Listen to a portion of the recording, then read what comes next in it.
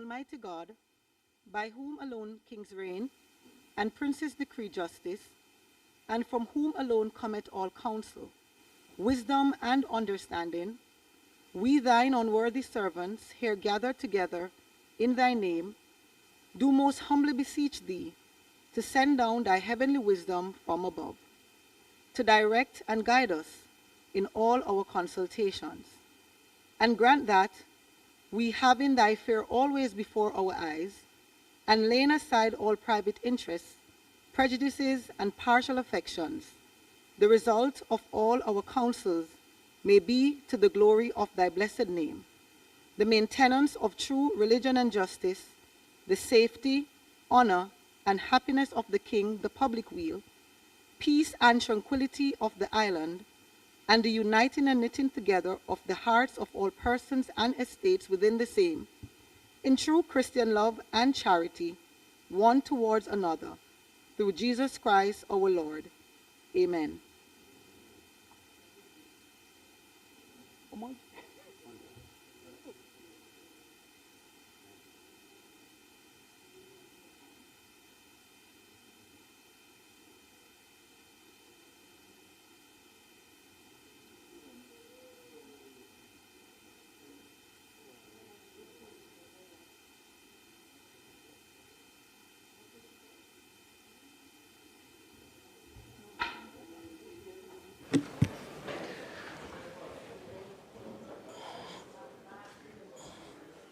This House is now in session.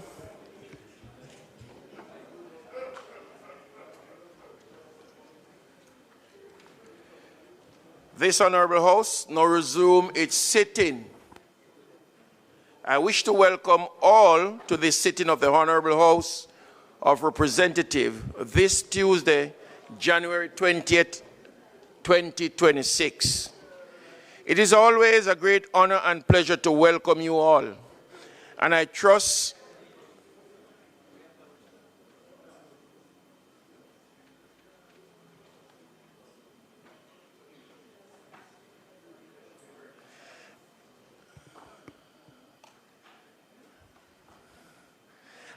that today's proceedings will progress in its usual productive manner and always in keeping with the provision of the standing orders. I would like to extend a special welcome to those who are joining us in the gallery. The Cartridge College, Central Manchester, represented by Member of Parliament Rhoda Moy Crawford, as well as those online via the various social media platforms and PBCJ live stream.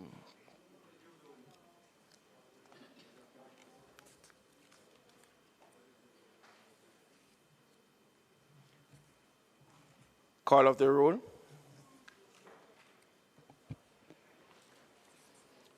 Mrs. Holness, Mr. Green, Dr. Holness, Dr. Chang, Mrs. Williams, Mr. Bartlett, Ms. Grange, Dr. Tufton, Mr. Mackenzie, Mr. Montague, Mr. Darrell Vaz, Mr. Chuck, Mr. Charles Jr., Mr. Robert Morgan, Ambassador Marks, Mr. Samuda, Dr. Wheatley, Mrs. Cuthbert Flynn, Mr. Terrelong, Mr. Witter, Mrs. Dalrymple Philibert, Ms. Morrison,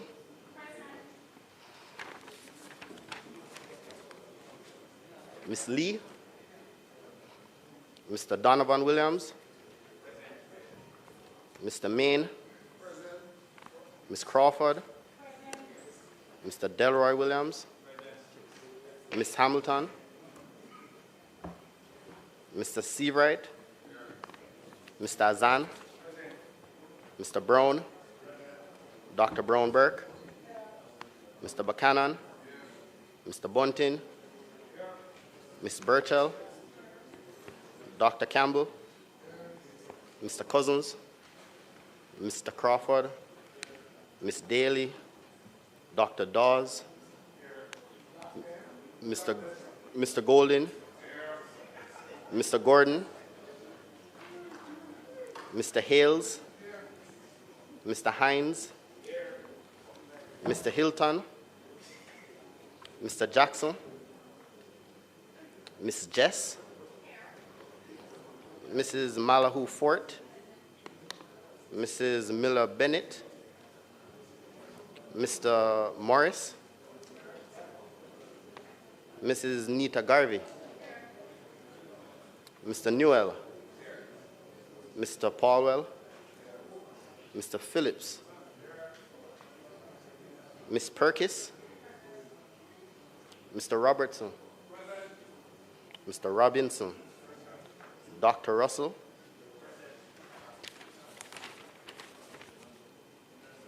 Ms. Shaw, Mr. Smith, Mr. Dwayne Vaz, and Mr. Warmington. Thank you.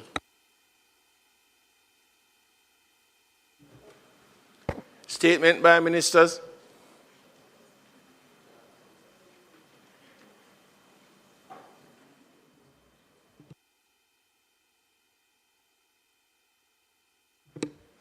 Announcement.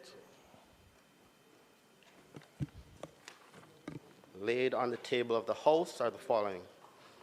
Annual report and audited financial statements of the Women's Center of Jamaica Foundation for the financial year 2017-2018.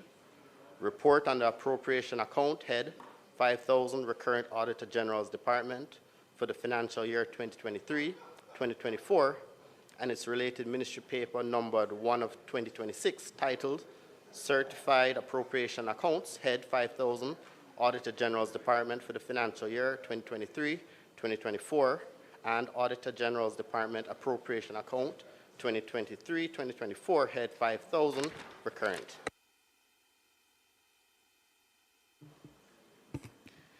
There was an live stream on the screen earlier for those who were here early.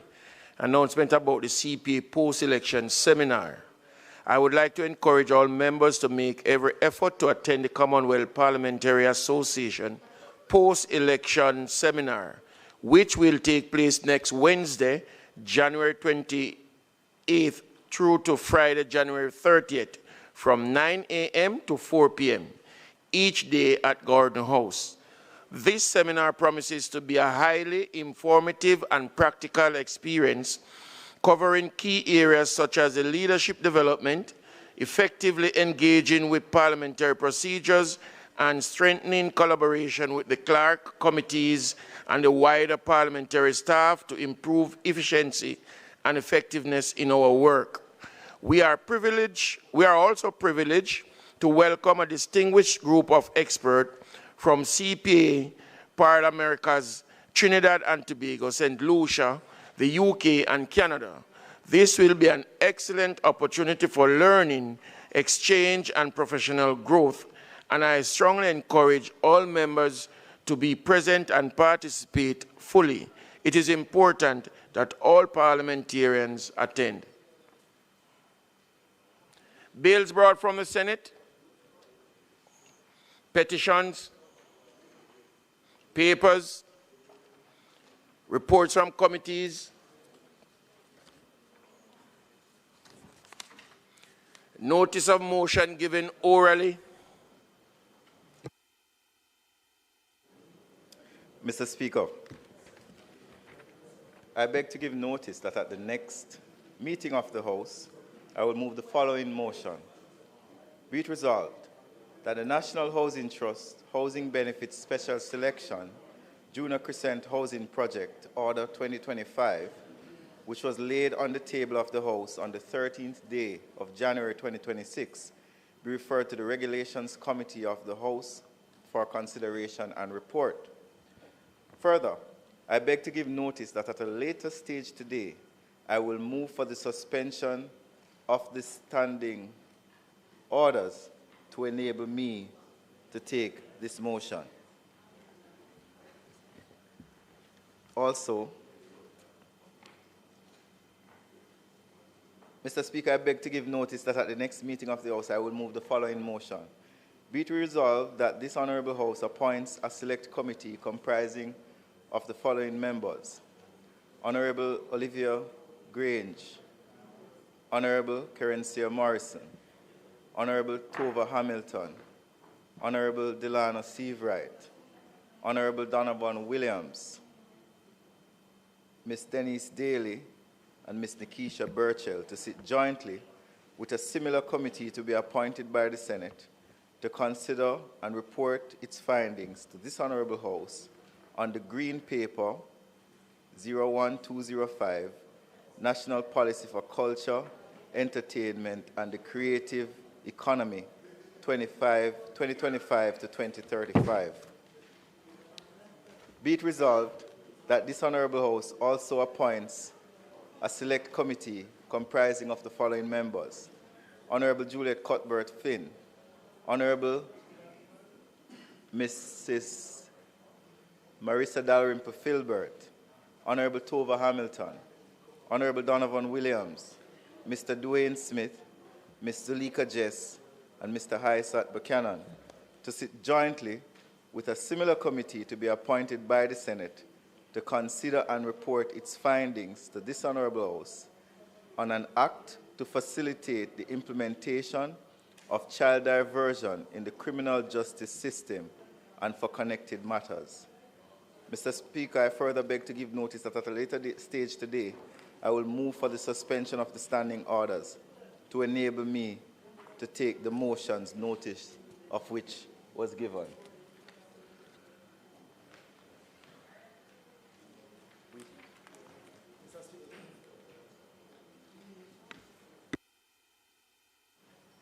Mr. Speaker, I beg to give notice that at the next meeting of the House, I will move to introduce, and I've read a first-time bill shortly entitled the Cybercrimes Amendment Act 2026.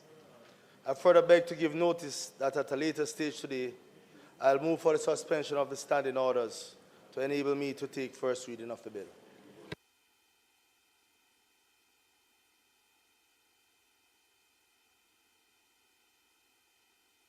Questions and answers to questions?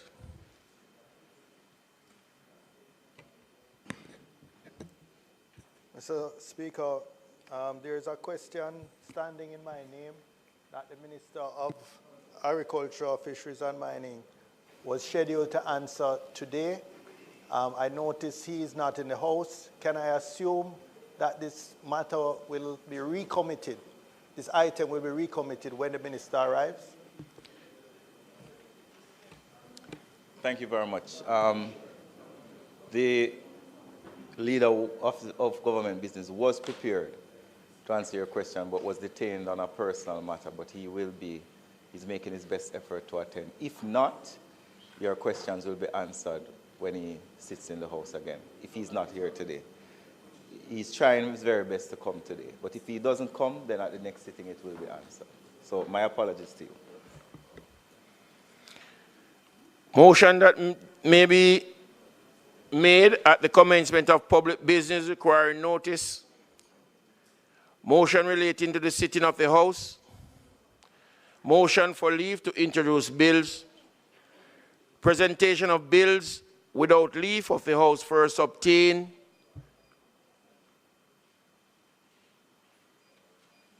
Public business.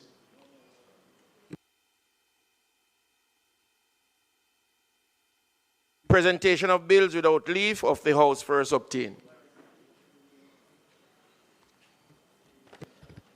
Mr. Speaker, I now move for the suspension of the standing orders to enable me to take the first reading of a bill shortly entitled the Cybercrimes Amendment Act 2026. Members, the question is that the standing order be suspended to allow the minister to take the first reading of the bill. Those in favor? Aye. Those against? The ayes have it. Minister, you may continue. Mr. Speaker, I now move that a bill shortly entitled the Cybercrimes Amendment Act 2026 be read a first time. A bill shortly entitled the Cybercrimes Amendment Act 2026 read a first time. Mr. Speaker, I beg to give notice of second reading of the bill.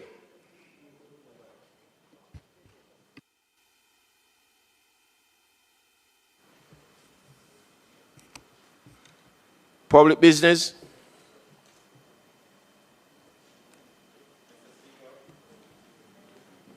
Mr. Speaker, I now move for the suspension of the standing orders to enable me to take the motion, notice of which I gave earlier.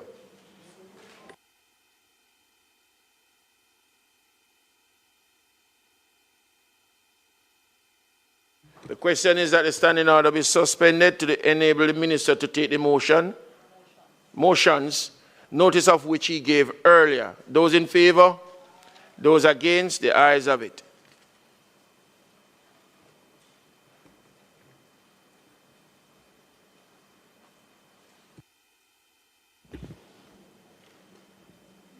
Mr. Speaker, I now ask that the motions be approved.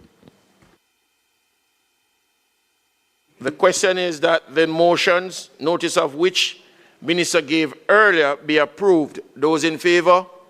Those against? The ayes have it. Thank you, Mr. Speaker. The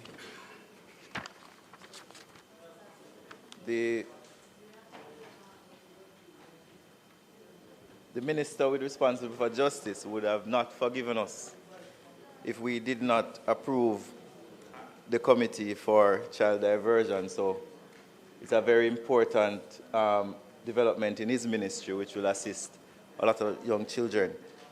We will now move to having a debate on the Financial Administration and Audit Act Amendment, as well as the Financial Investigation Division amendments by the Minister of Finance, and then later on we'll be discussing the Jury Amendment Act 2026 by the Minister of Justice. Madam Minister. Sure.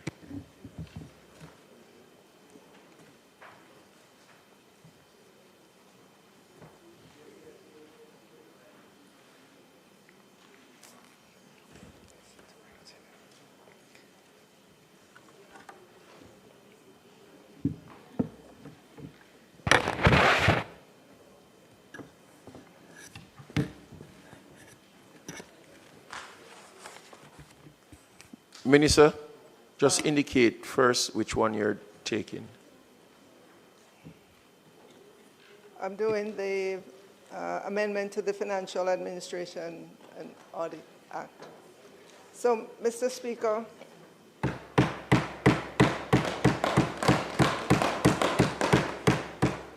I stand here before this Honorable House today to commence the debate on the bill entitled the Financial Administration and Audit Amendment Act 2026. Mr. Speaker, this bill seeks to amend the Financial Administration and Audit Act, the FAA Act, to remove the cap on the maximum amount that may be held in the National Natural Disaster Reserve Fund, NNDRF, cease mandatory annual transfers from the consolidated fund to the NNDRF once the balance is at or above $10 billion, and to remove Section 13A(1)(a)(I), which makes provision for the transfer of $200 million from the consolidated fund to the NNDRF during the financial year 2023-2024.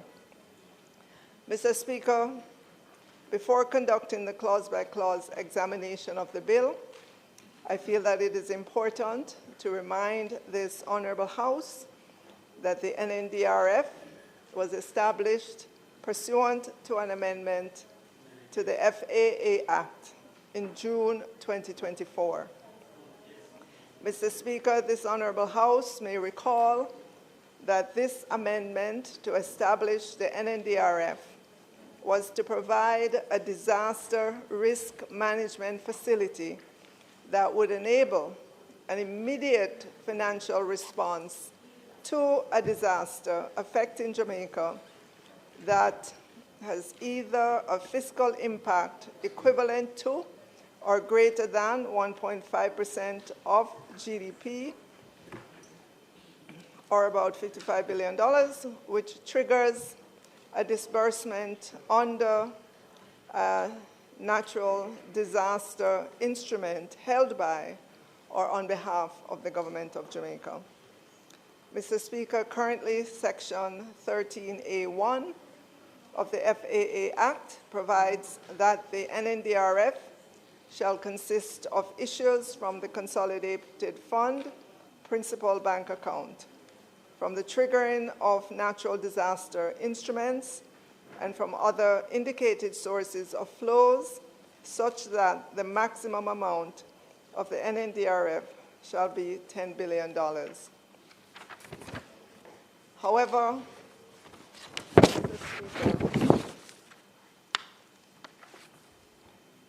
it's important to note that as a result of the passage of Hurricane Melissa on October 28, 2025, the disaster coverage for Jamaica was well in excess of $10 billion at approximately $115.7 billion, Mr. Speaker.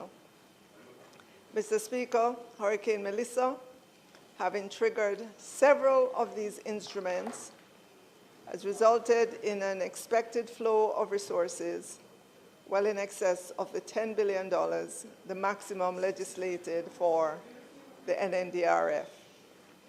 Mr. Speaker, Jamaica's robust disaster risk financing framework enabled a rapid flow of funds to meet urgent response needs. The framework facilitated an immediate inflow of critical liquidity to supplement the government's own contingency resources.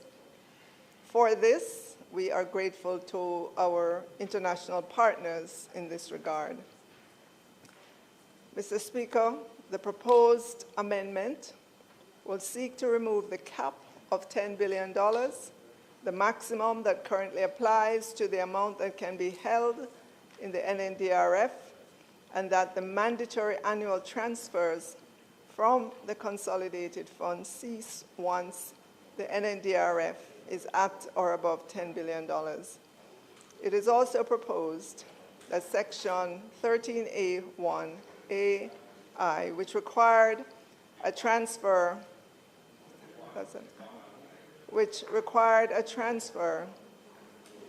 of $200 million from the consolidated fund to the NNDRF during financial year 2023-24 be removed. This is being done, Mr. Speaker, because the NNDRF was neither approved nor operational during that financial year. And so if you'll permit me, Mr. Speaker, I will now do a clause-by-clause presentation of the bill. So the bill entitled the Financial Administration and Audit Amendment Act 2026, clause by clause. The short title, Clause 1, Mr. Speaker, addresses preliminary issues of the bill.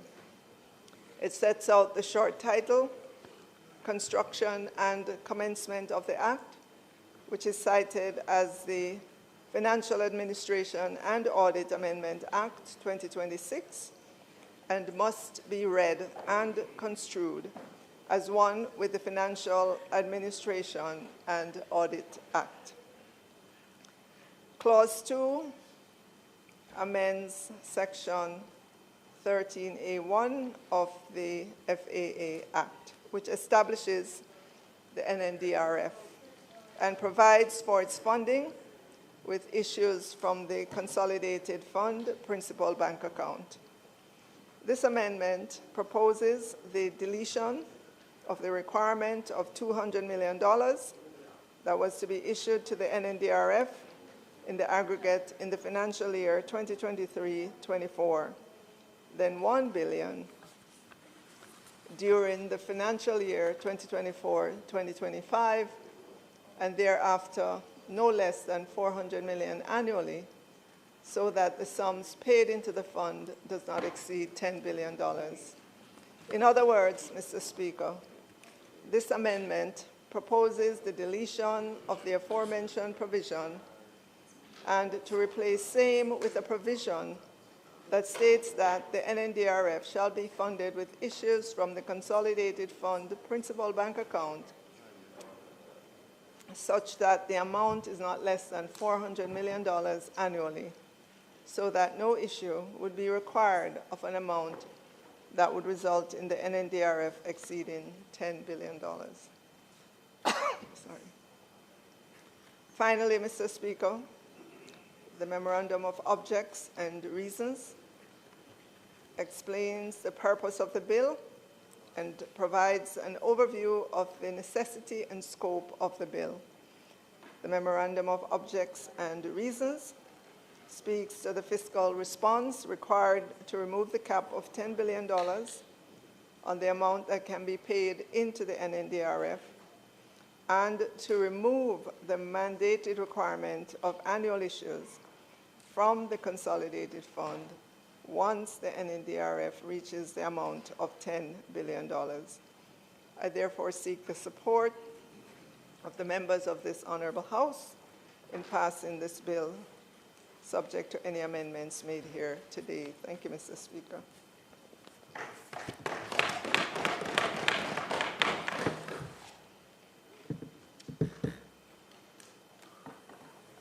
Member from St. Andrews South Eastern. Thank you, Mr. Speaker. Minister, I'm seeking clarity on a couple of matters. One, do the proceeds from the insurance payouts, whether they be the cap bond or the ones from CRIF, do those proceeds get paid into this particular fund? That's my first question. If that's so, then it's absolutely understandable why the 10 billion figure would be woefully low. And is there, in your contemplation of removing the cap, are you thinking of a higher figure, or you're just going to have no ceiling in terms of what that figure could be? We have obviously experienced a hurricane which has been considered the worst ever, and as such, we don't know whether we will be in this position in the future. So is there a contemplation of a ceiling or none whatsoever? And third, is there a requirement that if the funds are used up from this fund, do they have to be at the beginning of the next financial year taken from the consolidated fund to put back into it? I know I'm not sure if it is this particular fund, but my recollection is that there's a requirement that we reimburse if we use from a particular fund, if it's this disaster fund. So I'm just seeking clarity on those matters.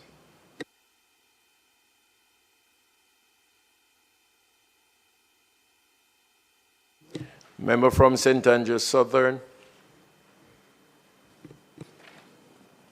Thank you, Mr. Speaker.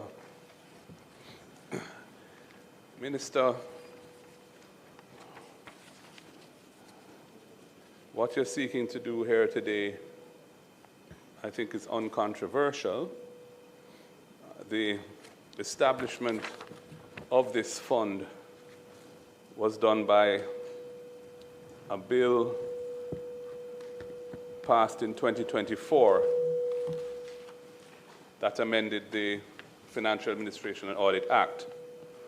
And what you're seeking to do here is to amend one paragraph of the provisions that were enacted by the 2024 bill. You mentioned in your presentation that in replacing that paragraph, which is paragraph A of subsection 1 of section 13A, you mentioned that one of the reasons for the amendment to A and the replacement of A is that in its existing form, it made reference to $200 million being put into this fund from the Consolidated Fund Principal Bank account during the financial year 2023-2024. And you made the point that the fund had not yet been established. What you didn't make reference to, though, was the next subparagraph, which is also being replaced, subparagraph Roman 2, which spoke to the need to put up to $1 billion in the fund during the financial year 2024-2025. And given that you had explained why you were replacing subparagraph 1, your omission in making a reference to subparagraph 2, which is also being replaced, made me wonder why you hadn't explained that as well. And is it that, what was the reason for replacing subparagraph 2?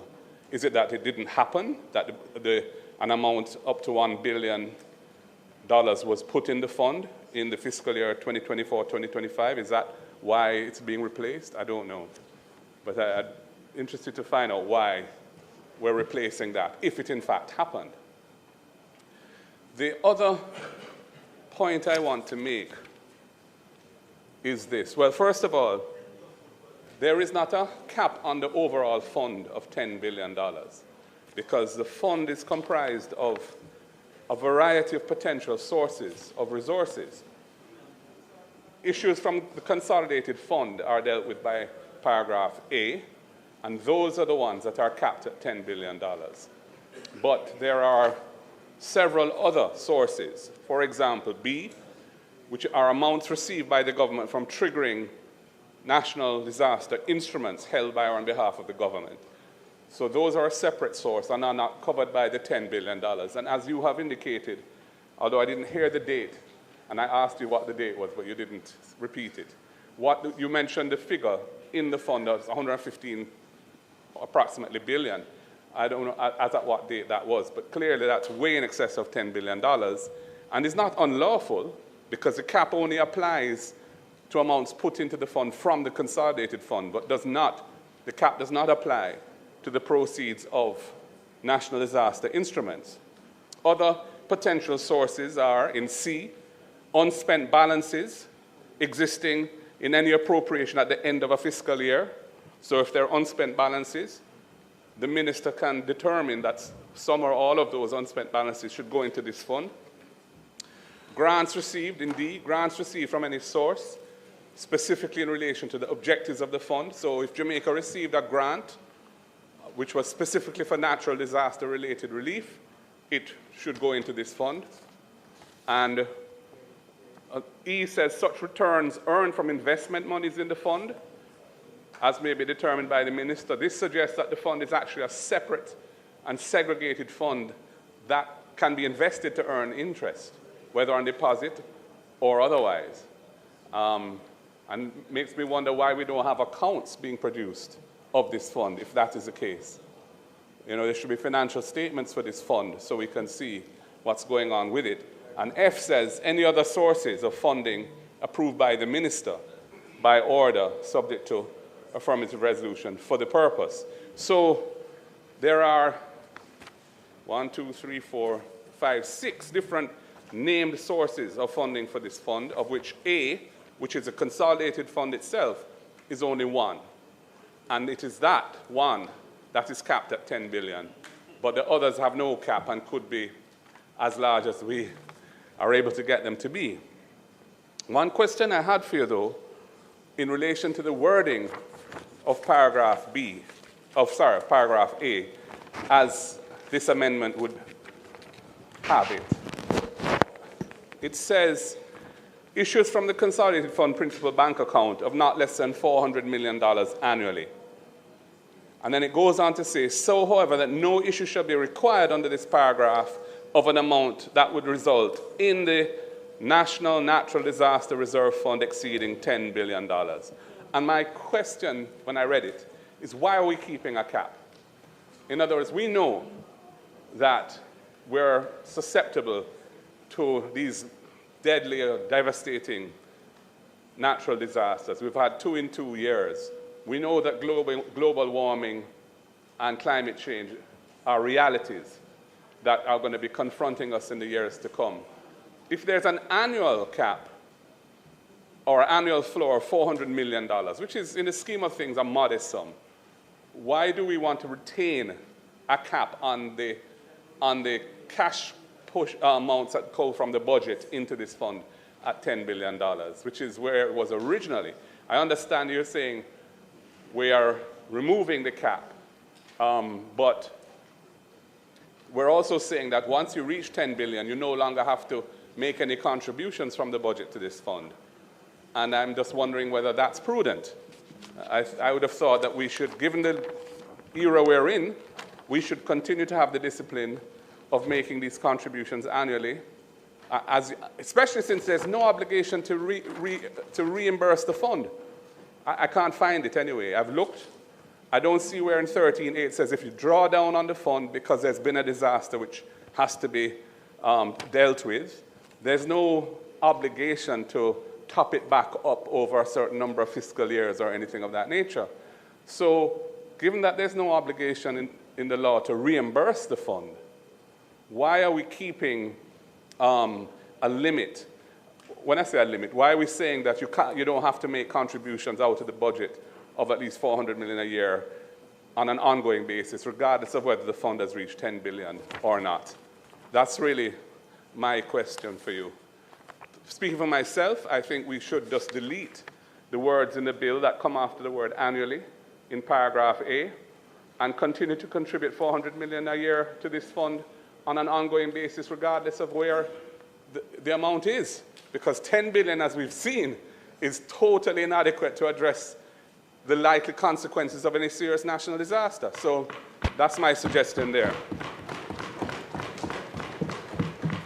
I have one other comment, which is not on the content of the bill, but is more on the legislative process. And this has been triggered by my experience with this bill. So when I received the bill, when it was tabled last week, it was in long form, and it's an amending bill. I wanted to see the principal act, to see what was being changed, because on reading the bill in isolation, you have no idea of what it's doing or what it's saying. I tried on Parliament's website to find a complete copy, up-to-date copy of the Financial Administration Audit Act, or even of the legislation that had introduced this fund. Neither the bill that did that, nor the act that resulted when that bill was passed were available on Parliament's website. And, Mr. Speaker, I must complain about the management of the website of Parliament in relation to legislation. It is not being kept current. I looked on it, there was one act for 2025 on the website of Parliament. And the 2024 did not have the Financial Administration Amendment Act 2024, which is a legislation that introduced this fund into our law. I checked on the Ministry of Justice's website. It's not there.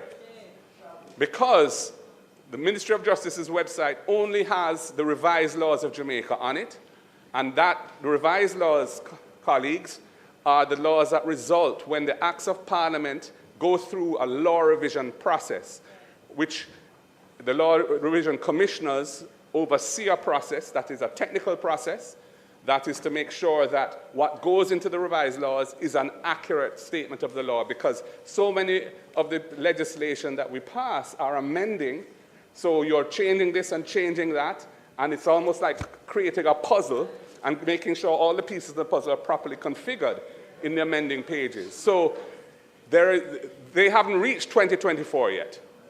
So you can't find any legislation on the Ministry of Justice's website for 2024, much less 2025 or 2026. So I was at a loss. So I had to reach out to the Ministry of Finance and to the Office of Parliamentary Counsel, and they very kindly were able to provide me with the 2024 Amendment Act, which is this, which has enabled me to make this presentation here today. This is not good enough, Mr. Speaker. Our laws are important. Access to our laws are fundamental to the rule of law in the country. And I really think we need to do better, and the necessary human or other resources need to be put in place to ensure that the website of Parliament has all bills and all acts that have been passed or tabled or passed in this Parliament on a current basis. Too often, I have to be emailing Parliament and they tell me it's not yet done, and it is a chaotic and chaka-chaka system of running the Parliament and the legislative side of it. I had to raise that today, Mr. Speaker, because I think, these are not resource-constrained things. This is just a question of putting a little bit of effort and priority behind it because it is important. And it is very important that we do that.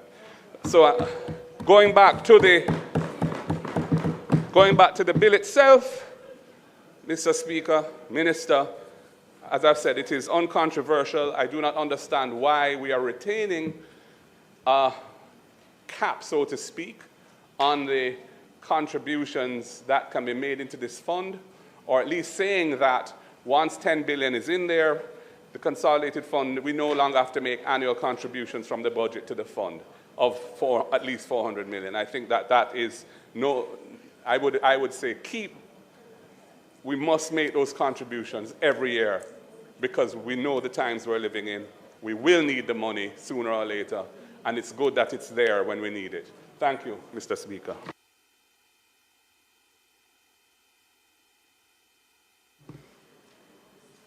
Minister.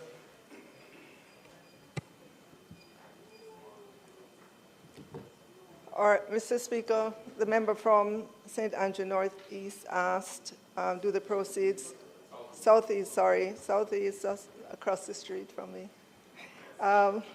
Do the proceeds get paid into this fund? And Mr. Speaker, the short answer is yes, we direct it, we direct proceeds into the NNDRF. And the next question was if we use from a particular fund, do we reimburse? If the funds go into the NNDRF, and if we use it out of that, what we try to do is to ensure that our national natural disaster risk financing framework continues to be maintained. So, for example, in the recent disaster, the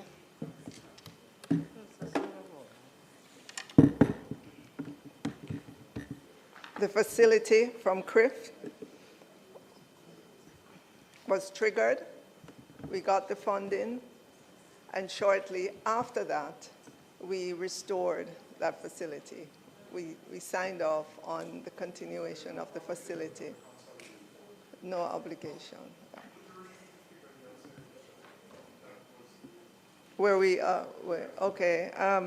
Approximately $115.7 billion.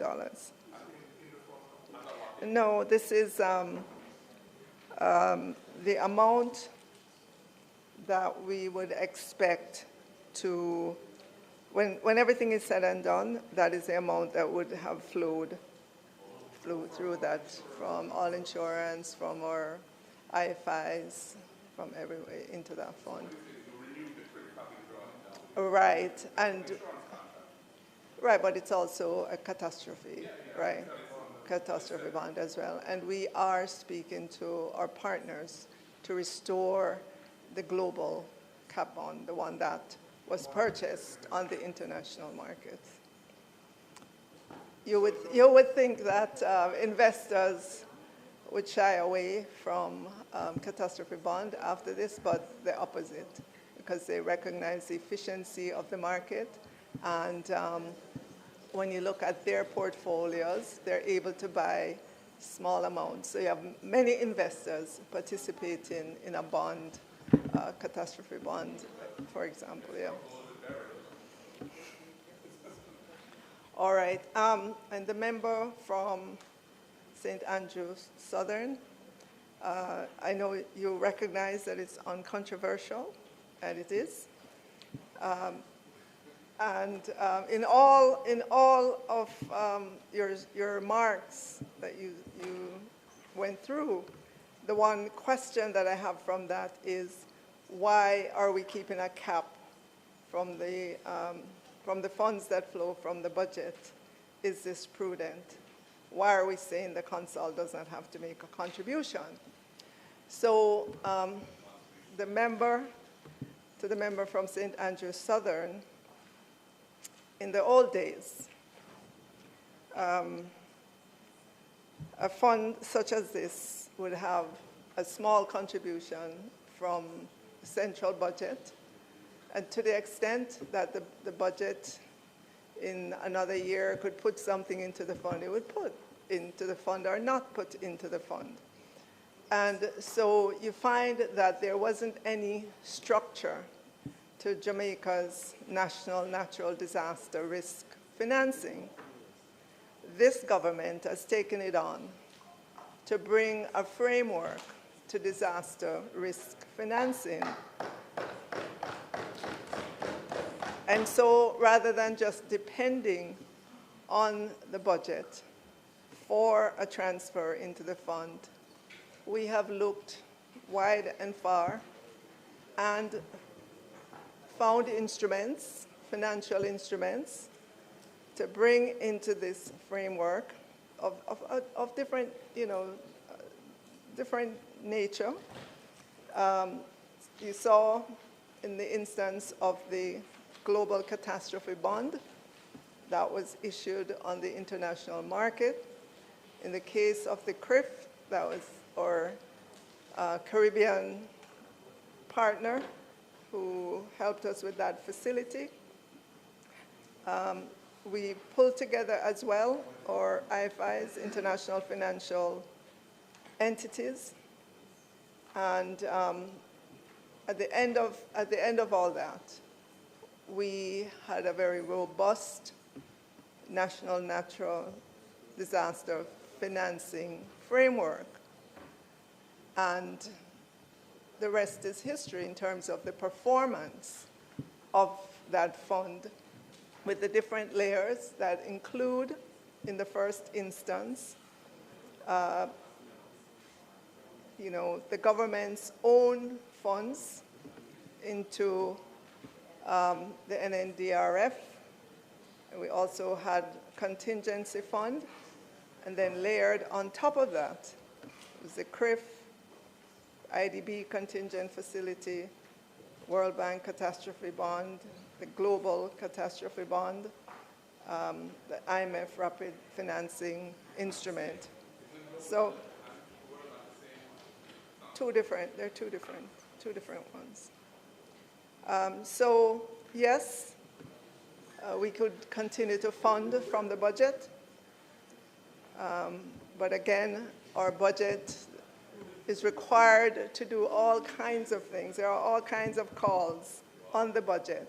So if we are able to have our international partners, the global financial market, and all those entities help us to put together this framework and have it funded, I think it's a more disciplined way to go about having a national natural disaster risk financing resources at our disposal. And we saw how quickly those funds were able to be dispersed, and we are going to continue to build it out. We're looking at different types of instruments for different, not just for hurricanes, but for other types of disasters, so that we are ready in the event Jamaica is hit again by something. We're ready with the instruments that can quickly deploy and give us the needed finances to be able to begin the relief effort right away. So that should answer your question. Why are we not keeping a cap? Why are we keeping a cap from the funds flow from the consolidated fund? It's because of our ability to establish and to get way more financing otherwise than we could from the budget because of the many calls on the budget. Thank you. Member from St. Andrews Southeastern with a follow-up question. Follow-up question. Sorry, just one follow-up question. Appreciating the importance of the payouts from the different insurances, the cat bonds, we have seen how even with those payouts, it really has been inadequate in comparison to the damage. Is the government in discussions with our creditors to discuss provisions within those loan facilities that if there is a disaster, that it would defer whether principal or interest payments? I know other countries like Barbados have done this, and it's estimated that we would have been able to defer up to $2 billion US. Defer, not cancel, but defer, which would ease some pressure on the government at this particular time. So the question is, are you having those discussions, and will that become a feature of our debt going forward? So in our debt with our international partners, that clause exists in many of, that clause already exists, and in new debt going forward, we will ensure, we've indicated already that we would like those kinds of clauses to continue in those instruments. It becomes a little bit more difficult when you issue debt on the international market, right? But if you're, right, so it's easier to negotiate with our partners or international partners than on the international market. But that is something, if we ever go to market, that we would try to do.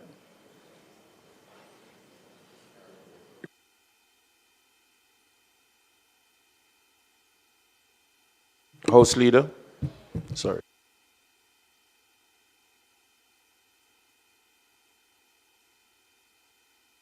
Minister, you can now ask for the second reading.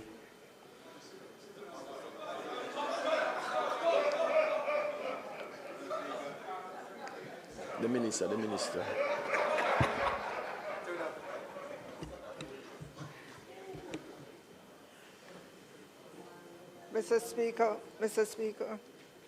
Mr. Speaker, I conclude the debate on the bill and ask that it be read a second time.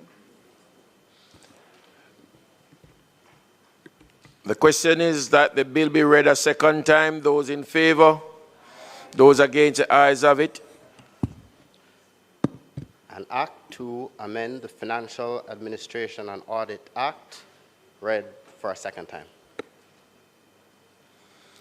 The House will now resolve itself into a committee of the whole House to consider the bill clause by clause.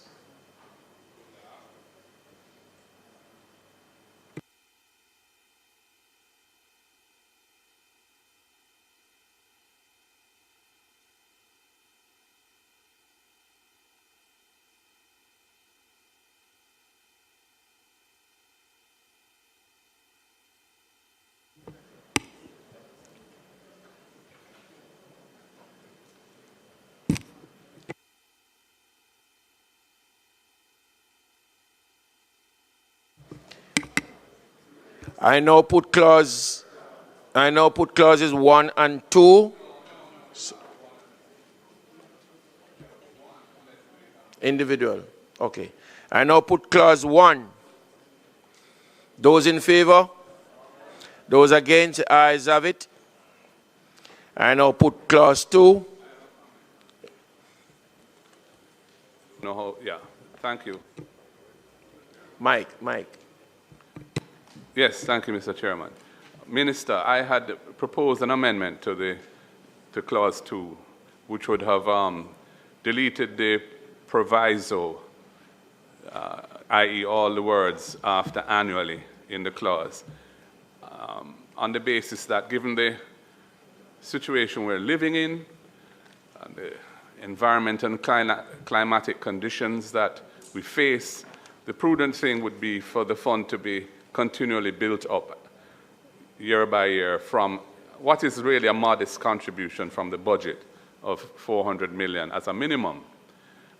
Your response to that was saying, well, we have these other arrangements that are satisfactory, so we really don't need to stress the budget out any longer once we reach 10 billion. For the record, I don't think that's a satisfactory response.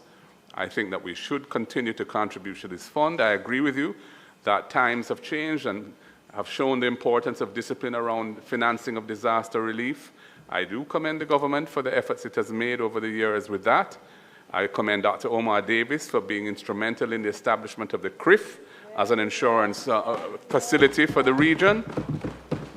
But we are where we are, and I think that we ought not to say, once the thing is at 10 billion, that we no longer have to make any further budgetary contributions to it. I mean, for example, the parametric insurance that we have is you can't say it's reliable. I mean, when Beryl hit, we didn't get a cent from the cat bonds, although the damage was very substantial. Your predecessor minister came here and explained the grid and the biometric pressure limits, and that we can't quite qualify it. So although we suffered many billions of dollars of damage, way in excess of 10 from Beryl, and indeed there are people still reeling from Beryl who have not fully recovered. You know, we didn't get a cent from the cat bond then. And so I think that one thing we can be sure of is self-reliance. And we ought to make an annual contribution in this era to the fund. And I'm going to propose that amendment, that all of the words following the word annually in the new paragraph A, which is in clause 2 of the bill, be deleted.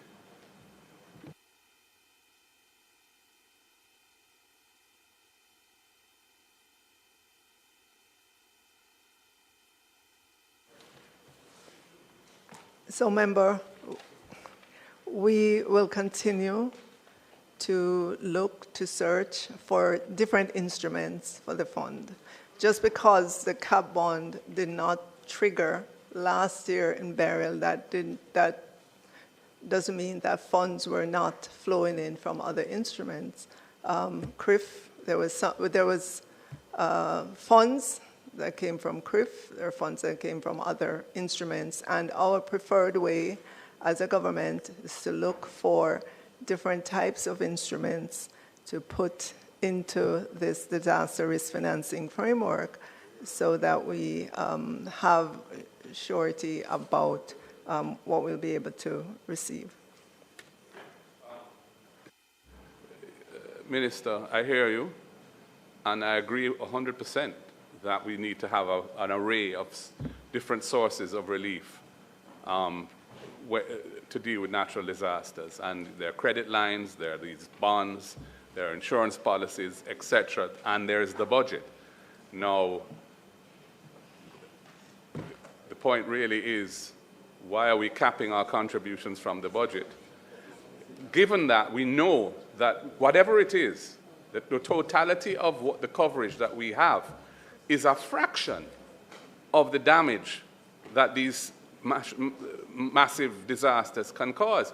The physical damage from Melissa has been quantified with reasonable accuracy at, I think, 8.8 billion US.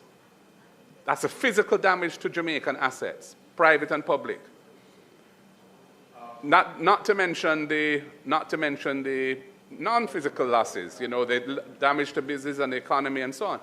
So the sum of the total of what you're expecting by way of flows for this fund, including the cat bond and the credit lines and the CRIF insurance, etc., is $115 billion, which is not even 1 billion US. So it's not even, it's about 15% of the physical losses that the country has sustained. So to say that we're gonna cover it in other ways is really fictional. And that is why I've proposed the amendment I've proposed. But anyway, the minister is not in favor of it. We can move on. Minister, if I could. Prime Minister, your mic is on. Thank you, Chairman. The Leader of the Opposition's point is not to be dismissed. And I interpret what he's saying to be that the National Disaster Risk Fund should be at its highest level possible. And nobody argues with that point. But remember the framework that we have, where we have different funds for different levels of risk.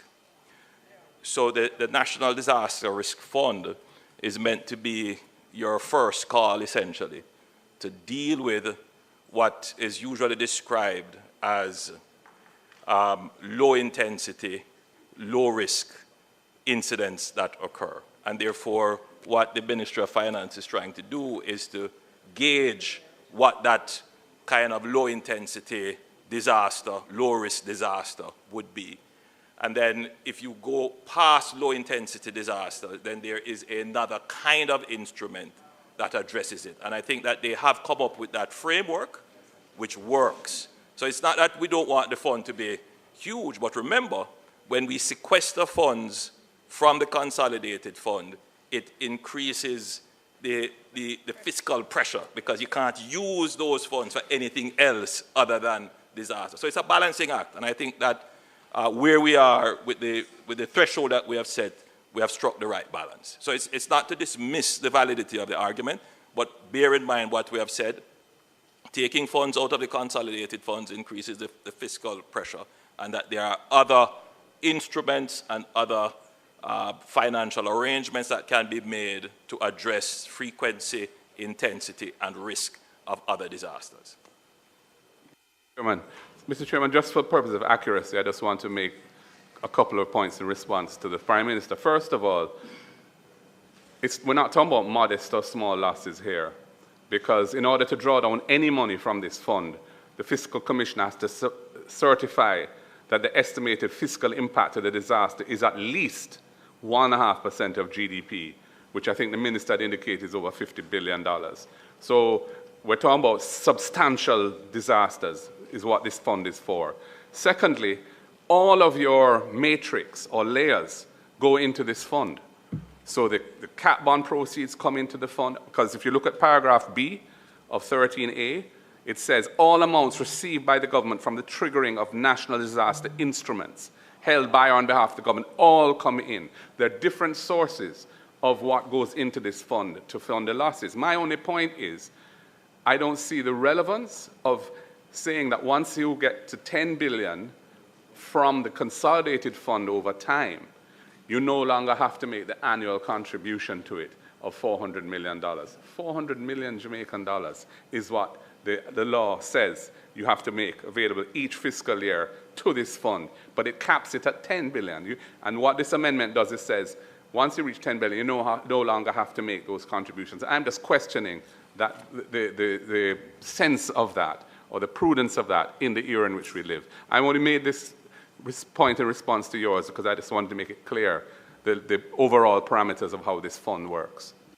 So Mr. Chairman, thank you again for allowing me. So again, once we are taking out of the consolidated fund, taking out of revenues that we have earned, and we are locking it off in a fund, it's no longer available for anything else. And therefore, we have to manage the fiscal pressures that will arise if we keep taking out of the consolidated fund to locking it off in specific and special funds. That's the consideration that we ask the House to bear in mind. Minister, are we going to take the amendment?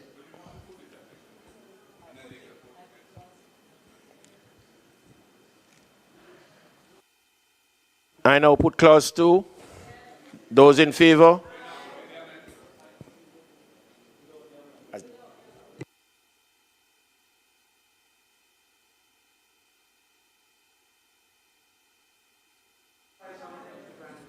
Mr. Chairman, I am putting an amendment. I'm proposing an amendment to the bill.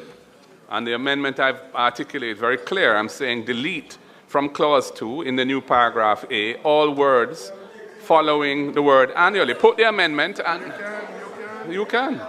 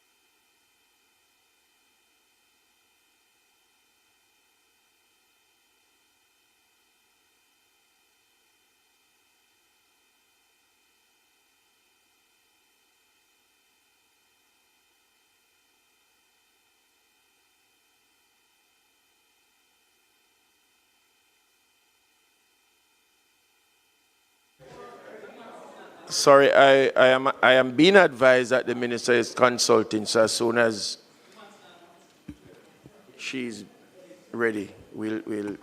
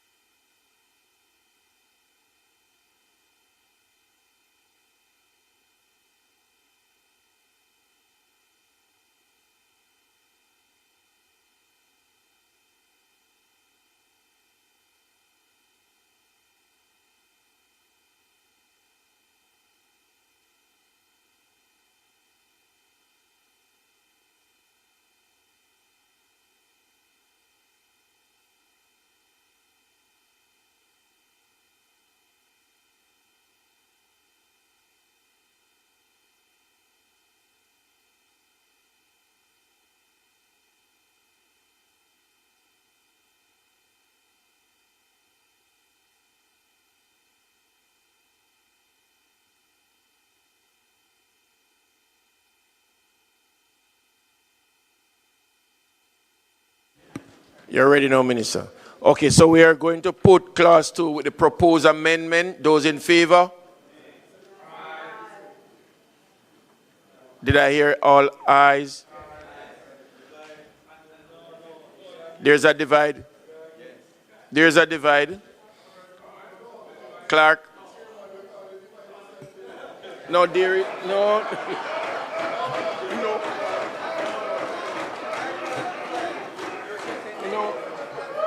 I heard divide. I heard divide, and I repeat. No, I was only repeating the situation.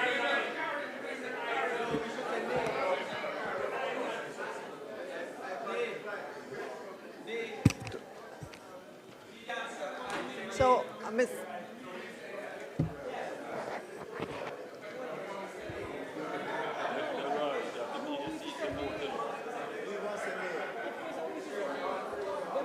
I want to confirm. Clark, your time.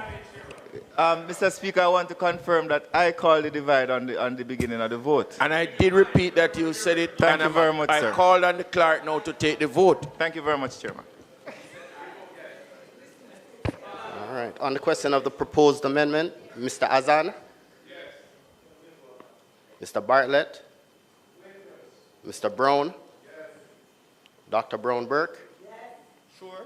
Mr. Buchanan? Mr. Bunting? Ms. Burchell?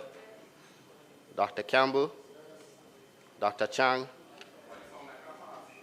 Mr. Charles Jr.? Mr. Charles Jr.? Mr. Chuck?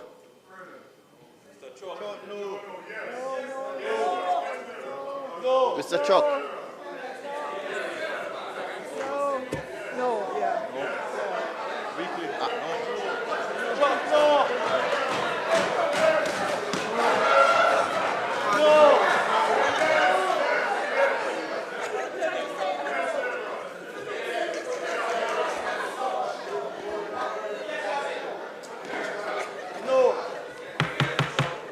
Mr. Chuck, your vote is? Clark.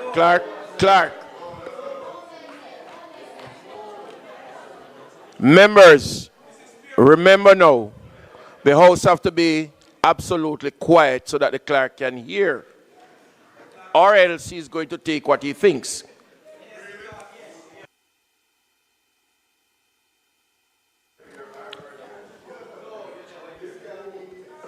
Mr. Chuck?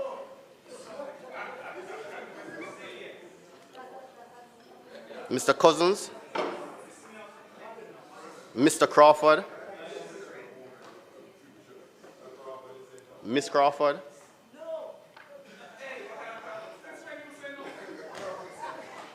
Mrs. Clotworth Flynn? Miss Daly? Mrs. Dalrymple Philibert? Dr. Dawes? Mr. Golding? Mr. Gordon? Miss Grange? Mr. Green? Miss Hamilton?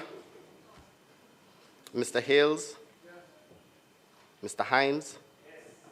Dr. Holness? Mr. Hilton? Mr. Jackson? Mr. Jackson? Miss Jess? Miss Lee?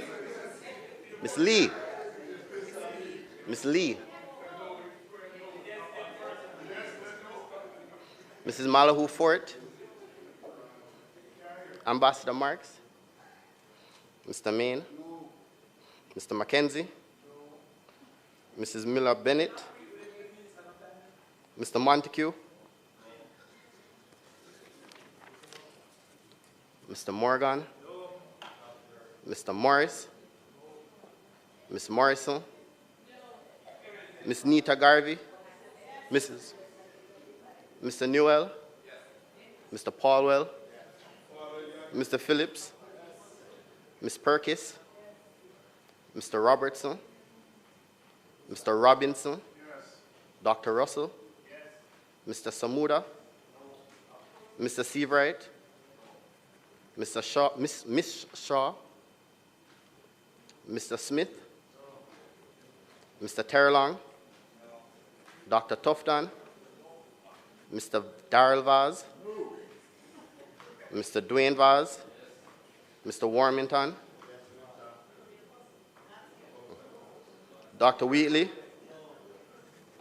Mr. Williams Delroy? Mr. Donovan Williams?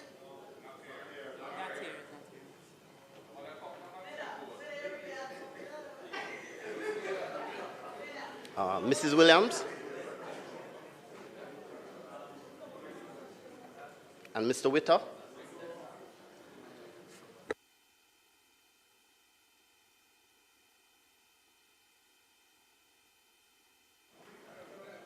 Minister, you want to say something? Right. So, Mr. Speaker, it is to be noted that it doesn't mean that we would not contribute more to the NNDRF. It's just that we're not making it mandatory. We're taking the mandatory nature out of it.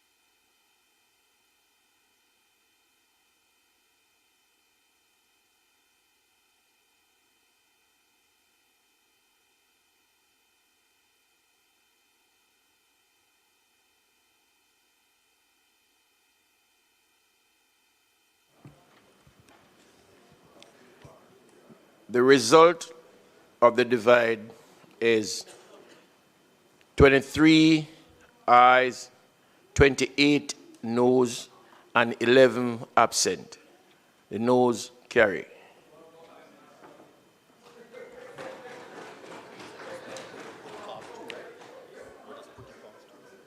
I now put clause 2.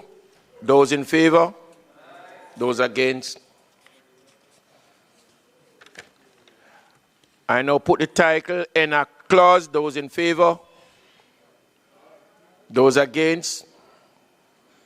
The question is that I do report the bill as having passed committee stage without amendment or without amendment. Those in favor? Those against? The ayes have it.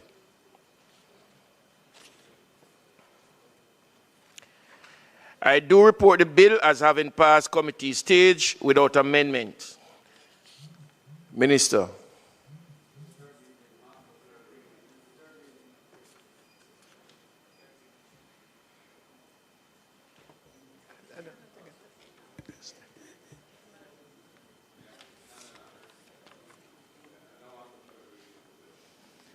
Ask that the bill be ready. Mr. Speaker, I now ask for a third reading of the bill. The question is that the bill be read a third time. Those in favor? Those against? The ayes have it. A bill entitled An Act to Amend the Financial Administration and Audit Act read a third time and passed.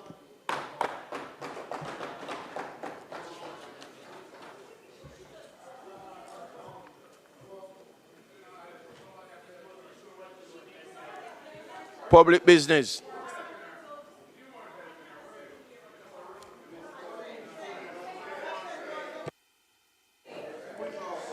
Mr. Speaker, we are now going to go to the Financial Investigation Division Amendment Act.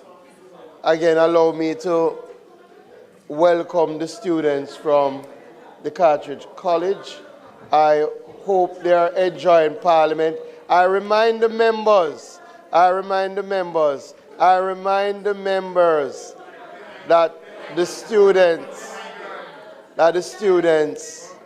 students are watching, observing the behavior. The Minister of Finance.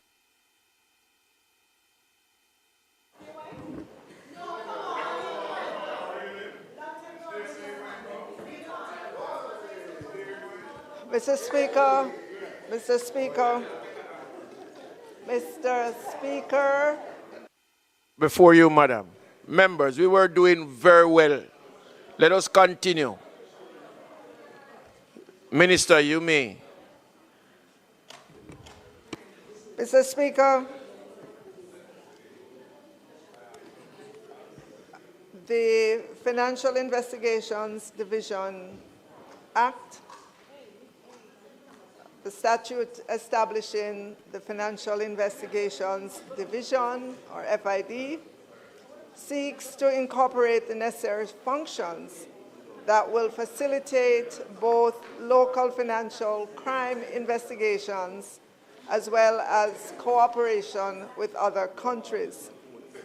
The responsibilities of the division include investigations, collection of information and maintenance of intelligence databases, management of seized, restrained, and forfeited properties, and collaboration with local and foreign law enforcement agencies.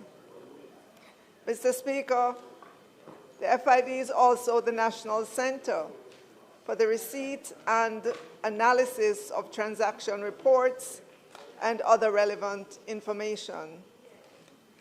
They're also the National Center for the dissemination of the results of that analysis. The FID was admitted into membership of the Egmont Group in 2014.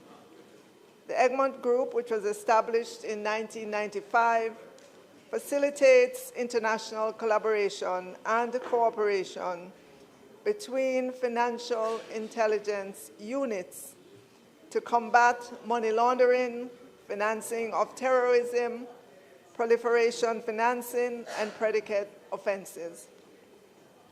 The goal of the Egmont Group is to provide a forum for the financial intelligence units around the world to obtain support, including the expansion and systematic international cooperation in the reciprocal exchange of information, fostering better and secure communication among financial intelligence units through the application of technology, fostering increased coordination and support among the operational divisions of member FIUs, which is the short form of financial intelligence units, promoting the operational autonomy of FIUs and promoting the establishment of FIUs in conjunction with jurisdictions with an anti-money laundering,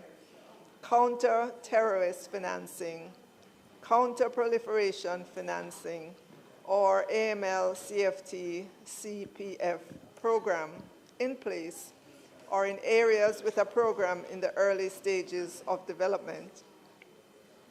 Mr. Speaker, as you may be aware, in 2017, the Financial Action Task Force / Caribbean Financial Action Task Force approved the Mutual Evaluation Report, MER, for which Jamaica was rated partially compliant for recommendation 40, which deals with international cooperation.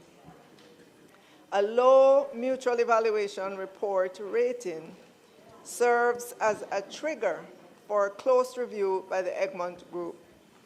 The Egmont Group identified areas of deficiency in the Financial Investigations Division Act, which they interpreted as the division not being operationally independent and autonomous. Mr. Speaker, this bill, contained in the proposal to amend the FID Act, seeks to address the issues relating to independence and to ensure that FID complies with the Financial Action Task Force standards and principles of Egmont, thus maintaining membership. Further, Mr. Speaker, the amendment is also pertinent to ensure that Jamaica is better prepared for the 5th round of the Financial Action Task Force mutual evaluation, as international cooperation is one of the focus areas to test for effectiveness. Mr. Speaker, the provisions of the bill are set out as follows. Clause 2 seeks to amend Section 12 of the Act by, in paragraph A, deleting the marginal note and inserting new marginal note to describe the purpose of provisions of Section 12, which is the exchange of information. In paragraph B, deleting subsections 1, 2, 4, 5, 7, and 8, and inserting new subsections 1 to 4. Listing in the new subsection 1 the regulatory counterpart and the purpose for which the FID may exchange information. It stipulates that the exchange may be with a local public body, foreign financial intelligence department, or an association of such body, and for the purposes of investigation and prosecution of financial crime. Stipulating in the new subsection 2 that the FID may exchange information with the bodies mentioned before to enable the division or that body or financial intelligence department or association of departments to exercise regulatory functions, including the conduct of civil, criminal, or administrative investigations and proceedings to enforce laws administered.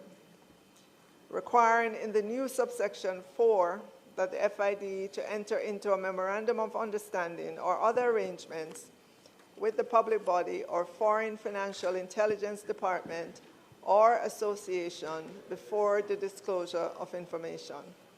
It also seeks to remove the requirement for approval by the minister before the FID can enter into a Memorandum of Understanding, MOU, or other arrangements, thus ensuring operational independence.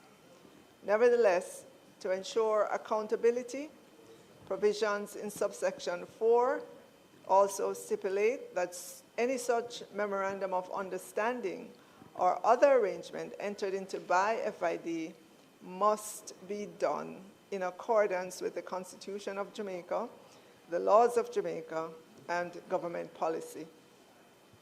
Government policy that will be considered include anti-money laundering, counter-terrorist financing, counter-proliferation financing, secrecy, cybersecurity, data protection, Mutual Assistance Criminal Matters Act, Sharing of Forfeited Property Act, and time frame for retention of information.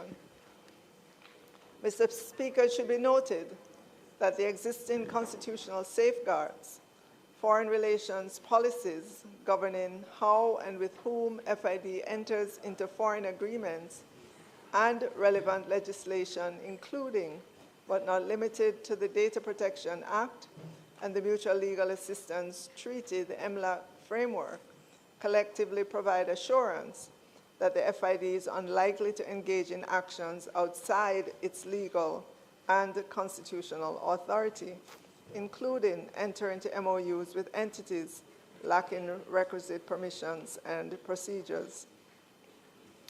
The new subsection 4 at paragraph B also stipulates the responsibility for confidentiality and permission by the FID before any further disclosure by the relevant party as defined in subsection 3. Seeking in paragraph C to amend subsection 9 to ensure that regulations relating to the exchange of information for the purposes of investigation and prosecution of financial crimes have parliamentary oversight by including the requirement for them to be subject to affirmative resolution. Mr. Speaker, the information shared among local public bodies, foreign financial intelligence department, or an association of such body is for intelligence purposes only and cannot be used for evidential purposes in a court of law. Mr. Speaker, the bill to amend the Financial Investigations Division Act is an important amendment which seeks to ensure that the FID exchanges information with its regulatory and investigative counterpart in an independent manner necessary to carry out investigations, while at the same time ensuring that the proper protocols and accountability are in place for such disclosures. Mr. Speaker, this amendment is also critical to ensure that FID continues to be eligible for membership in the Egmont Group and complies with the international standards of the Financial Action Task Force, thus improving Jamaica's rating specifically as it relates to recommendation 40, which deals with international cooperation. Thank you, Mr. Speaker.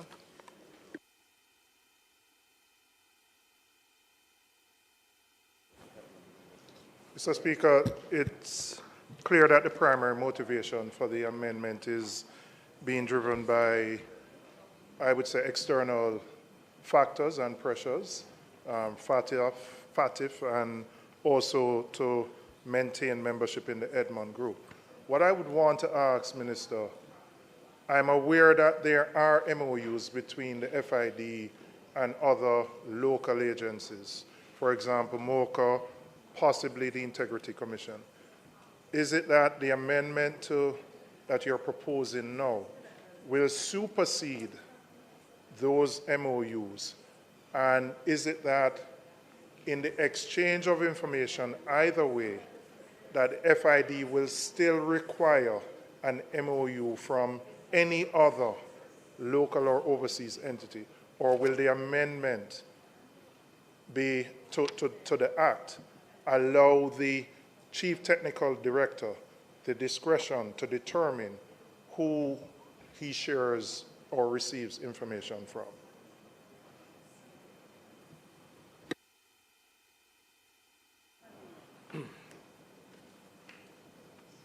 Thank you, Mr. Speaker.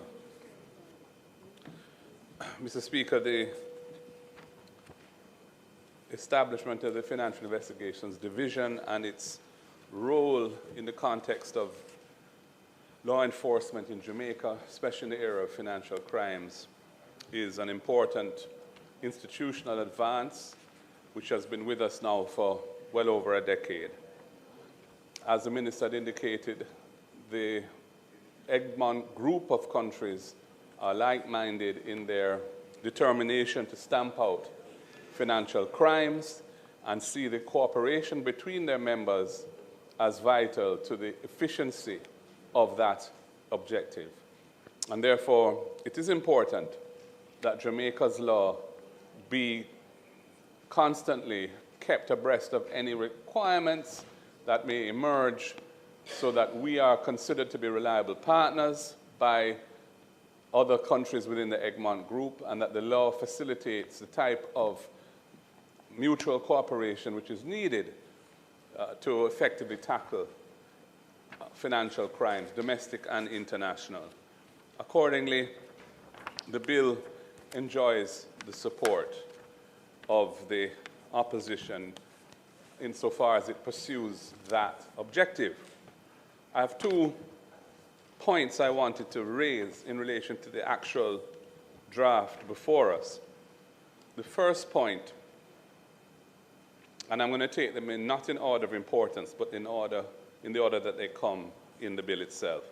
So in Clause 2 of the bill, which amends Section 12 of the Principal Act, there is some new sections which are replacing existing sections in Section 12. And in the new subsection 2, there is a reference which I wondered if it is sufficiently clear what the scope of it is. So subsection 2 says that the Chief Technical Director, who is the head of the FID, the Financial Investigations Division, may give to or receive from any public body in Jamaica or any foreign financial intelligence department or association of such departments any information necessary to enable the division or that body or department or association of departments, as the case may be, to exercise regulatory functions, including the conduct of civil, criminal, or administrative investigations and proceedings, and these are the words I'm concerned about, to enforce laws administered by the division, body, department, or association of departments. Now, it isn't clear to me what laws are administered by the FID, because when you look at the FID Act, it doesn't list, to the best of my knowledge, those laws which are to be administered by the FID. It, in broad terms, speaks to what the objects of the FID are. And it says, for example, that the objects of the FID are to investigate all categories of financial crimes, to collect information and maintain intelligence databases on financial crimes, etc. But we're using a formulation here of laws administered by the division. Now, there could be, for example, a situation in which a breach of the Companies Act has arisen in an area which constitutes potentially a financial crime. It could be to do with ultimate beneficial ownership of a company in Jamaica, for example, and the question of who really owns this company and what have you. Now, is that section of that law which could be engaged, Could it be said that the Companies Act is administered by the FID? Clearly not, because it isn't. The Companies Act is administered by the Companies Office of Jamaica. So, and that's just one example, and I could probably cite several potential situations in which the FID might be wishing to investigate a matter and have jurisdiction to do so under the FID Act and the scope of it. But it couldn't be said that the law that is engaged in that investigation is a law that's administered by the division. And so I was questioning the formulation of words used, because it's a scoping provision. It goes to the jurisdiction to share this information. That's what this provision does. So if the scope is too narrow or is unclear, it could be problematic. It could be contested in court, for example, and that sort of thing. So I was wondering whether a better formulation could be considered. I had attempted one. I'm not saying it's by any means perfect, but I was suggesting, for example, rather than talk about civil criminal administrative investigations proceedings to enforce laws administered by the division, you could say civil criminal administrative investigations proceedings to enforce laws, the enforcement of which fall within the statutory functions of the division, which is a bit broader than the idea of the division administering those specific laws, which it may not, in fact, do. So that's a technical point, and the drafters can consider it and see if they feel there's any merit to it or not. But it's an important point because it goes to the scope of this amendment, and therefore is the sort of thing that if there's a problem with it, it could be contested in court. The other point I wanted to raise is in relation to the new subsection 4 of Clause 12. And this is setting out the parameters in which the Chief Technical Director is authorized to disclose information about a Jamaican citizen, potentially to a foreign department, foreign law enforcement agency. And in paragraph B, it says that the Chief Technical Director has to be satisfied, and in subparagraph 2, it says the information to be disclosed to the relevant party, which would be the overseas law enforcement agency, for example, or a public body here in Jamaica, that information, that disclosure is required for the purposes of the relevant party's functions, including the conduct of civil, criminal, or administrative investigations. That's fine. I agree with that. So if the disclosure is required for the purposes of that entity's functions, then yes, I can see why we'd want to share that information. But the question to my mind is, why would you want to share it with them if it's not required for the purposes of their functions? And if you look at subparagraph 1 of B, it allows the disclosure as an alternative. It's disjunctive. So it may not be required for the purposes of that entity's functions, but yet the Chief Technical Director could share it with them, could disclose it to them. And that I have a problem with. I don't see why we would be doing that. Why would we be allowing the sharing of information which is not required by the functions of the entity that's receiving the information? And to me, that opens the door too wide. And I would like to see that door have appropriate limits around it. Yes, subsection 1 says that if you're going on the basis that it may not be required for their functions, but you're sharing sharing it with them nonetheless, you need to have a confidentiality undertaking from them, or some other written undertaking from them not to disclose it. But that to me is not sufficient. If it's not required for their functions, then why should it be shared with them at all? And I don't know the answer to that question, and that's why I've raised it here. I think subparagraph B is sufficient uncovers the proper ground. And I'm not sure why we need to expand that ground beyond subparagraph 2 of paragraph B in the new section 4. Maybe there's a good answer to it, but I would like to hear what that is. Thank you, Mr. Speaker.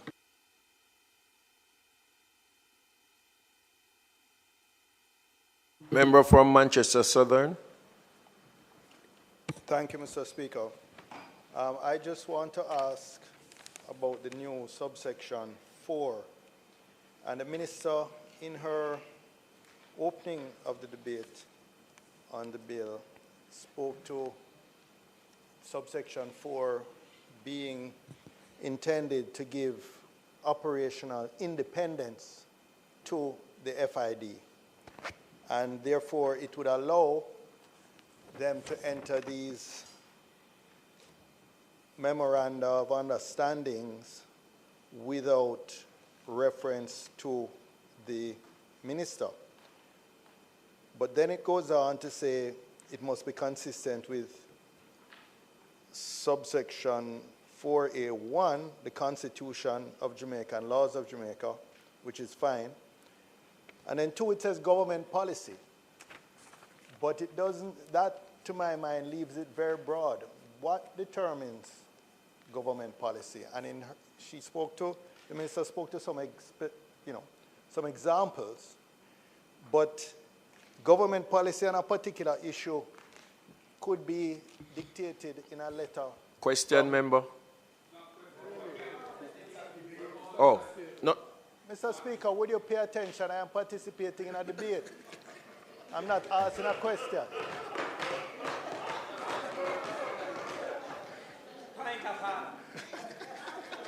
What's that? May I proceed? May I proceed, Mr. Speaker?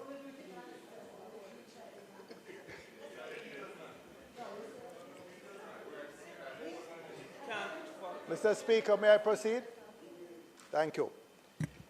So, this, to my mind, in a sense, we are, on the one hand, making an amendment to give more independence to the FID, but then by constraining it with a vague reference to consistency with government policy. Any minister can then write a letter to the head of the FID and say, for example, it is government policy that you don't share information on cabinet ministers. And would that now be government policy? It would not be public, it would not be transparent. So I don't believe that this corrects the mischief that Section 4 is trying to address. In fact, it makes it worse because there, as far as I know, it's ministers who make policy over their portfolios. The FID,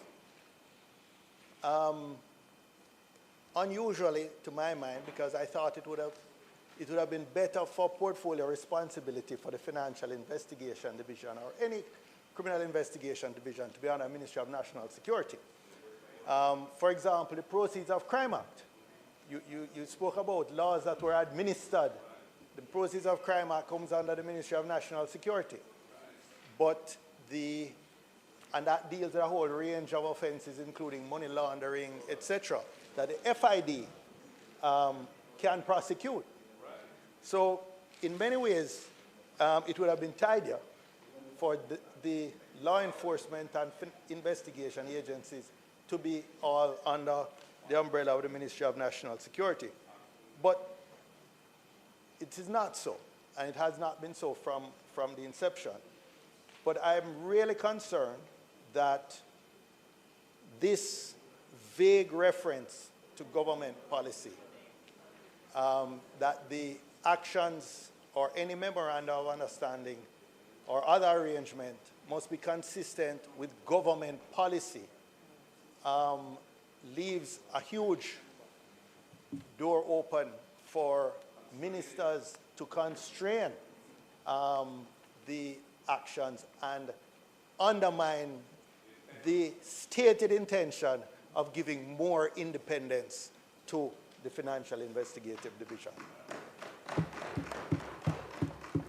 So I really believe if we want to leave in some reference to government policy, it cannot be as broad as that.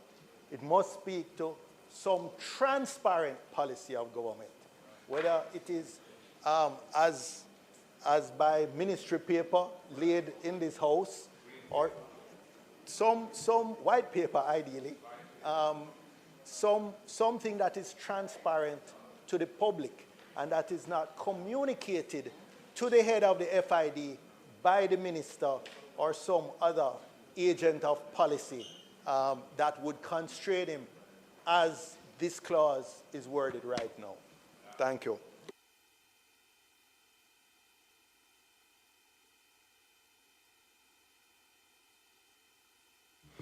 Member from West Central St. James. Mr. Speaker, permission to speak from a seat other than my own.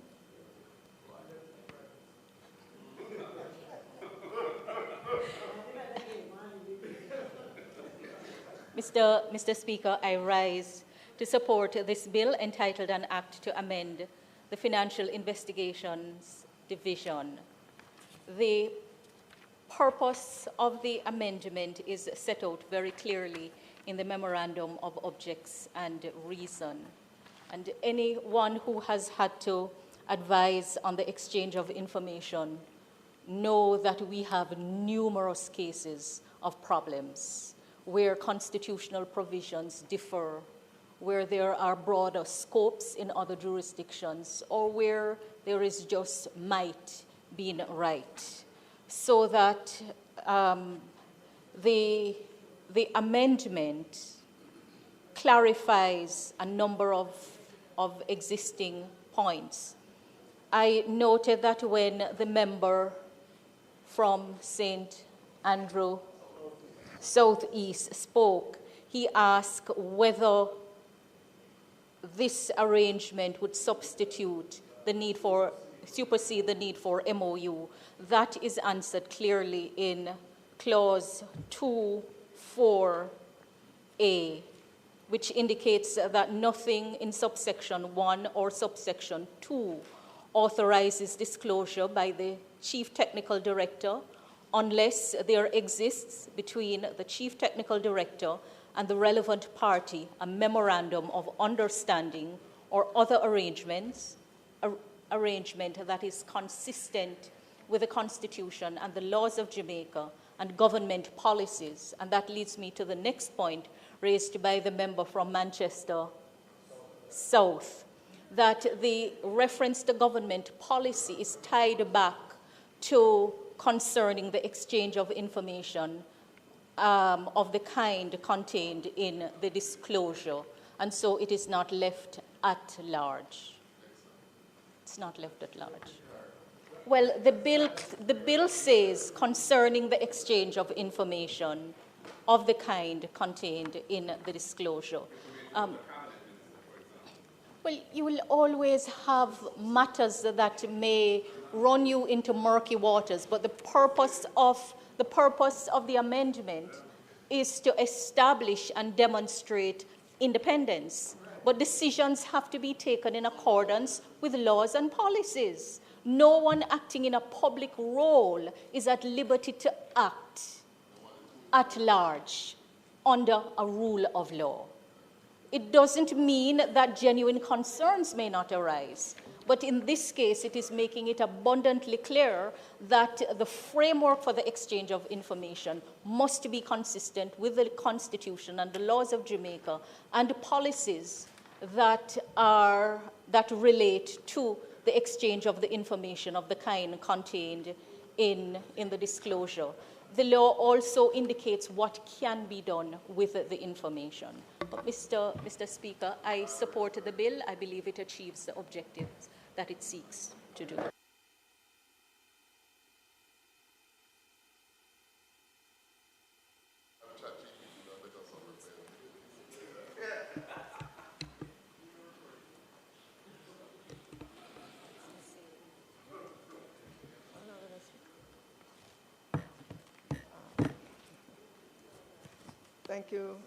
Thank you, member.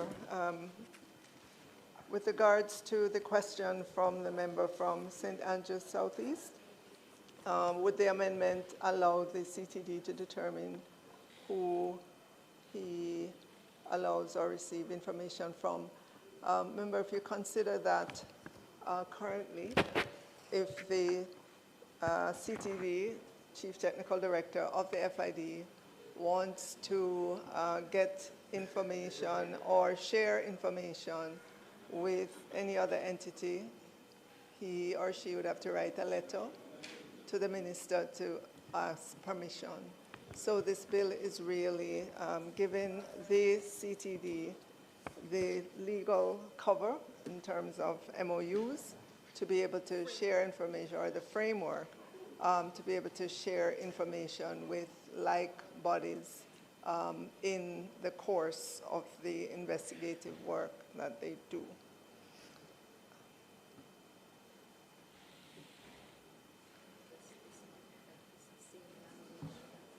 Okay, and the member from St. Andrew Northeast, you, oh, sorry.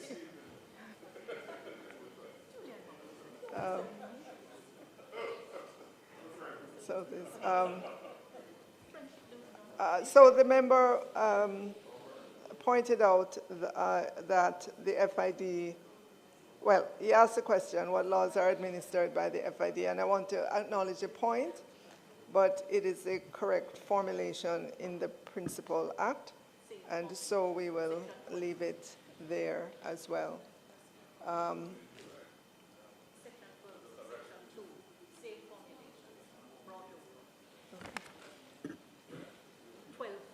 And then with regards to the observation that government policy leaves a huge open door open for the minister to constrain. Again, there's a process by which government policy is made, and when you consider the current situation that the Chief Technical Director has to ask the minister every time for permission, this is not in keeping, and it's not in keeping with international standards, and it puts at risk our mutual evaluation, which is coming up this year.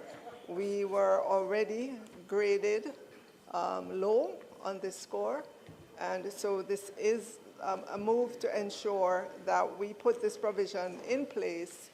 And so when our mutual evaluation is being done, this particular aspect, we can expect to get a better rating in this aspect because it's more consistent with how the international world views their financial investigations division and how they work. Thank you.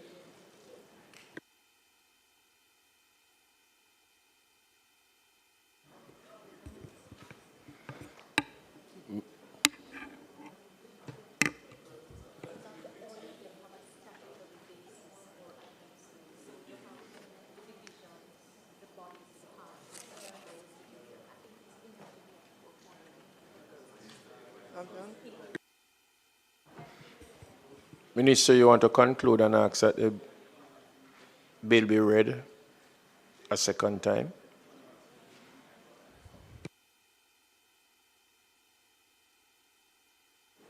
Mr. Speaker, I conclude on the bill and ask that it be read a second time. The question is that the bill be read a second time. Those in favor? Those against? Ayes have it. A bill entitled An Act to Amend the Financial Investigations Division Act read a second time. The House will now resolve itself into a committee of the whole House to consider the bill clause by clause.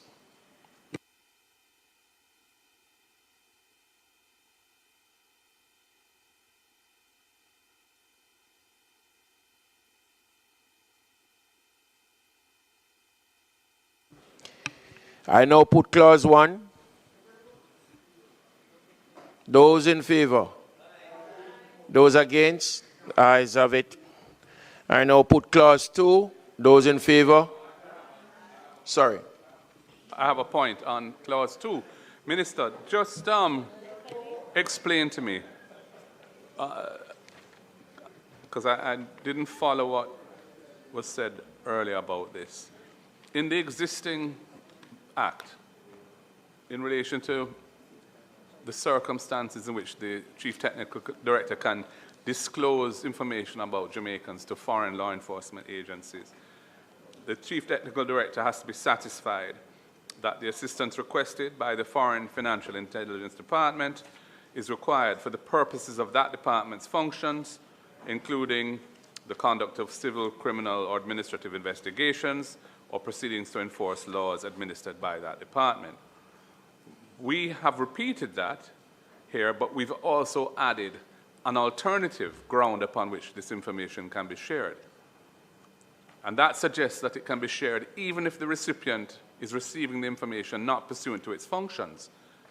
And I'm wondering, why is that being done? I'm referring to subsection 4, paragraph B, 1 and 2. So Roman 2 is the formulation in the current Act. And there's a disjunctive addition in Roman 1 as an alternative basis upon which the information can be shared, which suggests that because it's disjunctive, the word or, it suggests that even if it is not required for the purposes of the recipient's functions, the relevant party's functions, you're still authorized under 1 to disclose it. And this is on page 3 of the bill. Subsection 4 starts at the beginning of the previous page, page 2, and it takes up the whole of page 3. And I'm looking at paragraph B, which has 2 Roman subclauses, 1 and 2. And I'm saying that Roman subclause 2 covers what the existing formulation in the Act and says that the Chief Technical Director needs to be satisfied that the information to be disclosed to the relevant party, which is a foreign law enforcement agency, is required for the purposes of that party's functions, including investigations, prosecutions, and so on. But then there's a disjunctive alternative route in Roman 1, which is that all that's required is an undertaking of confidentiality. Why are you sharing information if it's not required by the recipient's functions? That's my question. It's very broad. Yes, sus clause, yeah. You know.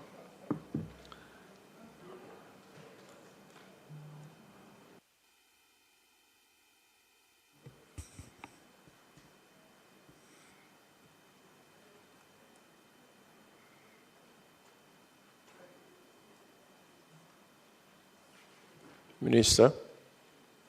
Okay.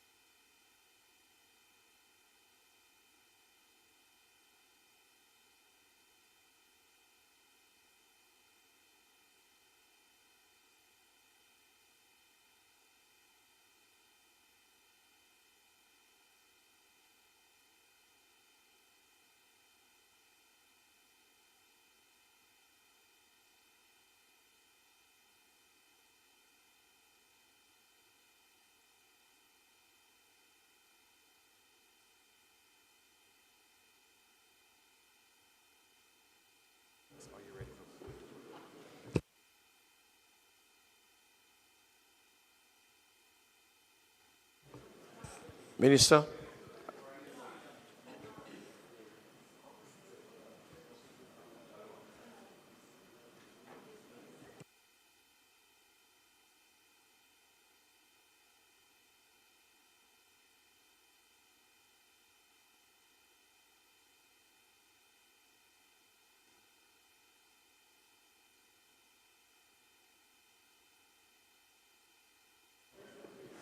Minister.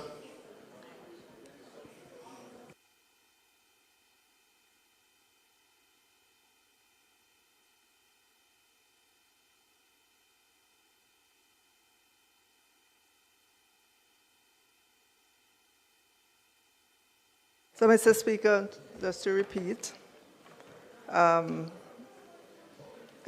in the case of the question from the member, where he pointed to the case of a disclosure permitted under subsection 2, the legal team has advised that this is covered by the MOU. Minister, my difficulty with that answer is that the content of the MOU is at large. The law doesn't determine what that MOU says.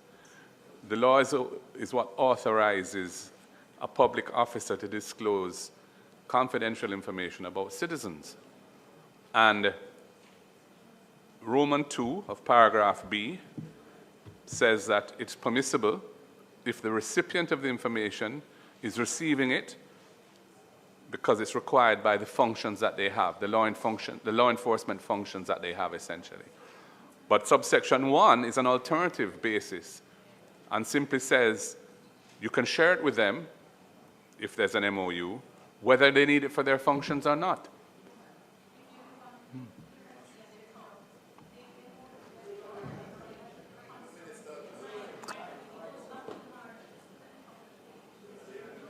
Yeah. And we don't know what the MOU can say. We have no idea what the MOU is going to say. So I'm just saying that it broadens the circumstances in which information can be shared. And the only thing I'm hearing in response is that don't worry about it. The MOUs will give sufficient protection. The content of the MOUs is not prescribed by Jamaican law. So I don't find that to be a satisfactory answer. The other point I want to make is just to reiterate what the member for Manchester South said, and this relates to paragraph A of subsection 4, which is because the MOU has to be consistent with government policy, and what constitutes government policy is a very broad concept. It would enable potentially or theoretically or maybe in practice an instruction to be given to the CTD that government policy does not permit the sharing of information in certain circumstances. And that could covertly narrow the scope in which the situation of entering into MOU is permissible. That subparagraph Roman 2 in paragraph A, which makes reference to government policy, ought to say, as disclosed in some publicly available document, such as a white paper or a ministry paper that's been tabled in the House, or something like that. It can be something that is not known to the public and that comes from the pen of a minister who it could potentially be self-serving, that they definitely don't want this information shared. So the minister tells the CTD, no, it's not government policy for information to be shared in these circumstances. Nobody knows about it. There's nothing public about it. The communication is private. The government policy is not generally known, but it's a policy coming from a minister's pen. And I think that was a concern that the member raised, and the answer given is not an answer. The answer given was that the closing words in A that say that it's concerning the exchange of information of the kind contained in the disclosure doesn't take the matter any further. So those 2 points I wanted to put on the record, because we're talking about the rights of citizens of Jamaica, And we should be passing laws that, yes, ensure that our government and our state are in good standing internationally, but we must also formulate them in a way that protects citizens from excessive use of power in a way which is not in keeping with the intent of Parliament. Hear, hear. And it's too, and the provisions are too widely drawn to feel assured of that. Thank you.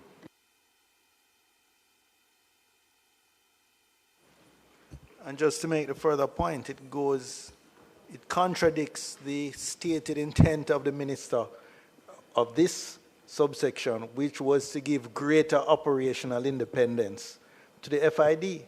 This does exactly the opposite. It allows the minister to constrain secretly, or cabinet, or whatever policy or authority. It allows it. That's what, in plain words, this amendment does.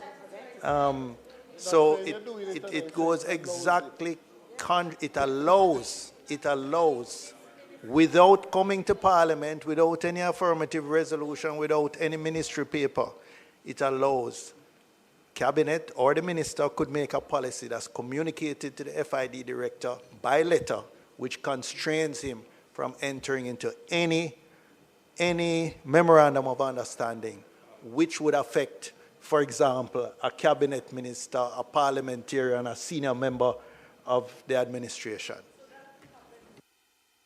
That could happen now without this.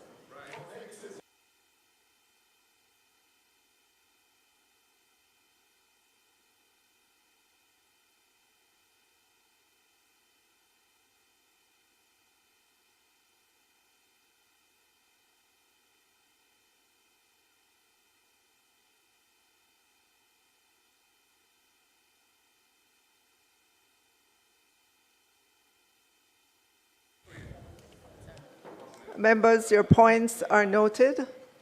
Mr. Speaker.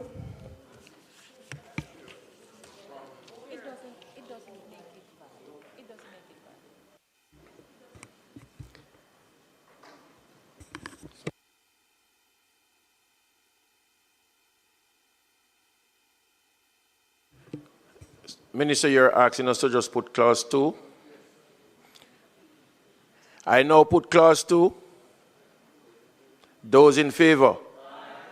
Those against? The ayes have it.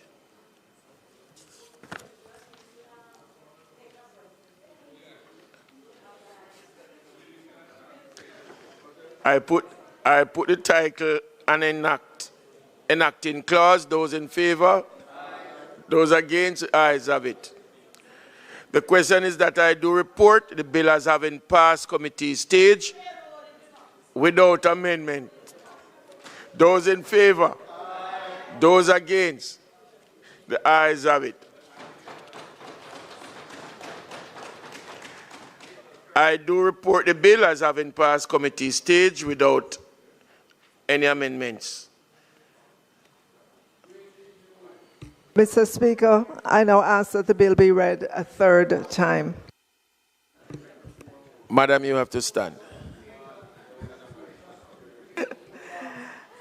Mr. Speaker, I now ask that the bill be read a third time. The question is that the bill be read a third time. Those in favor? Those against? The ayes have it. Clerk. A bill entitled An Act to Amend the Financial Investigations Division Act read a third time and passed.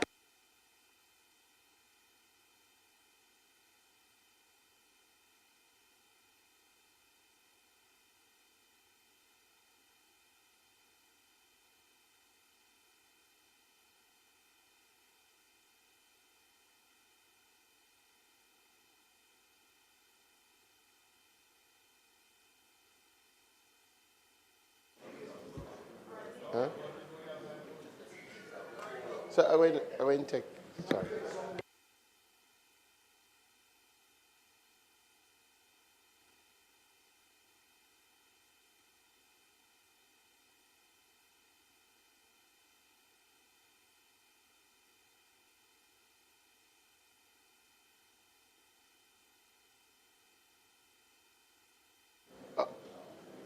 Yes.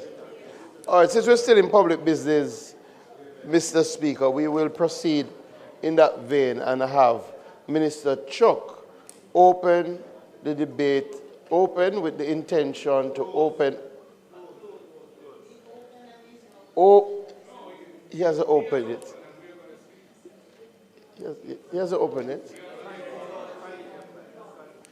Where we'll have the debate on the amendment to the Jury Act. He hasn't opened.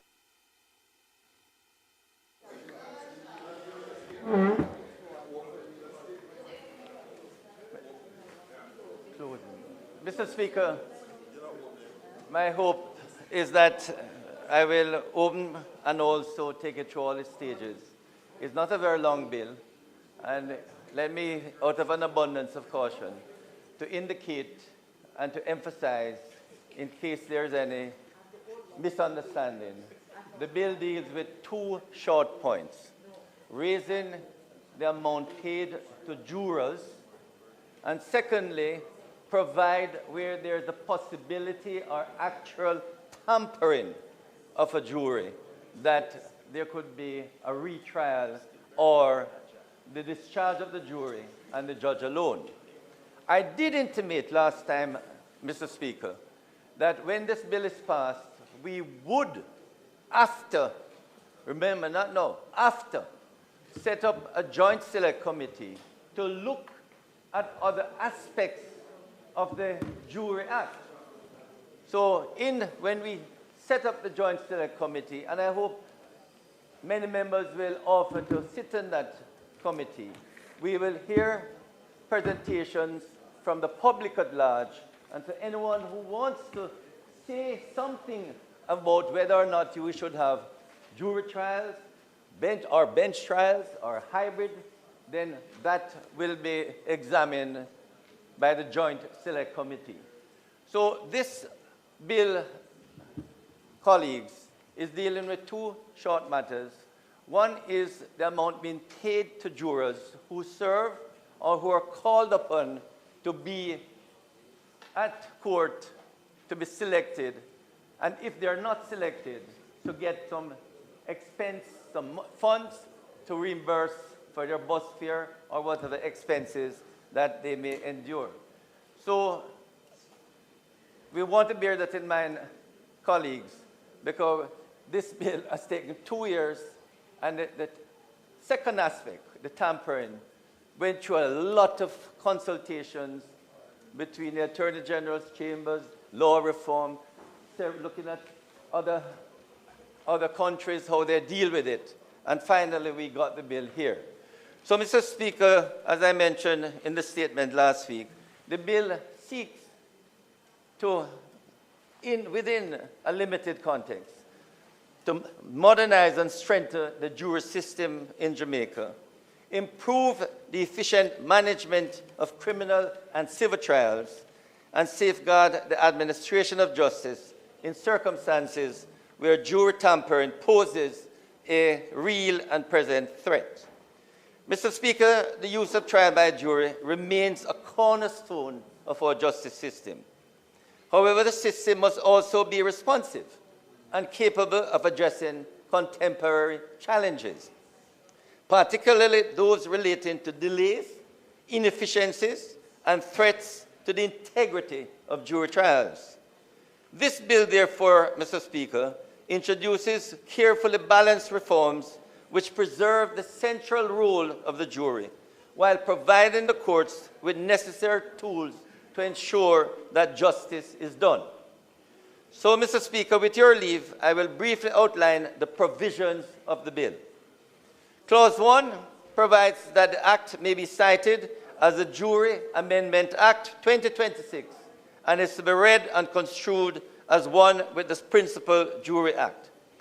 Clause 2, replacement of Section 1A, deals with interpretation.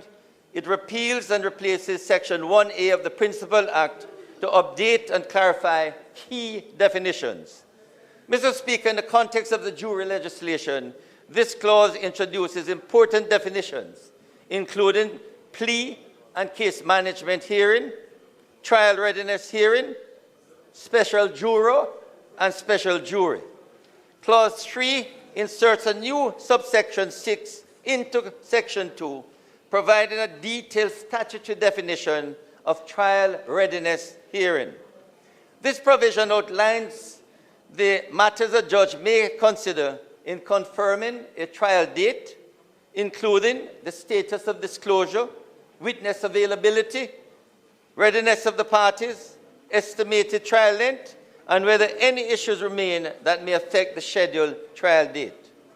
Clause 4 amends the subheading immediately before Section 35 to read, payment of jurors and other persons. This reflects the expanding scope of the payment provisions introduced later in the bill. Clauses 5 and 6 repeal and replace Section 35 and 36 to provide expressly for payment to persons who attend court for the jury selection process and payment to persons who serve as jurors in both civil and criminal trials as prescribed by the Minister in regulations. Clause 7 replaces Section 37 and clarifies the method of payment in civil jury trials. It provides that the party who applies for a jury trial must pay the required monies into court, and the court is responsible for paying jurors and entitled persons. It also clarifies that the costs associated with special jurors are to be treated as costs in the cause. This is an interesting introduction, Mr. Speaker. At the moment, we don't have jurors in civil cases. It is available. It is available, especially in defamation cases. But if a party requests a jury, then it becomes cost in the cause.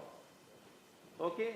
And that has to be paid by the person who loses the case, and therefore the payment will have to be made to the jurors because they're the ones who request the jury. Once a jury is brought in, then the cost will be paid by the loser.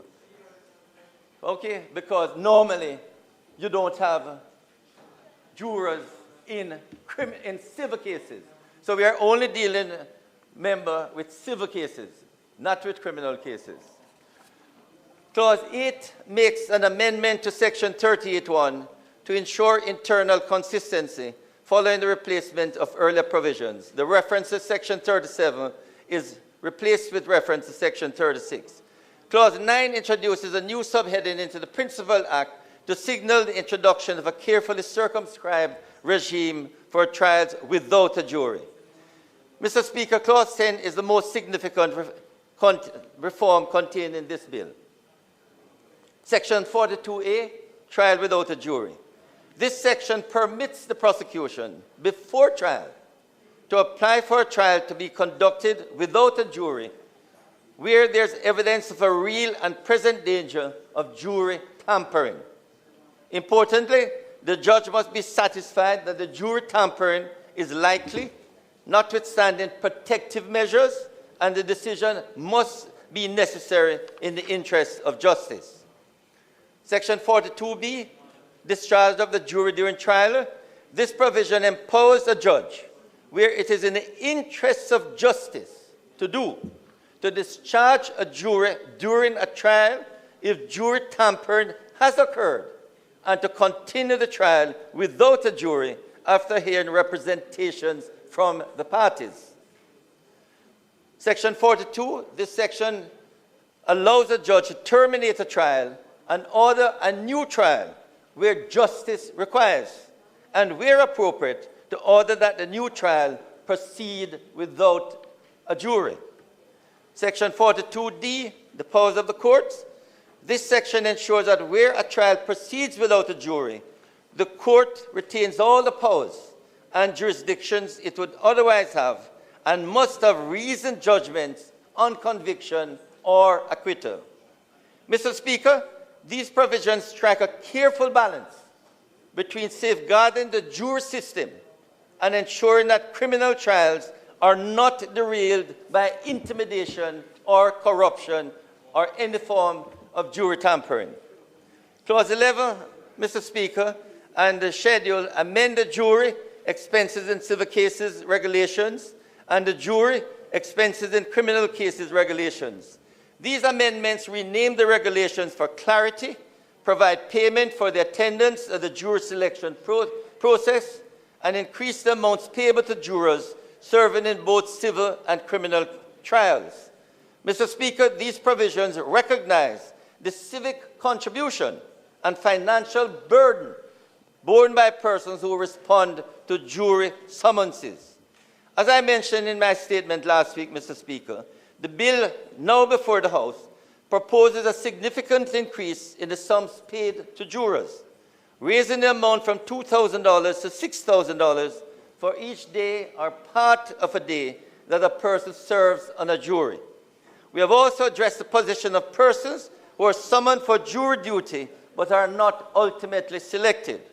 Under the proposed amendments, Mr. Speaker, such persons will now be entitled to payment of $2,000 for each day they attend court to participate in the jury selection process. Mr. Speaker, we wish to make it very clear that this administration remains deeply appreciative of those who respond to the call for jury duty. The truth of the matter, Mr. Speaker, especially in the rural areas, when you're called for jury duty, you have to spend up to $1,000 or more to get to court from way up in the hills. And if you're in court for the day, the court doesn't provide lunch, basic refreshments like water. So funds will be made available to the jurors so that they can at least be reimbursed for some of the expenses that they have to endure coming to court. And indeed, Mr. Speaker and colleagues, it is a major reason why you don't have a number of persons turning up for jury duty that just can't afford to get to court. Most importantly, Mr. Speaker, when we do come to look at the jury overall, we have to find ways and means to ensure that if the voters list, for example, is not up to date, we sort of specify that we use, say, the TRN list, which is now possible. But somehow it's expensive to get the TRN list in all the courts. But it should be mandatory because the voters list needs a complete overall and improvement, because many times when summons are served in communities, people don't know what the names are. They know the nicknames. If you want Dirty Foot, they know who Dirty Foot is. But if you ask the right name, people don't know who that is. So we need to find a way, maybe using the NIDS or maybe a measure that when you go into a community, you know exactly the address that the person lives at. In addition, Mr. Speaker, the upper age now to serve on jury is 70. It may well be we look at that, because a lot of retired persons or who should retire beyond age 70 and would enjoy serving on a jury. But once you reach 70, you're now prevented from serving on a jury, and those persons should be allowed if they are summoned. Also, we want to widen that maybe teachers, civil servants, other professional bodies should be able to serve on juries. At the moment, they're prevented by the jury, the act, and we need to look at that when we get to the Joint Select Committee. So, Mr. Speaker, in conclusion, this bill strengthens the integrity of the jury system, improves efficiency, enhances fairness to jurors, and equips the court to respond decisively to jury tampering. It reflects a careful and proportionate approach to modernizing our justice system. I therefore commend the Jury Amendment Bill 2026 to this Honourable House. We also look forward to the ultimate convening, as I said, of the Joint Select Committee to consider further reform to the jury system and the applicable legislation. I do urge members to participate, make your contribution, short contribution, so we can go through everything this afternoon. Thank you, Mr. Speaker.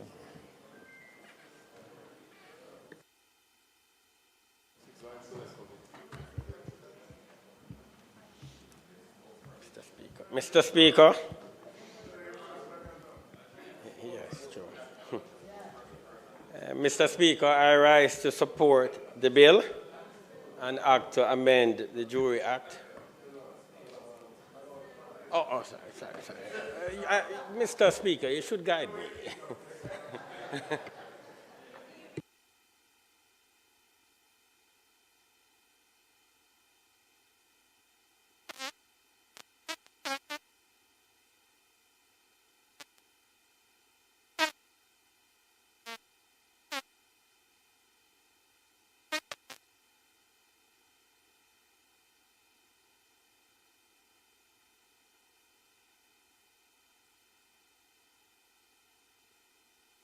Check.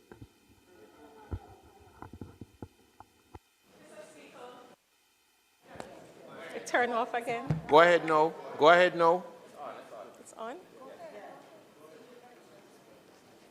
Mr. Speaker, I'm seeking permission to speak from a seat other than my own. Permission granted. Thank you, Mr. Speaker. Again, I wish I could have risen with the same level of excitement and plump as the member from Clarendon Central.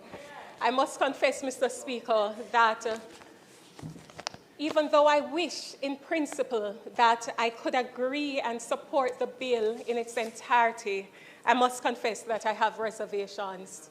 Clearly, there can be no dispute that we support the need to increase the payments to jurors in terms of their stipend. There can be no serious debate about that. We support that. I hesitate, however, Mr. Speaker, as it relates to Section 42A, which speaks to a trial without a jury. And I hesitate because, in my mind, it seeks to introduce, and permit me, but right now we would all understand that it is a very topical area of discussion that has captivated the national interest as to whether or not we should abolish trial by jury and focus on trial by judge alone. It is a discussion that is worth having. I was left with the impression last week, based on the representations made by the minister, that the Jury Act would be sent to a joint select committee of Parliament, and I was very happy to hear that. I was very happy to hear that, Mr. Speaker, because I believe that such a fundamental reform is one that is worthy of being considered and having widespread consultation from all stakeholders and members of the public. Now, I wish to make it clear, I do understand and appreciate that there is a call for us to make certain amendments, and I understand what certain other tribunal would have intimated. I understand the call from various parts coming from practitioners across the island. But I feel very strongly, Mr. Speaker, that it is only good practice and good governance that if we're going to send a bill to Joint Select Committee to have a comprehensive overview of the bill, of the Act, then why not send it to Joint Select Committee first and then allow us as members in this House to have a thorough and in-depth discussion as to be able to make a more informed decision. And I say that because if we are discussing whether or not we should do away with jury trials, then what Section 42A contemplates is one particular circumstance where the judge could properly abolish the right to proceed by trial by jury. And in my mind, that is seeking to introduce, through the back door, a particular position that really ought properly to be given proper ventilation in a joint select committee. And so that is my first reservation, because if we're going to send, it's almost as though we're doing things backwards. We're going to be passing this bill, and then we're going to joint select committee to look at whether or not we should abolish trial by jury, even though we are passing a section which actually abolishes trial by jury. So let me make it clear for those who may perhaps have difficulty comprehending. I wish to make it clear that we are not stating at this point that we're opposed to the section as it stands, we're opposed to the process by which we are proceeding with this particular bill. So that is the issue. But understanding that we are where we are, having looked at Section 42A, it does again raise certain questions in my mind, because I note that the section provides for the prosecution to make an application for the trial to proceed without a jury. But the questions which emerge in my mind are as follows. Why not allow for the defense to have an opportunity to make that application if it so desires? Why not allow for the judge on its own volition to make that particular determination if it so desires? Why does the section seek to limit this opportunity to make an application to only the prosecution and the prosecution alone? And it is worthy of consideration, Mr. Speaker, because when I reviewed the Criminal Justice Administration Act, which allows for the defense to opt to proceed by way of trial without a jury, that only applies if that position is taken or that election is made prior to a jury being empaneled. Once a jury is empaneled, that option is off the table. And so it's important that if there is going to be this option being provided for in the Jury Act, then the prosecution, the defense, and the judge ought to be afforded an opportunity to make that application.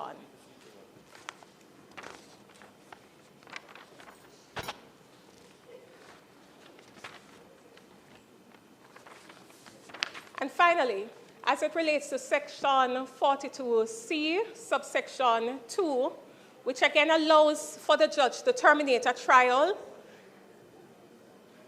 and thereafter conduct a trial without a jury, I make the point, Mr. Speaker, that contrary to the minister's assertion, this is not just a simple run-of-the-mill, banal item or sections. It is one which really entails significant reform. It is going to change how it is that we proceed, not just in the criminal justice system, but in the civil justice system. And it fundamentally affects one of the critical tenets of trials and indeed democracy, the right to be judged by a jury of one's own peer. And so, as I take my seat, I sit with the reservation that if we are going to abolish trial by jury, we ought to do so after having a considered and extensive consultation with all the stakeholders. We shouldn't be seeking to smuggle it through the back door in a bill which seeks to disguise what is really taking place, and that is the abolition of trial by jury. Thank you, Mr. Speaker.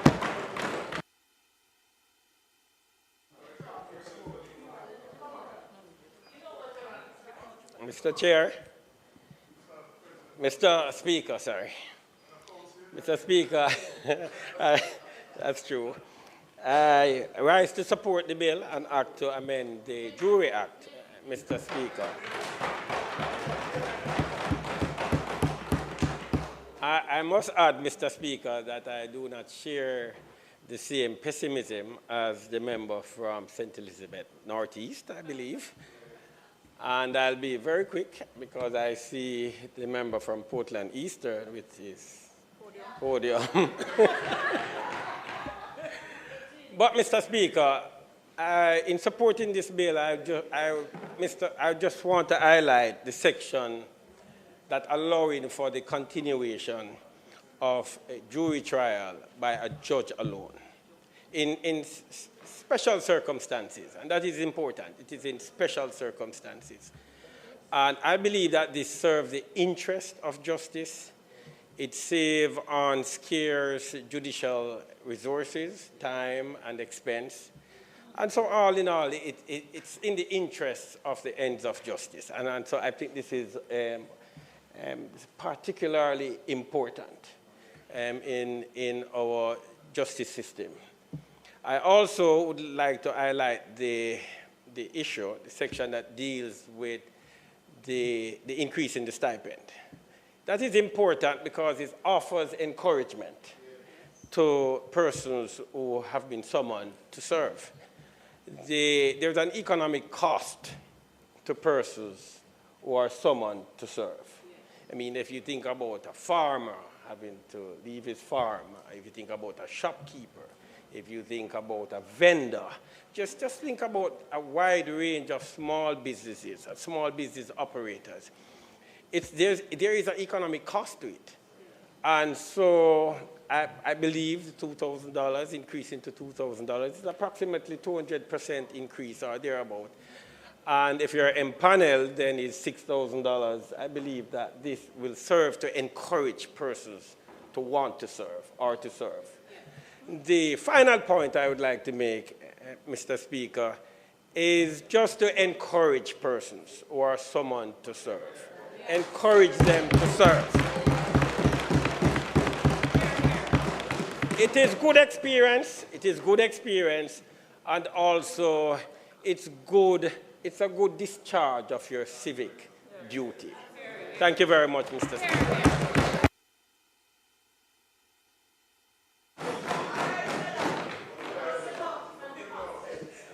Member from Portland Eastern. Thank you, Mr. Speaker. Mr. Speaker, I wasn't going to have this elaborate setup, but then the minister attempted to scandalize the court by saying that the jurors weren't being fed. So I must defend the court to say that they get island grill, and lawyers who can't afford it would like to go and beg, but that would be tampering.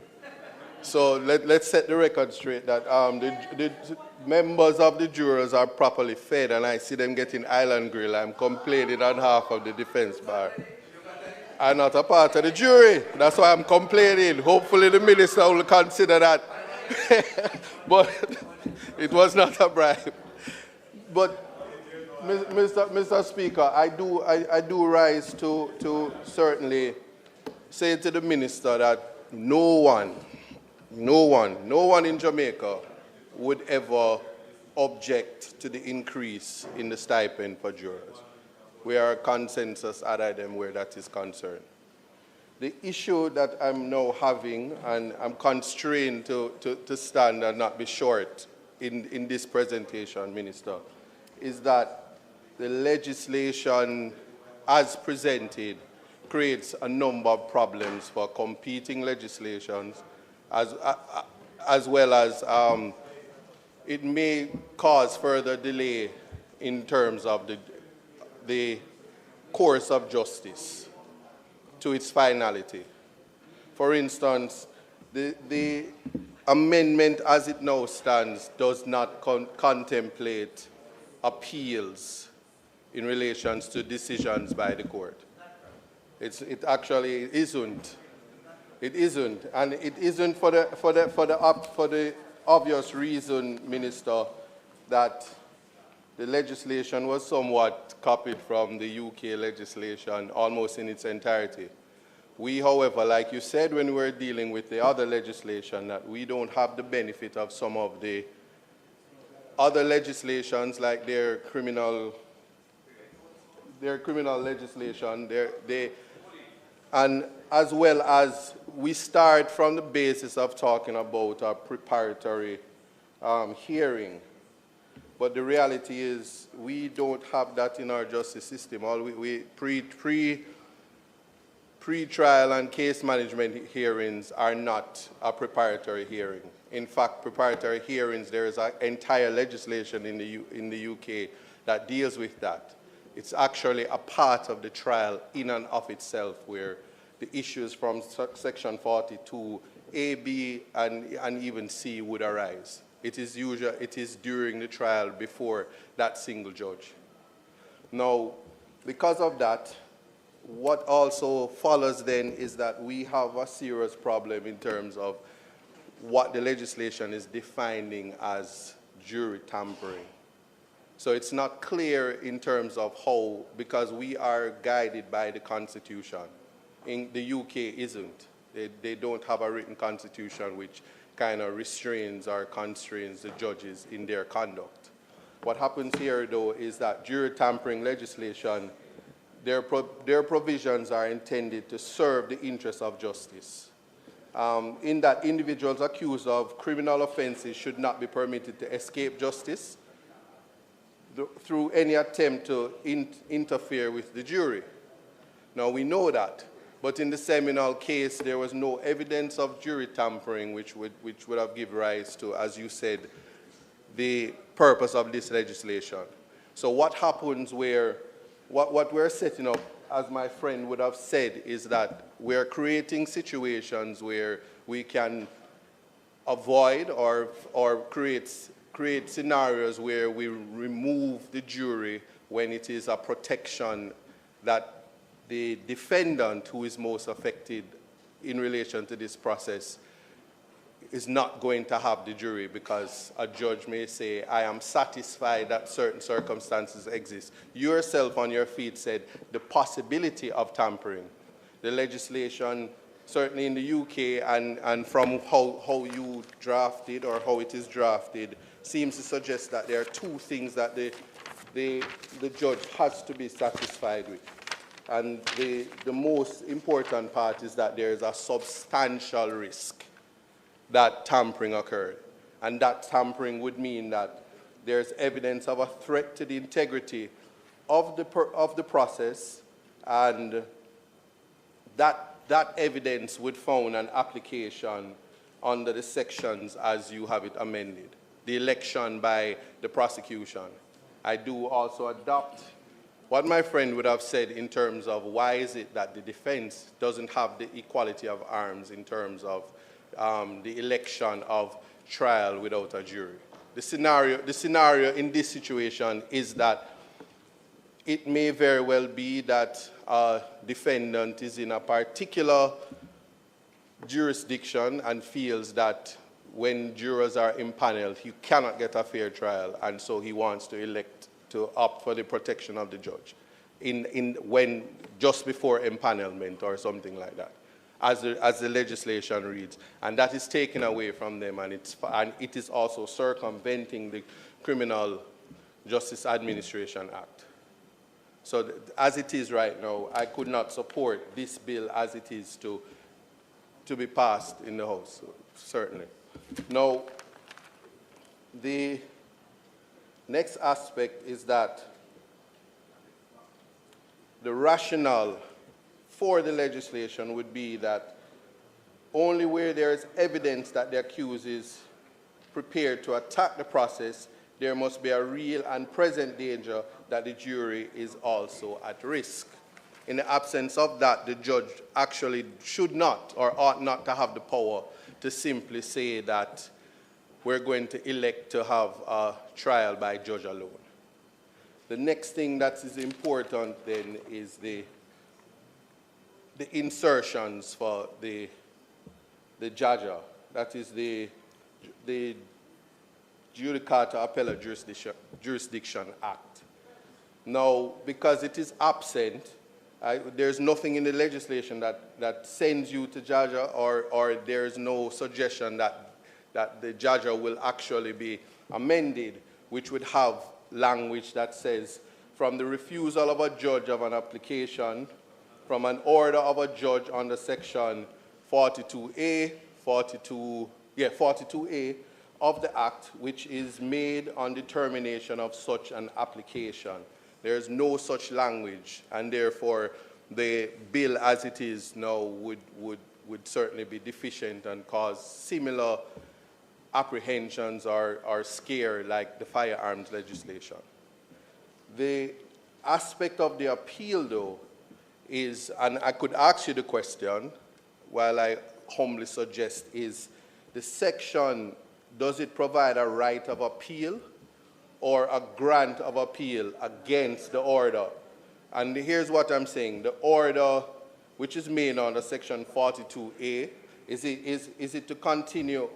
Can the trial continue in the absence, can the trial continue in the absence of the jury until it is that the appellate process is completed. So that is important, because in the UK, that is how the legislation is set up, to say that once the judge announces, as in 42C, informs the defense and the prosecution that I intend to discharge the jury and I'm going to proceed by judge alone, you may make your submissions and then I make my ruling. After the ruling, the appeals lie with the Court of Appeal. In the criminal jurisdiction, it doesn't even say that, because we have civil and we have criminal in the Georgia, but it doesn't say that it is the criminal jurisdiction explicitly that the appeal lies. Then, Minister, that reference then would be the Court of Appeal rules, and then the notice of appeal or notice of application for permission to appeal in criminal matters must be filed within 14 days in our jurisdiction.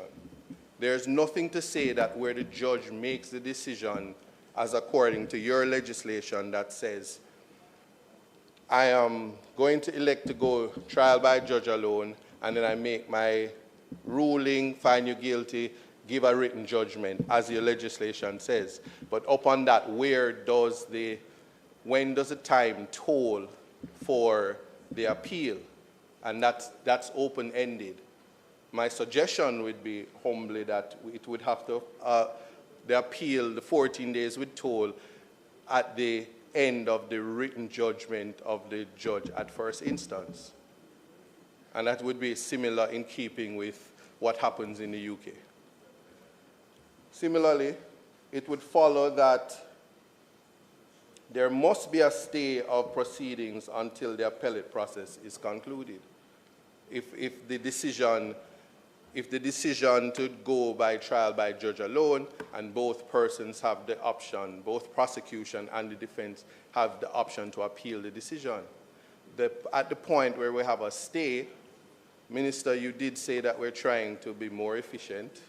I can see the Chief Justice cringing, because these trials would then bring about some form of delay as it goes through the Court of Appeal, as it gets a date, and somebody is dissatisfied. Our final court is still at the UK. And so you can see the type of delay that would come from matters arising from this. So one wonders if this is actually improving efficiency, protecting the integrity of the jury system, or is it further clogging the court as written just now? So that is somewhat problematic. Again,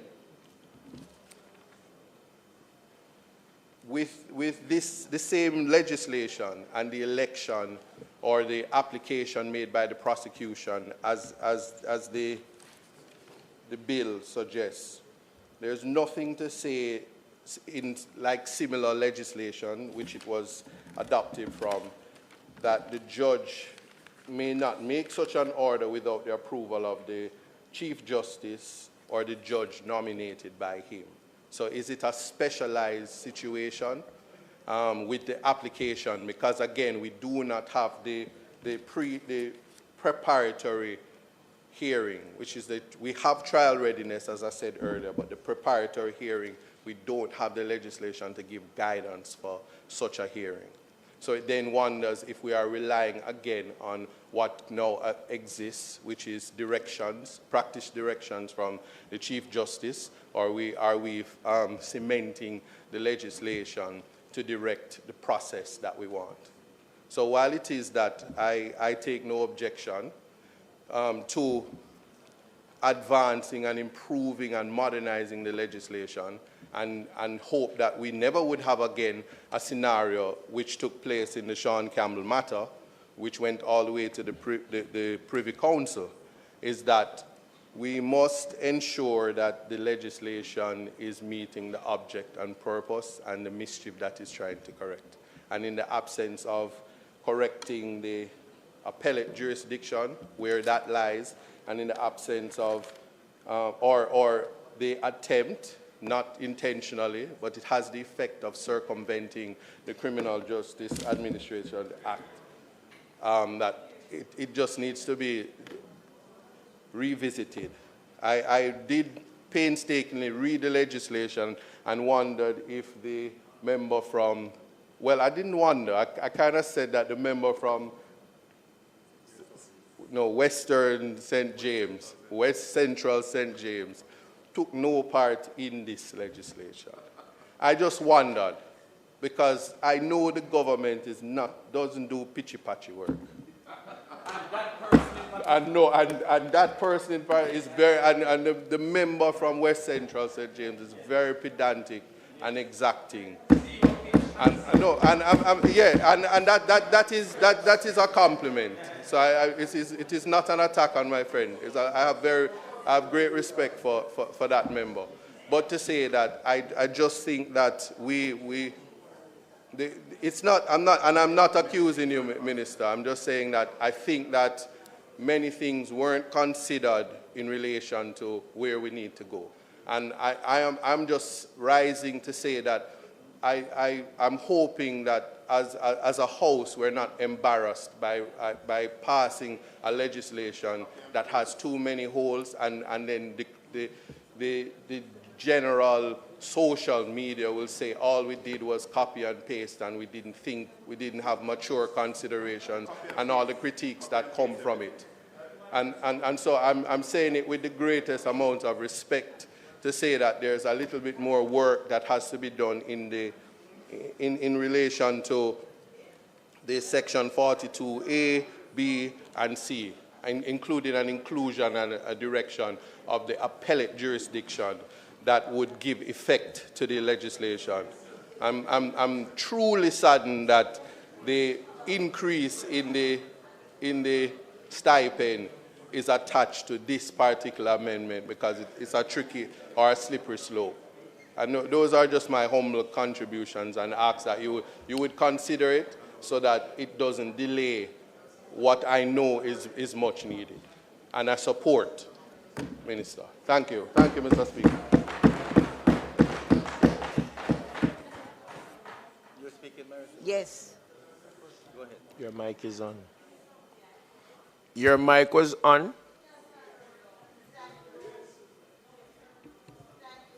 You need to turn it on again. Right. Right. Thank you very much, Mr. Speaker. Mr. Speaker, first of all, I rise and I want to acknowledge the views of the member from Northeast St. Elizabeth and Eastern Portland. But I want to start out by saying, although I'm new in the Ministry of Justice and Constitutional Affairs, that ministry has a minister that has done sterling work and is intelligent. It has had other ministers, hold on, I'm on my feet, and has had other ministers that have been equally capable and has done work that is thoughtful. The ministry does not do patchy work. The minister, hold on, I didn't interrupt you. I did not interrupt you. No, I did not interrupt you. I did not interrupt you.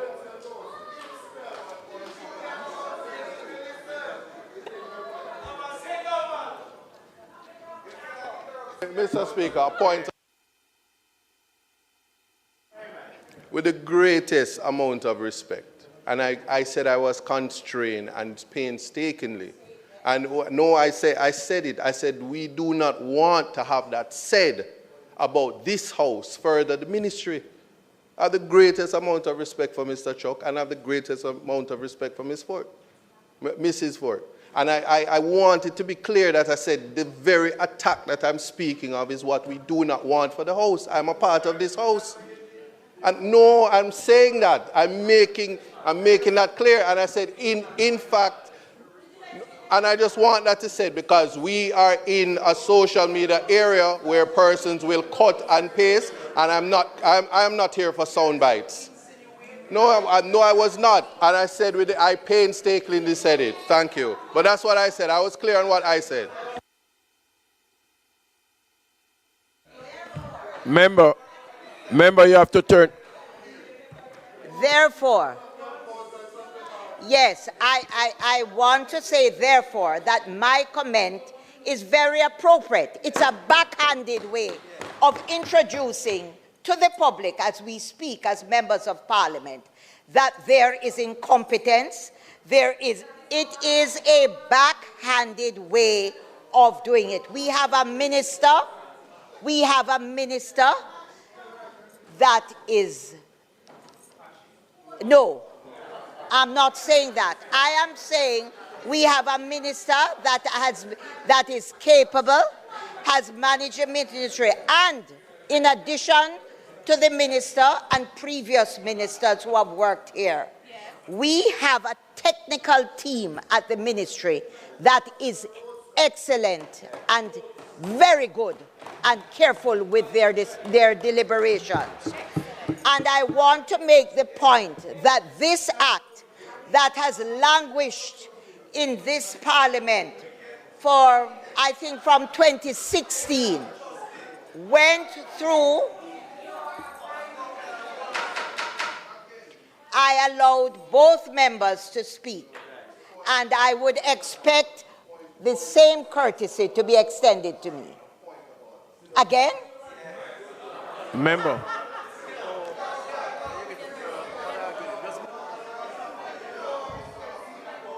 A point of order is to ask a question. Yes. In here. Yes. So,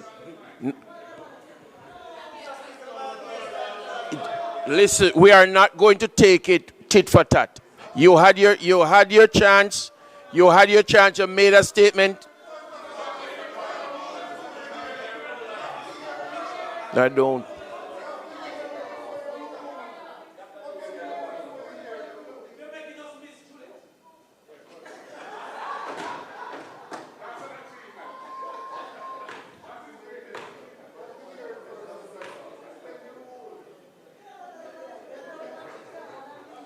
I don't have to hear the point of order. I am going to allow the member to continue, and you are going to take your seat.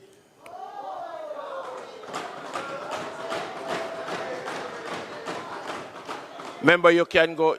Member, you can turn the mic on. Mr. Speaker.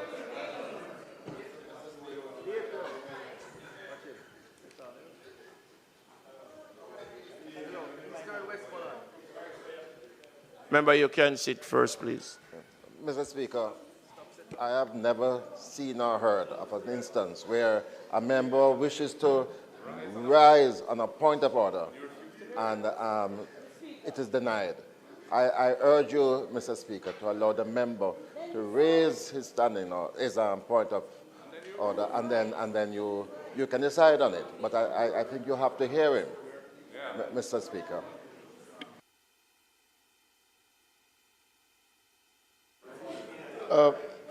Mr. Speaker, I would agree that the point of order, once the member rises to indicate that he has a point of order, the point of order should be heard. However, I ask the member to keep the point of order in the confines of the standing orders. A point of order is not to say that you don't like how something is being phrased.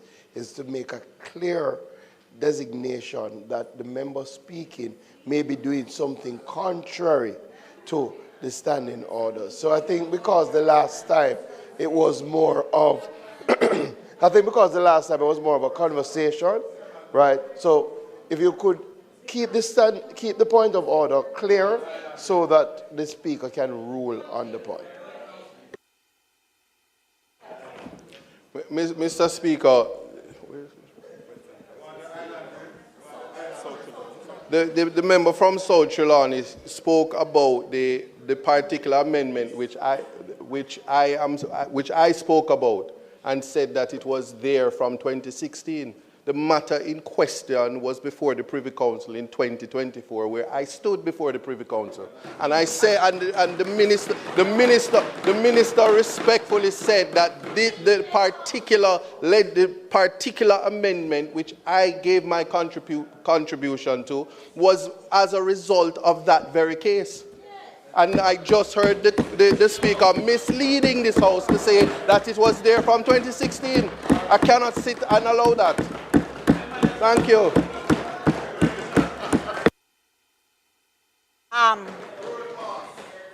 Mr. Speaker, I want to admit that the section that we're dealing with has come about in the last 2 years. But please be advised that the proposed amendment to the Jury Act, there's nothing to laugh about. The proposed amendment to the Jury Act has been under discussions for very many years, to as far back as 2016. I am stating that fact. Madam Member of Parliament, I'm on my feet and I am moving on. I have responded to what has been said and I am now moving on. I am also saying in response to the comment made by the member from Northeast St. Elizabeth that it's not that we are in this act abolishing trial by jury. It is merely limited to where it is considered that there is tampering of the jury. That is one. And two, in response to my colleague from East Portland, after many years in the profession, it is in this jurisdiction that appeal is a right that we all have. So when you speak, everybody has the right to appeal a decision of the court. Having said all of that, I want to say, and I go back to say that this bill that is before the Parliament today has gone through detailed scrutiny from an excellent technical team at the ministry. And it has gone to a legislative committee of attorneys that are highly qualified and has done sterling work in justice in this country. And and both the technical team and the Legislative Council has found the bill to be suitable. So I'm starting from the premise that as members of Parliament, we try to pass laws that assist and inure to the benefit of our constituents. And so, with that in mind, I am urging us, I'm starting from the premise that I'm going to urge us as parliamentarians to pass this bill. And I want to endorse particularly the proposed amendments in relation to the increase of sums paid to the jury, as has been said by other members of this Parliament.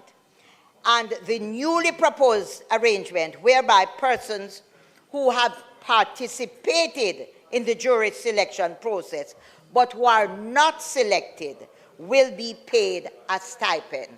That is part of this, and as members of Parliament, we should all endorse this. Hear, hear. We are also, as has been said by other members, very thankful to those who continue to serve. And we want to encourage those who have been discouraged to serve for whatever reason to consider serving. So, this amendment, as it is before us, bears emphasis that a jury service is a profound civic responsibility, which has, as other people have recognized, been the cornerstone of our democracy.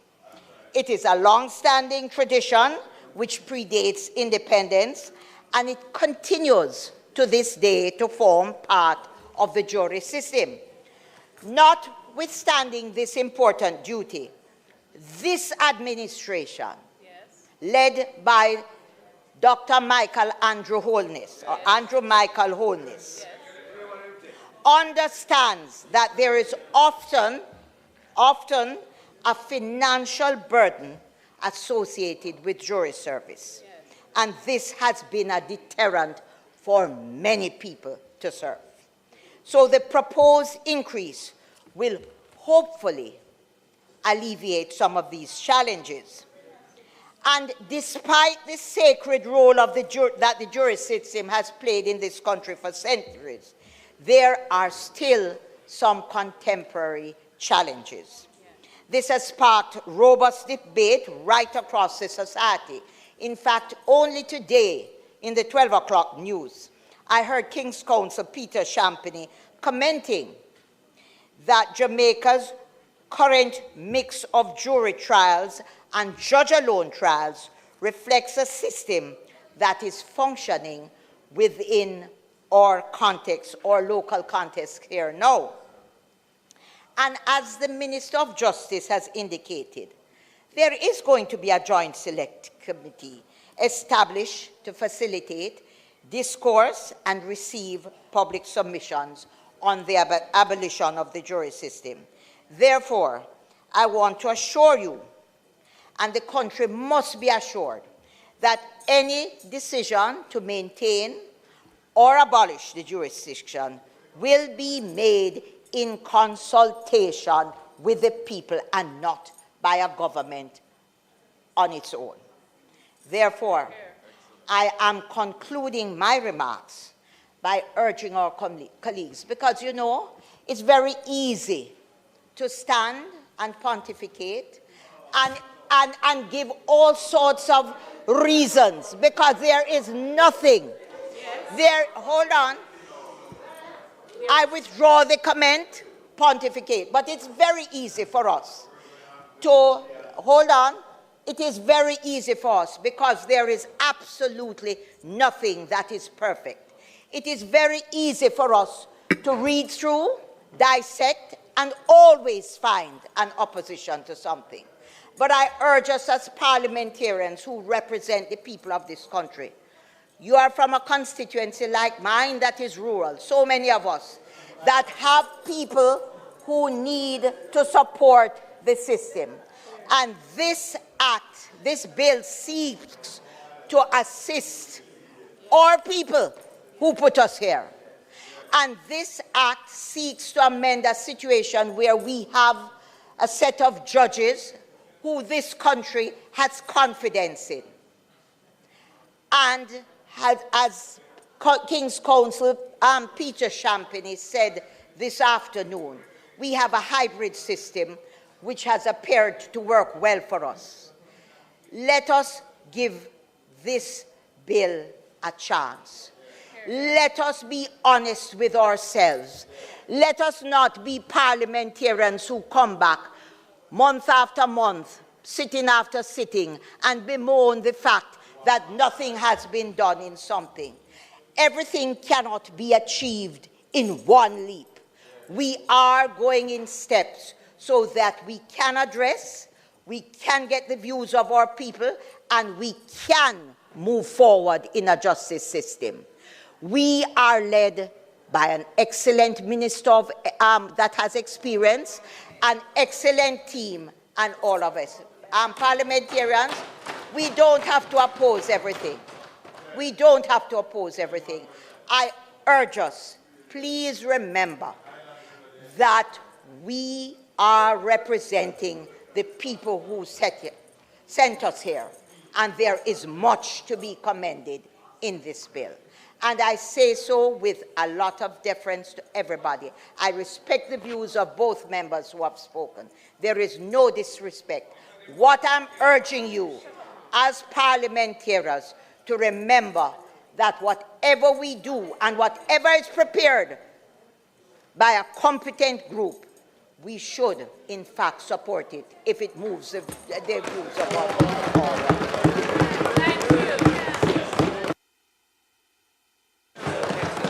Very sober. Excellent. Sober.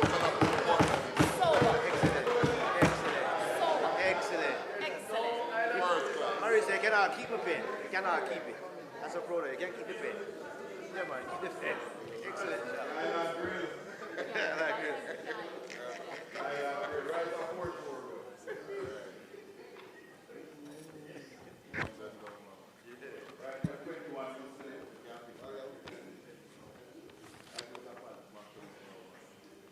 Mr. Speaker, I rise to make my contribution to the debate on this bill entitled An Act to Amend the Jury Act. The bill is seeking to do two principal things,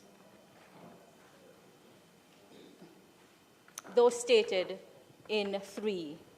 It is increasing the sum that is paid to jurors who serve,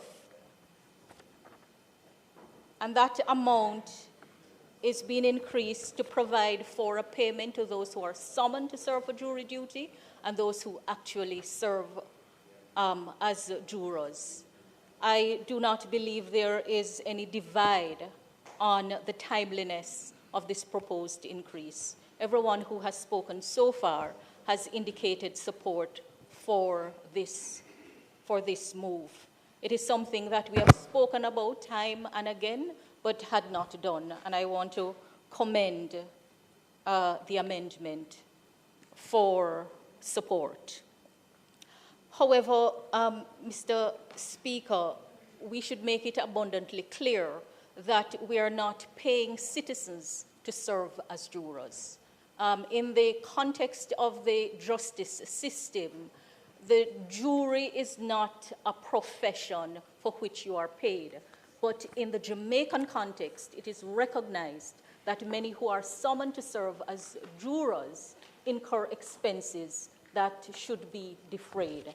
And I think it is in the spirit of that incursion of expenses that the increase is made to take care of the inflationary impact on the existing amount. So it is without a doubt a good move, but all citizens are to understand that the civic duty to serve as juror, trying your peers, is not one to be seen as a profession. And so it's not intended to create professional jurors simply because you are being paid. But the increase is a proper increase and should be supported.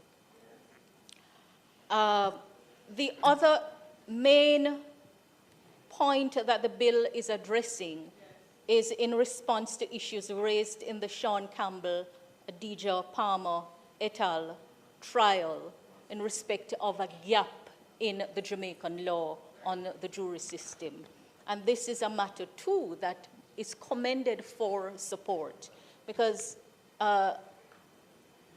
it is not in the interest of justice to have a case tried.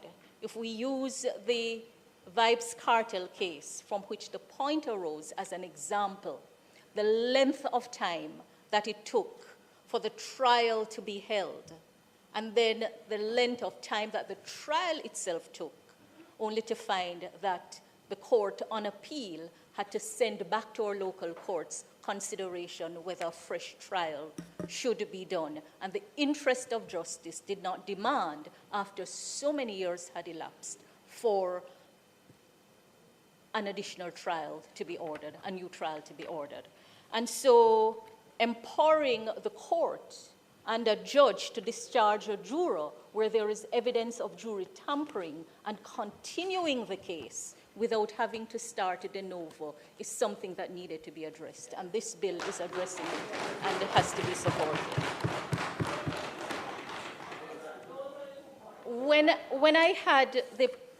When I served as Attorney General, Mr. Speaker, time and again, I came to this House in previous parliaments asking members or commending an approach to members. I've always found it helpful to debate the actual provisions of a bill instead of speaking at large on the subject matter. And it really doesn't take away from the thoroughness of preparing a bill before it comes to Parliament for proposals for amendment to be made on the floor. At the end of the day, you want to ensure that what is drafted is achieving the intention of Parliament, and that is why you pay close attention to what is drafted. Having said that, I indicated to the Minister piloting the bill that I would be proposing just a few amendments for consideration. Starting at Clause 2 of the bill, I have no issue with Clause 1, which deals with the short title and construction. At Clause 2 inserts a new Section 1A and inserts a definition section in the bill. In our Jamaican law, the definition section usually comes at Clause 2, but since this is an amendment to a very old legislation, in fact, the Jury Act was first promulgated in 1890, I believe it was 1898. And since then, we have been amending it, coming down to what is proposed today. So a new definition section is being inserted, and it's good practice. It is in keeping with our own legislative standard, for want of a better word. It begins with a definition of jury, to simply say that it includes, comprises special jurors. And special jurors are selected when a case necessitates examination and consideration of accounts or documents involving questions that are unusually complex. The jury list is defined to mean the list that is prepared in accordance with Section 7 and settled in accordance with Section 13. I should like to propose an amendment to substitute the word settled with certified, because the settlement of the Jury Act is actually done in accordance with the Sections 8, 9, 10, 11, and 12. Certified. So what happens at 13 is after it is settled, then it is certified by the judge. So we would delete settled and substitute with a certified. No issues taken with the other definitions, save and except that when we go to Clause 3, which introduces the insertion of a new Section 2.6 for the trial readiness hearing, I think it was pointed out that this is new. The Minister indicated that. And the member from Portland Eastern made some comments on the difference between what is being incorporated in the bill and the entire framework that exists in England. And I think his comments are worthy of consideration. It takes nothing away from what my learned friend, the member from Trelawney Northern, pointed out. Just to say that insofar as the comparison in the framework is concerned, what is stated here is that the trial readiness hearing means a hearing that is presided over by the judge, at which it is determined whether the trial date, which was already set, can be confirmed. Now, what is set out for consideration are matters, properly speaking, that should be taken into account before a date is set. And so it does raise some questions as to whether the inclusion or the addition of a trial readiness hearing when a trial is already set will not operate to prolong proceedings and delay proceedings. And I believe that is the point, if I understood it, that was being made. Because what really should happen before a trial date is set is that the judge must be satisfied that the case is ready to proceed. And that is why a trial date, the setting of a trial date, is preceded by numerous other dates, commonly called mention dates. And then you have hearings around whether the case can be mediated and settled otherwise than by trial. So my question is whether this should precede the setting of the trial date. Now, the factors that are set out there, again, for emphasis, for the most part, should precede the settling of the trial date. But given the number of cases that are before the court and the fact that dates are being set far, you can have intervening matters between the setting of the date and the actual commencement of a trial. And so I think if the trial readiness hearing as proposed is to continue, then how it would be meaningful is to consider whether any new issue or any change in circumstances have arisen between the setting of the date and the actual starting of the trial that may affect the duration and the conduct of the trial. Those are my comments on Clause 3. Clause 4, Clause 5, if the intent, as I understand it, is to reimburse and defray expenses incurred by jurors in their travel to and from the point of court, then we would want to make payments to jurors and other persons instead of payments of, which gives, conveys a different message. Clause 5 proposes a repeal and replacement of Section 35 and of Section 35. Clause 6 repeals and replaces Section 36. Clause 6. Now, Clause 6 refers to fees and expenses. In the Principal Act, the payments that are made to jurors are paid in respect of the jurors traveling to and from the place to which he is summoned. And so it raises a question as to what other fees are contemplated if the wording is that there shall be paid a person who serves as a juror in a criminal or civil trial shall be paid such fees and expenses. So the question is, what type of fees are contemplated for payment to the juror other than the defraying of expenses incurred? And if no fee is being contemplated, then I would commend for consideration an amendment which would be more in keeping with what already exists in the Principal Act.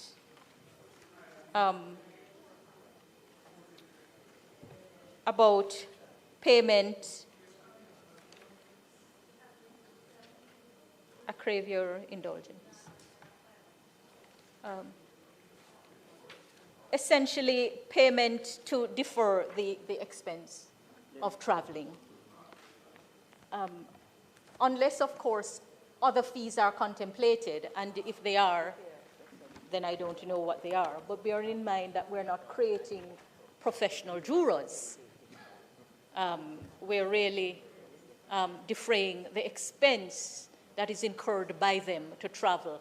See, the administration of justice is a very fragile thing, and you really have to be careful what you incentivize or not incentivize to ensure that justice is done at the end of the day.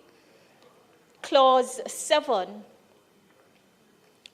which repeals and replaces Section 37, at 37.3 speaks to compensation. The same comment would apply if it is a payment to defray expenses as opposed to paying for the service. So perhaps the word stipend may be more appropriate there, or for expenses. No, The matter of trial without jury is a matter that has become somewhat contentious, or I should say that has always been contentious. When the Charter of Fundamental Rights and Freedom was being drafted, if you look in the documents, you'll see that there was advocacy for a constitutional right to trial by jury. And after extensive hearing, it was determined that it would not be in the interest of justice to provide for a constitutional right to trial by jury. And so it was not included among the new rights that were enshrined in the new Chapter 3. But the right was created at a lower level in the law. And since then, we have had changes to mode of trial. So trial by jury and trial by judge, bench trial, jury trial, are referred to as modes of trial. And at the end of the day, whatever the mode of trial, the interest of justice has to be served. In Jamaica, the matter has been debated at length in many places, and I think the debate will come to the House in due course, as the Minister has said. But it should not be lost on anyone that across administrations, we have scaled back trial by jury for good reason. It was done when the member who sits as the leader of the opposition served as Minister of Justice and piloted a number of bills. And there were good reasons for doing so. What I have heard many times, is that the executive and legislative branch of government can trust the judicial branch for guidance on many things. And so the call for consideration, further consideration on the modes of trial is one that has to be listened to. What is being proposed here is not whole-scale abolition of trial by jury. And I think there seemed to be some misunderstanding, even though it was acknowledged that what is provided for is a partial doing away of trial by jury. But let us look at what is being proposed here. The proposal is empowering an application to be made for trial by judge alone in very specific circumstances, where trial by jury would not serve the ends of justice. So it focuses exclusively on jury tampering. And where a juror or an entire array, the jury, has been improperly approached, for a juror or the jury to be influenced, that may be for or against either side. And if there is ever a proper case to provide for a discretion for trial by bench alone, is in circumstances where you have jury tampering. I don't think it gets any higher than that, because the mode of trial is a means to an end, and that end is for justice to be served. So, notwithstanding the discomfort that revision of the Jury Act is coming soon, and it will allow for wider discussions on the matter, I do not see any injustice being done by what is being proposed at this time in the very limited circumstances. I would only say that in keeping with what the board pointed out, and which I will repeat for emphasis. An improper approach to a juror may influence that juror for or against a defendant. And I would add for or against the prosecution. And so, at the proposed 42B, subsection 3, where it says that the judge may order that the trial is to continue without a jury if the judge is satisfied that jury tampering has taken place, and to continue the trial without a jury would be fair to the defendant. That is kind of one-sided. It must also be fair to the other side. And it shouldn't be against one side and in favor of the other side. So it's really where the interest of justice require. And that, I think, is what you, the proposed 42C speaks to for the termination of trial. But it would require some tidying up between the proposed 42B and the 42C.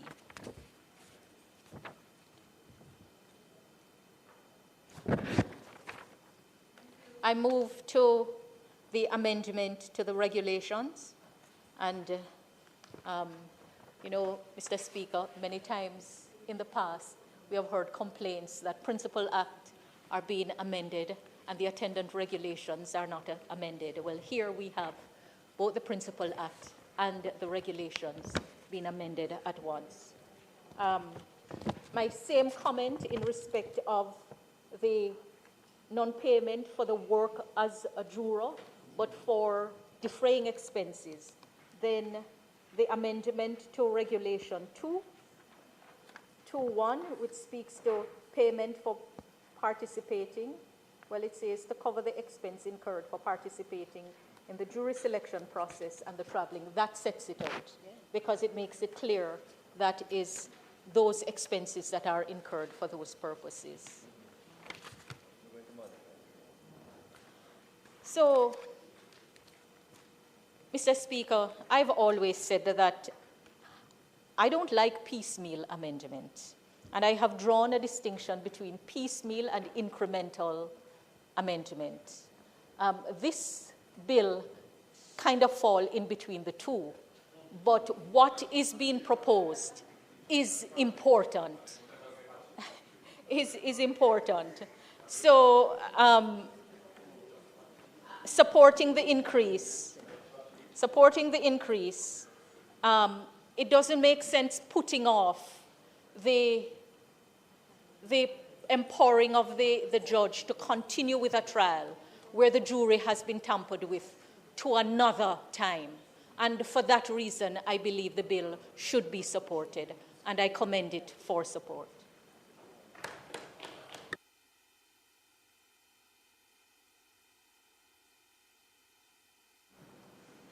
Thank you, Mr. Speaker. Minister, it's been a useful debate.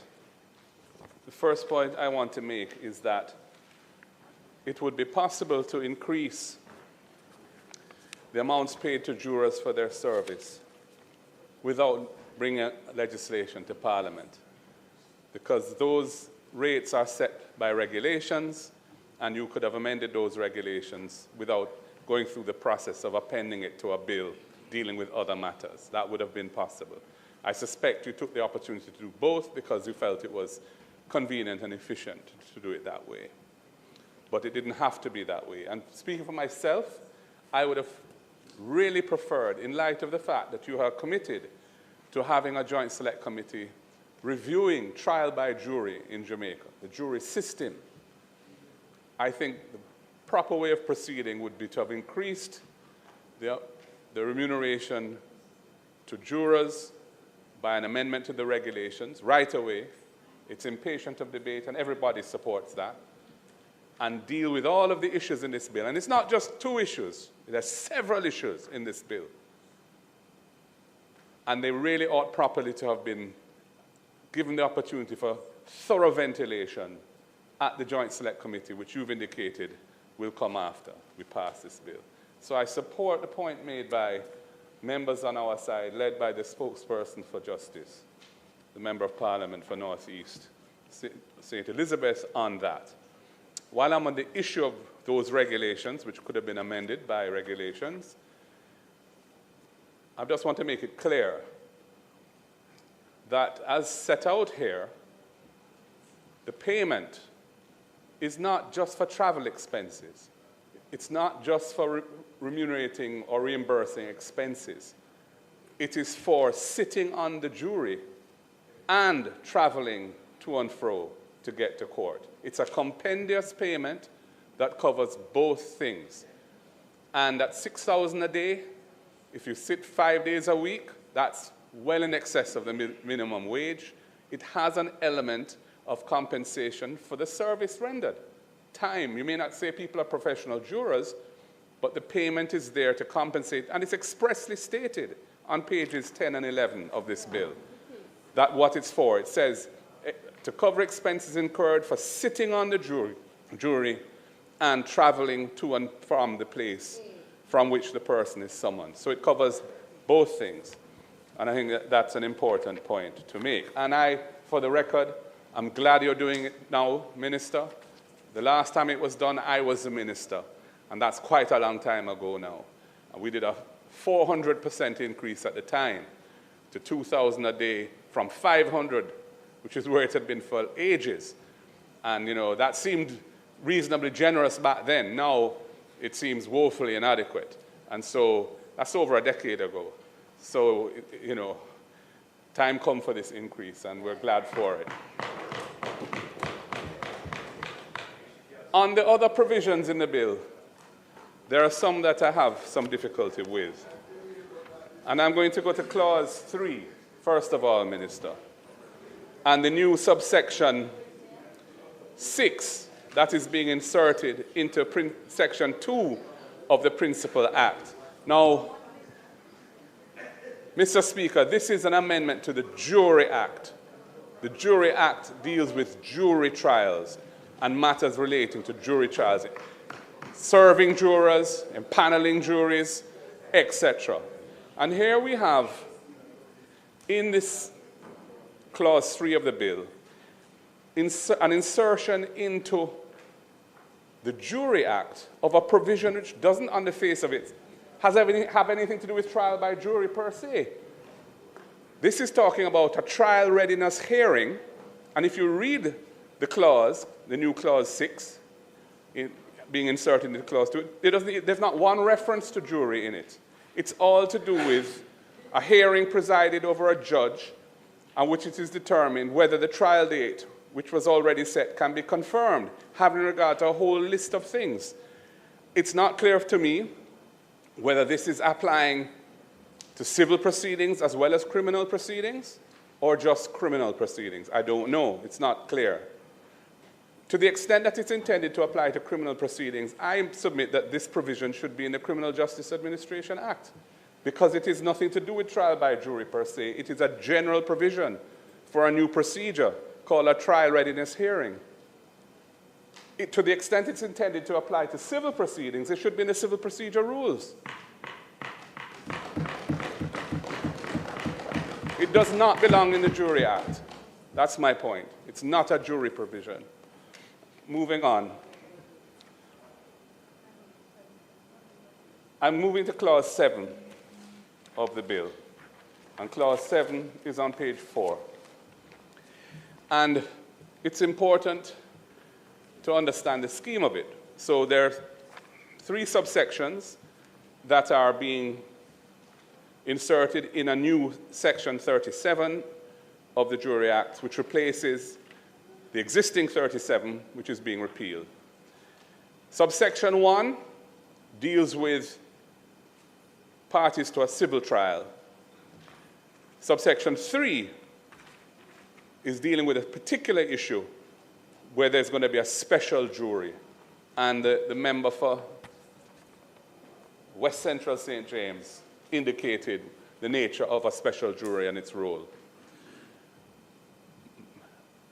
The provision in relation to the special jury says that the cost of it shall be treated as cost in the cause. So typically, whoever loses an order for costs is made against them in our system in civil matters, they would bear the cost of the special jury. But in subsection 1, it says that if a party applies to have the case tried by jury,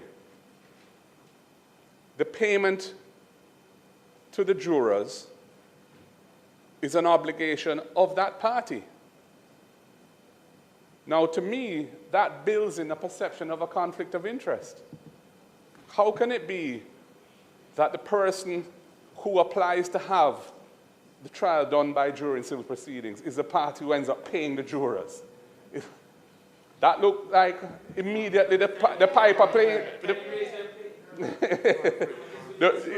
Whoever pays the piper calls the tune. That is a general aphorism that people know. It can't, to me, yes, it's paid through the court, but the law says that the party who made the application is a party who's paying it. So the jurors would know that their stipend is being paid by him. He's the one who applied for it to be tried by jury. Or her. So my point is, it builds into the system a perception of bias, which is not right. And that a different approach should be found. I move to clause 10 of the bill, which is on page 5. And this is the one that deals with jury tampering. And there are 4 new sections that are being inserted into the Jury Act, dealing with trial without jury. Now, my first point on this is to note, as has been noted, that 42A, which is the first of the 4 sections, gives the right to the prosecution to apply to the judge for the trial to be conducted without a jury. No right is being given to the defense. Now, under the existing law, as I understand it, and I was the minister who piloted the legislation that brought this into the law, any trial, criminal trial, that would be triable by jury, which is not a trial where the death penalty can be administered on a conviction, is a trial that the parties can agree should be by judge alone. They have to agree. The defense and the prosecution currently have to agree. If they agree, it doesn't matter the nature of the offense. If it's not one to which the death penalty applies, not a capital offense, then the trial must proceed by judge alone if the parties want that. Parties being the defense and the prosecution. Here we're achieving an imbalance because we're giving the prosecution a right to apply for something that would otherwise be a jury trial to proceed as a judge alone trial. And the defense is given no such right. I think that there ought to be a general right in the defense to apply to the court for a trial by judge alone if the defense wishes to do so. The member for East Portland indicated that in certain jurisdictions, as he puts it, and I assume he means parts of Jamaica, where there, where circuits are heard, circuit courts are heard with juries, there may be a sense that a defendant can't get a fair trial because the case, the publicity around the case and so on was such that people may already have a particular view of the guilt of that defendant. So the defendant may feel the only way he or she can get a fair trial is if it's a judge alone trial. But there's no right being given to the defendant to make that application. And that ought to be there if you're giving the prosecution a right to apply for a judge alone trial because of alleged or suspected tampering. So I think that needs to be fixed, or at least needs to be addressed and corrected. The next point I wish to make is in the new 42C, which is on page 7 of the bill. And by the way, Minister, I'm going to pause here a second. And again, this is a procedural matter. Here we are debating an amendment to the Jury Act, which is far-reaching, as has already been indicated. It's not just one thing it's dealing with. There are a number of far-reaching things that it's doing. And I am debating this bill, holding a long form. Well, I haven't received it. It wasn't tabled to me. I don't have it. I don't have any left-hand pages showing me the sections that are being amended. This is a photocopy. And this is not a printed copy from the printing office. How come we don't have that? How come we don't have a printed bill by the government printer on such a fundamental issue? And why wasn't this tabled? You don't have this. None of us have this. How can this be right? Again, you know, this is not a one-clause bill that's doing something uncontroversial and we want to get it done quickly. This is a far-reaching piece of legislation that affects the rights of Jamaican people to due process under the law, and we don't have a printed bill disseminated for the opposition benches so that we can see that. And it's really not good enough, Minister. And again, even this does not have the left-hand pages in it. The one I was just handed here doesn't have the left-handed pages, colleague members.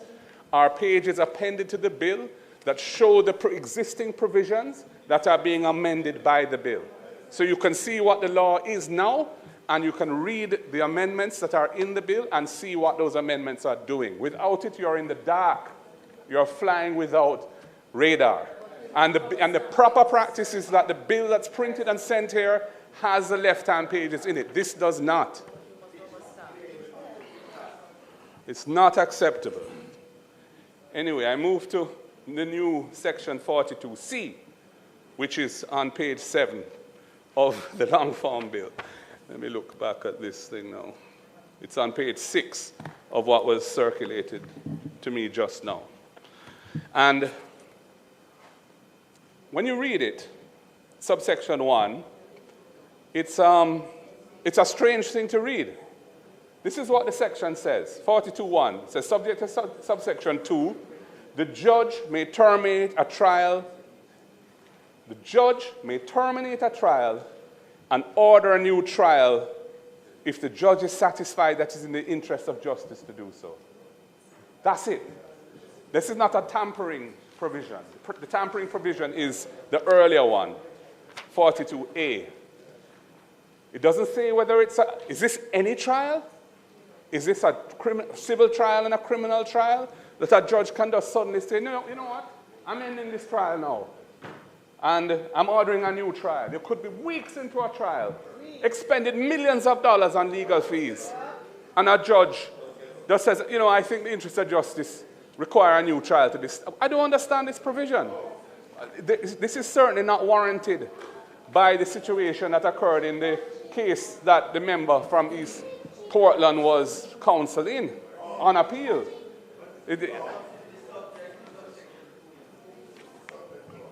Yes, it's subject to subsection 2. And it says that where a judge terminates a trial under subsection 1, the judge may order that the new trial is conducted without a jury. If the judge is satisfied in respect of a new trial, the conditions in 42A3 are fulfilled. But there's nothing in subsection 1 that suggests it's limited to a trial by jury, or that it's even limited to a criminal trial. It says nothing about that. Yes, and subsection 2 simply says that when the judge is deciding to terminate the trial and order a new one, he may order that it's without a jury. Yeah, but he may not. It may not have been a trial by jury in the first place. I'm just saying it's too. Subsection 1 is broad, and the proper scope of it needs to be clear. It can't be just a general provision that seems to apply to all trials in Jamaica. So, Minister, these are my comments. I've already addressed the issue of the stipend, or whatever you call it now, the fees, the remuneration for jurors, which we support that increase. And of course, we would all want it to be as high as possible, because as the member for Central Clarendon said on his maiden presentation, we all want to encourage people to serve as jurors. And Minister, I thought, quite frankly, that you would have used this opportunity to reduce the scope of persons who are exempt from jury duty. Because when I made the last set of amendments to the Juries Act over a decade ago, we had reduced the scope of exemptions. In some jurisdictions, there are no exemptions, zero. And I'm saying I made a start. But the problem of impaneling juries, member for West Rural, I think you are, St. Andrew, the problem of impaneling juries is continuing. And we hear about it all the time, that we're having a challenge in impaneling sufficient jurors, that not sufficient jurors are responding to summonses. The minister indicated the voters list doesn't give alias names, and people in the community don't know who Ebenezer Forrest is. They only know him as Dirty Foot. So, Minister, I thought maybe that sort of a reform could have been considered now as well. But it's a bit piecemeal. We're proceeding in a piecemeal manner. And given that you're having this joint select committee, Minister, again, I would say to you, look, deal with the regulations that increase the remuneration, the stipend, right away, and have the select committee appointed to review jury law in Jamaica, the jury system in Jamaica. As it stands, some of these provisions would be difficult for us to support because their scope is too wide. So, some of the provisions that don't belong in this legislation at all, and so on. So I urge you to maybe take the opportunity to consider some of these points and decide how you wish to proceed, or if you want to proceed today and try to pass this, that's up to you. But were I in your shoes, in the light of the submissions made, I would give myself the opportunity to have the benefit of the excellent team of which the Minister of State has spoken, and of which I am myself familiar and can attest to their excellence, ma'am. So, thank you. Those are my submissions.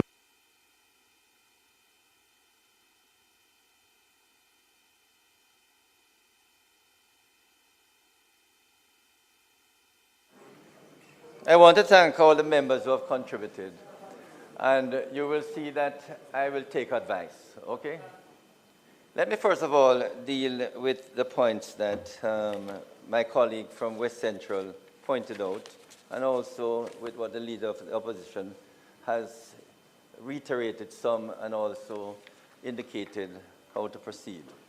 Before I touch on, there is other members from Northeast St. Elizabeth and Eastern Portland. And that will guide me as to how I'm going to proceed, okay? First, I think the member from West Central made some good points, but a lot of them has to deal with a bit of, should I say, does affect a bit of the drafting. So you say, instead of saying settled, we use certified. And the question in subsection 2, which I'll come back to in a second, section 3, where the trial, as the date has already been set, I had hoped to move an amendment to say whether the trial date can be confirmed in relation to the rest of the matters. But I'll come back to the point you raised. And also, instead of saying paid such fees, we're going to remove in section 5, not paid such fees, but paid such expenses as may be prescribed by the minister, and we remove fees in both section 5 and section 7. Now, the point I think, leader of the opposition, member from St. Andrews South, I believe to see at the trial readiness stage, when these matters are being considered, I think at that trial readiness stage, the question of whether there's some insinuation that tampering is likely to take place, but is not properly conveyed there. So that is why at the trial readiness stage, sometimes the impression is given that threats have been made and what have you. But I think your point is that if that cannot be properly formulated to affect the tampering, it shouldn't be there. So I'll accept that. So in relation to your point about the regulation, the truth of the matter is that there's no perfect bill. There's always going to be a good bill but not a perfect bill. And always, there's always a case where you can adjust words, adjust phrase. Believe me, as chairman of legislation committee, we sit there for hours changing phrases. So it's one of the concerns with legislation. But just to say that, to emphasize, we want a bill that is acceptable and can do what it says it should. And that is, yes, raise the fees, not fees, provide the expenses to have to be, when you're summoned, that you're not out of pocket totally from being summoned to jury duty. You can pay your bus fare, you can, buy lunch or a drink. This, when this matter came up of the Vibes Cartel trial, and my team said we need to put this in right away. My impression is that it would take a couple of weeks, just put a phrase, wherever tampering occurs, the jury can be dismissed, and so on. I must admit, all these additional phrases that have come into it give me a lot of concerns. And the truth of the matter is that the points you have raised, especially leader of the opposition, are matters to be concerned, to time, to make sure we're dealing totally with tampering. And for that reason, I'm going to postpone the closure and look at how we can properly adjust it. And if it can't be adjusted, we do it over. Thank you, Mr. Speaker.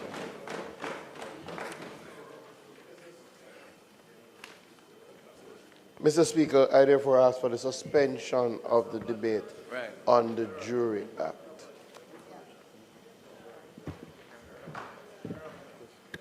The request is on the floor for a suspension of the Jury Act debate. Those in favor? Aye. Those against? Ayes have it. Mr. Speaker, the time being 6:22 p.m., I now move that the House be allowed to receive and answer questions at this time.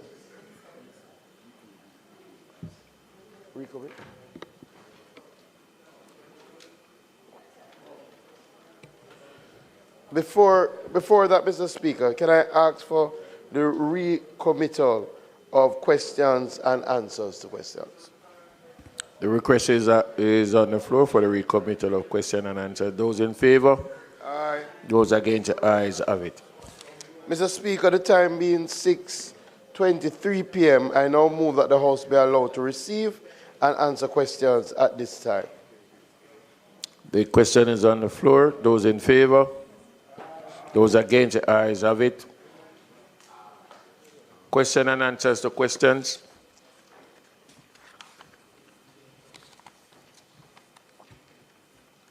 Mr. Speaker, I'd like to ask the Minister of Agriculture, Fisheries and Mining and Leader of Government Business in the House. You want to speak in the mic?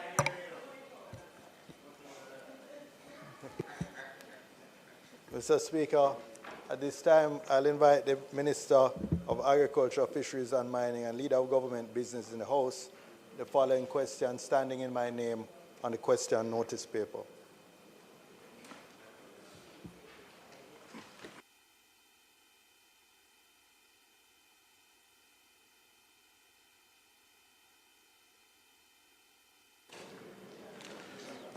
Mr. Speaker, the questions and the answers are as follows. Under Section A, Mining and Land Reclamation, Geographic Area of SML 130 for years 2020 to 2025, how many hectares of mine land have been certified as reclaimed by the Commissioner of Mines? For the period January 1, 2020 to December 31, 2025, 141.45 hectares of mine lands in SML 130 were certified as satisfactorily rehabilitated by the Commissioner of Mines.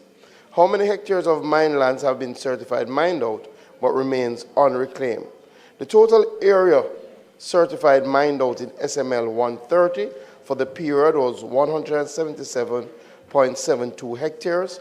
Of this figure, 24.23 hectares have been certified as satisfactorily reclaimed, which leaves a balance of 153 153.49 hectares that have not yet been certified as satisfactorily rehabilitated. Of that number, of the 153.49 hectares not certified as satisfactorily rehabilitated, 70 hectares were due to be certified the end of this year. 11.93 end of 2025. Sorry, 11.93 hectares are due to be certified by the end of 2026, and 67.94 hectares are due to be certified by the end of 2027. The penalty is US $25,000 per hectare for not having land certified within 3 years after being certified mined out. How many hectares have been mined but not yet certified as mined out? For the period, 39.66 hectares have been partially mined but not yet depleted, and therefore not certified as mined out. This is for two main reasons.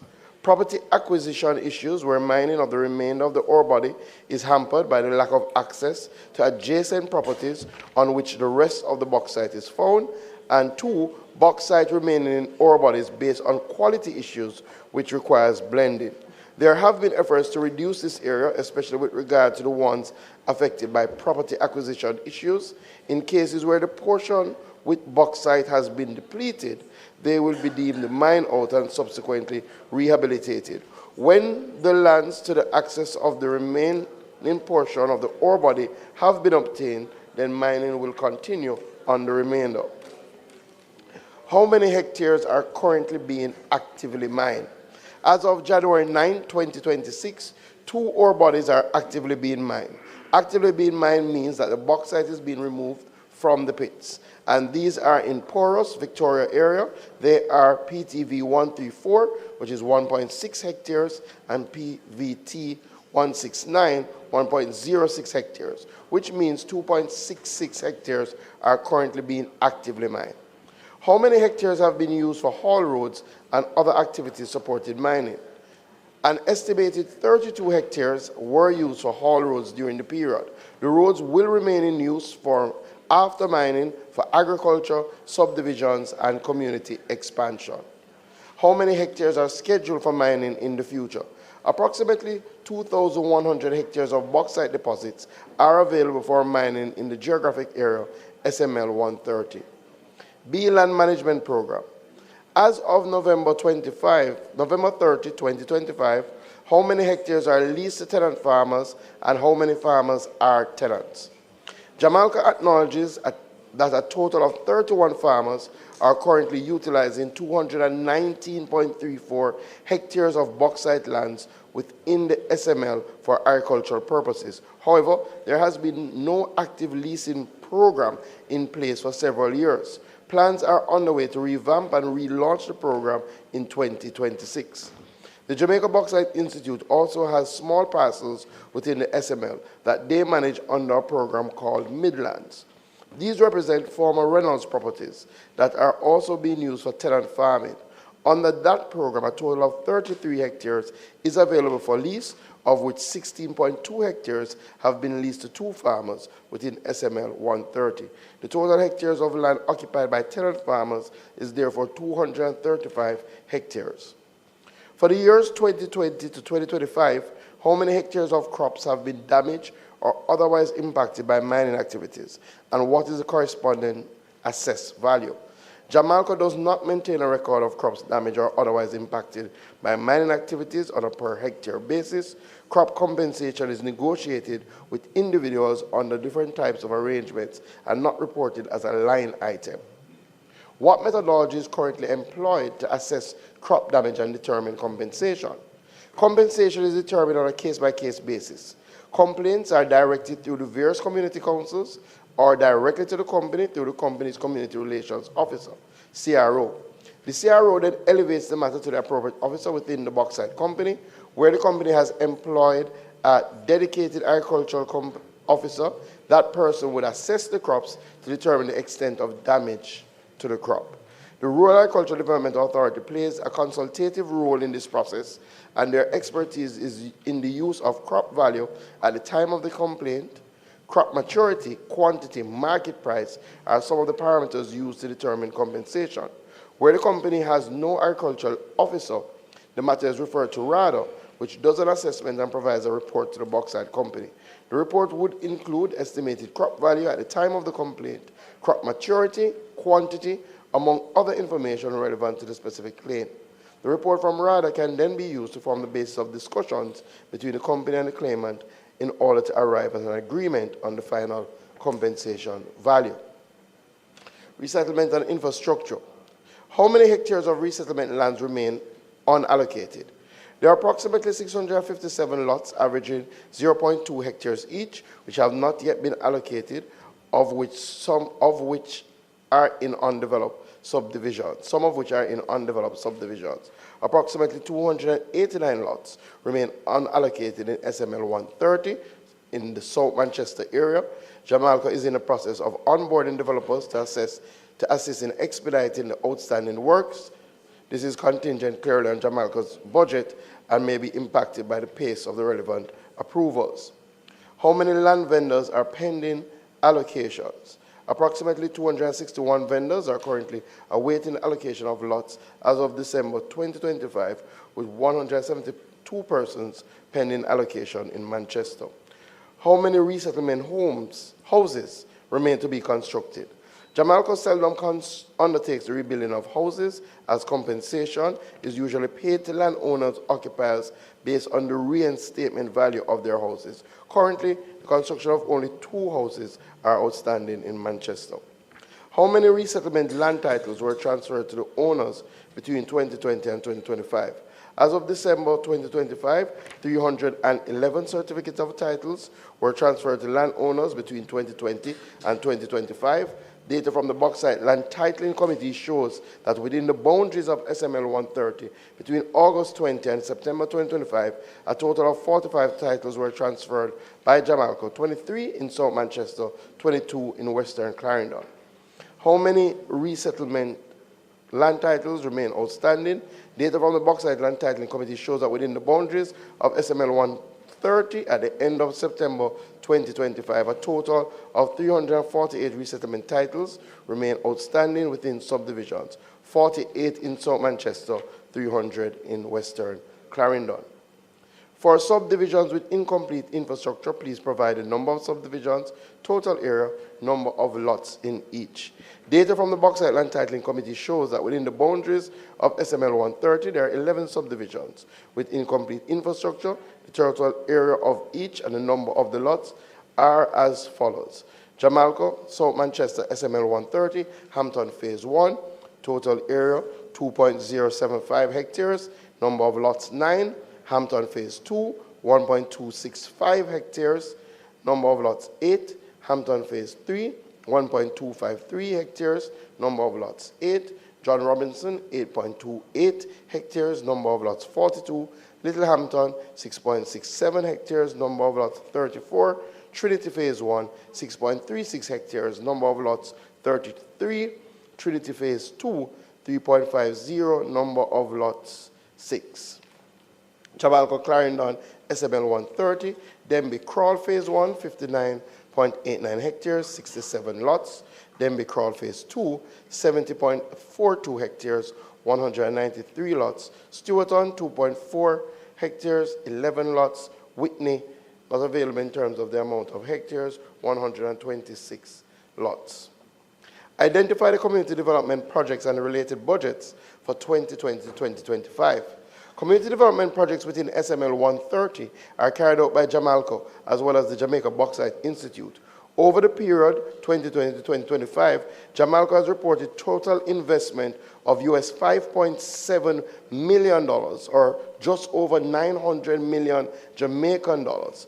Of this total, US $4.7 million was used to support the delivery of potable water to residents across the SML.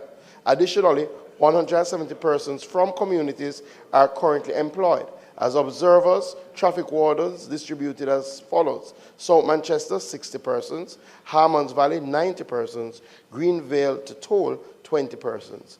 It is also to be noted that there is a standard requirement for Jamaica's contractors to employ persons to carry out these tasks from communities. We estimate that there are currently approximately 48 persons in Harmons Valley employed by Jamaica's contractors, and 20 persons from communities in South Manchester. The Jamaica Bauxite Institute, through the Bauxite Community Development Program, has invested close to 30 million Jamaican dollars in SML 130 between 2020 and 2025 in relation to parts of the SML within the parish of Manchester. The investment from the BCDP included the rehabilitation and reopening of the Broadleaf Community Health Clinic, support to chicken farmers and local agriculture, as well as training and community infrastructure support, including road rehabilitation. What is the total compensation paid to affected residents for dust, noise, and other nuisances caused by mining activities for 2020 to 2025? Total compensation paid to affected residents for dust, noise, and other nuisances caused by mining from 2020 to 2025 is approximately $350 million, just in this area.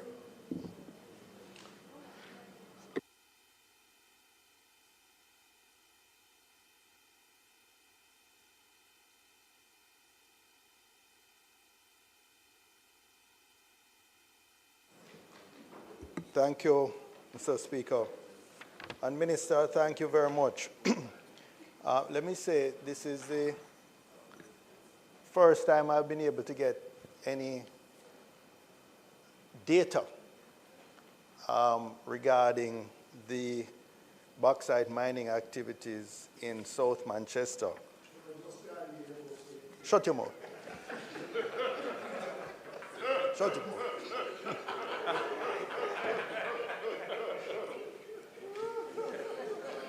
And, you know, if I were to just use one example in terms of the answers you gave me, when I asked about community development projects, you maybe... Only one time. Could you just turn on this speaker? It doesn't seem any better? Thank you. If I were to use one example, Minister, the question related to community development projects. It turns out that basically more than 80% of what they call community development projects is water trucking. And that works out at about somewhere around $10 or $12 million a month that they spend trucking water. Now, a lot of this trucking water is really for dust suppression in the mining areas and the haul roads. Don't get the impression that all of this is to provide potable water to communities.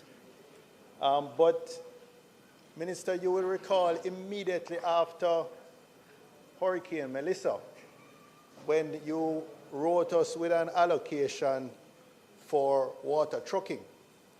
I believe you were the minister that wrote us making an allocation for water trucking. Minister Samuda, sorry.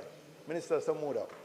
And I immediately attempted to get from Jamalco. I called, I sent emails, WhatsApp. Just tell me the areas that you are already trucking water to, so that this little 2 million that we got, because remember what, all the NWC systems were down at that time.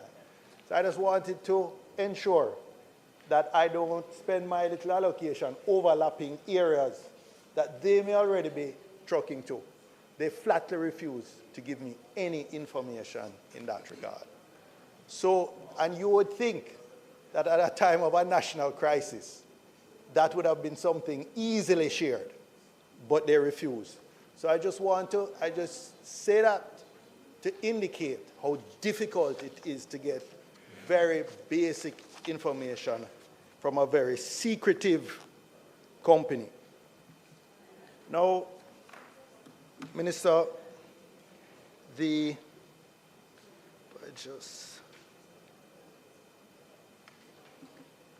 you've provided a lot of information, and I thank you for that.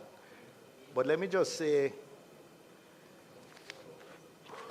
what matters to communities is not just the mining licenses, as those are necessary and those are important but not sufficient.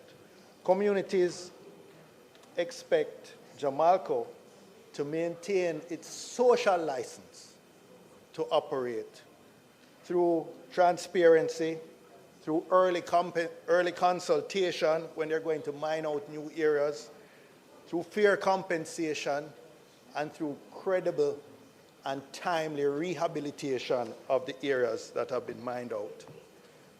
When you speak today, 70 hectares and 100 and this hectares and 1,000 hectares, it might be difficult for people to visualize what that means. But if you go into sections of South Manchester, I invite you, Minister, if you have not yet done so, to do a tour with this Member of Parliament. And there are sections that look post-apocalyptic. The areas are mined out. They look like a bomb fell on them. They have not been rehabilitated. Although no mining has taken place for over a decade in some cases, you see no rehabilitation. You see schools like Winston Jones look like it was marooned, like it was an island, because hectares and hectares, or acres and acres all around it had been mined out, and the school was just perched on an unmined spot and just the road to access the school. And that area has, since I've started my agitation, they've started rehabilitating it. But the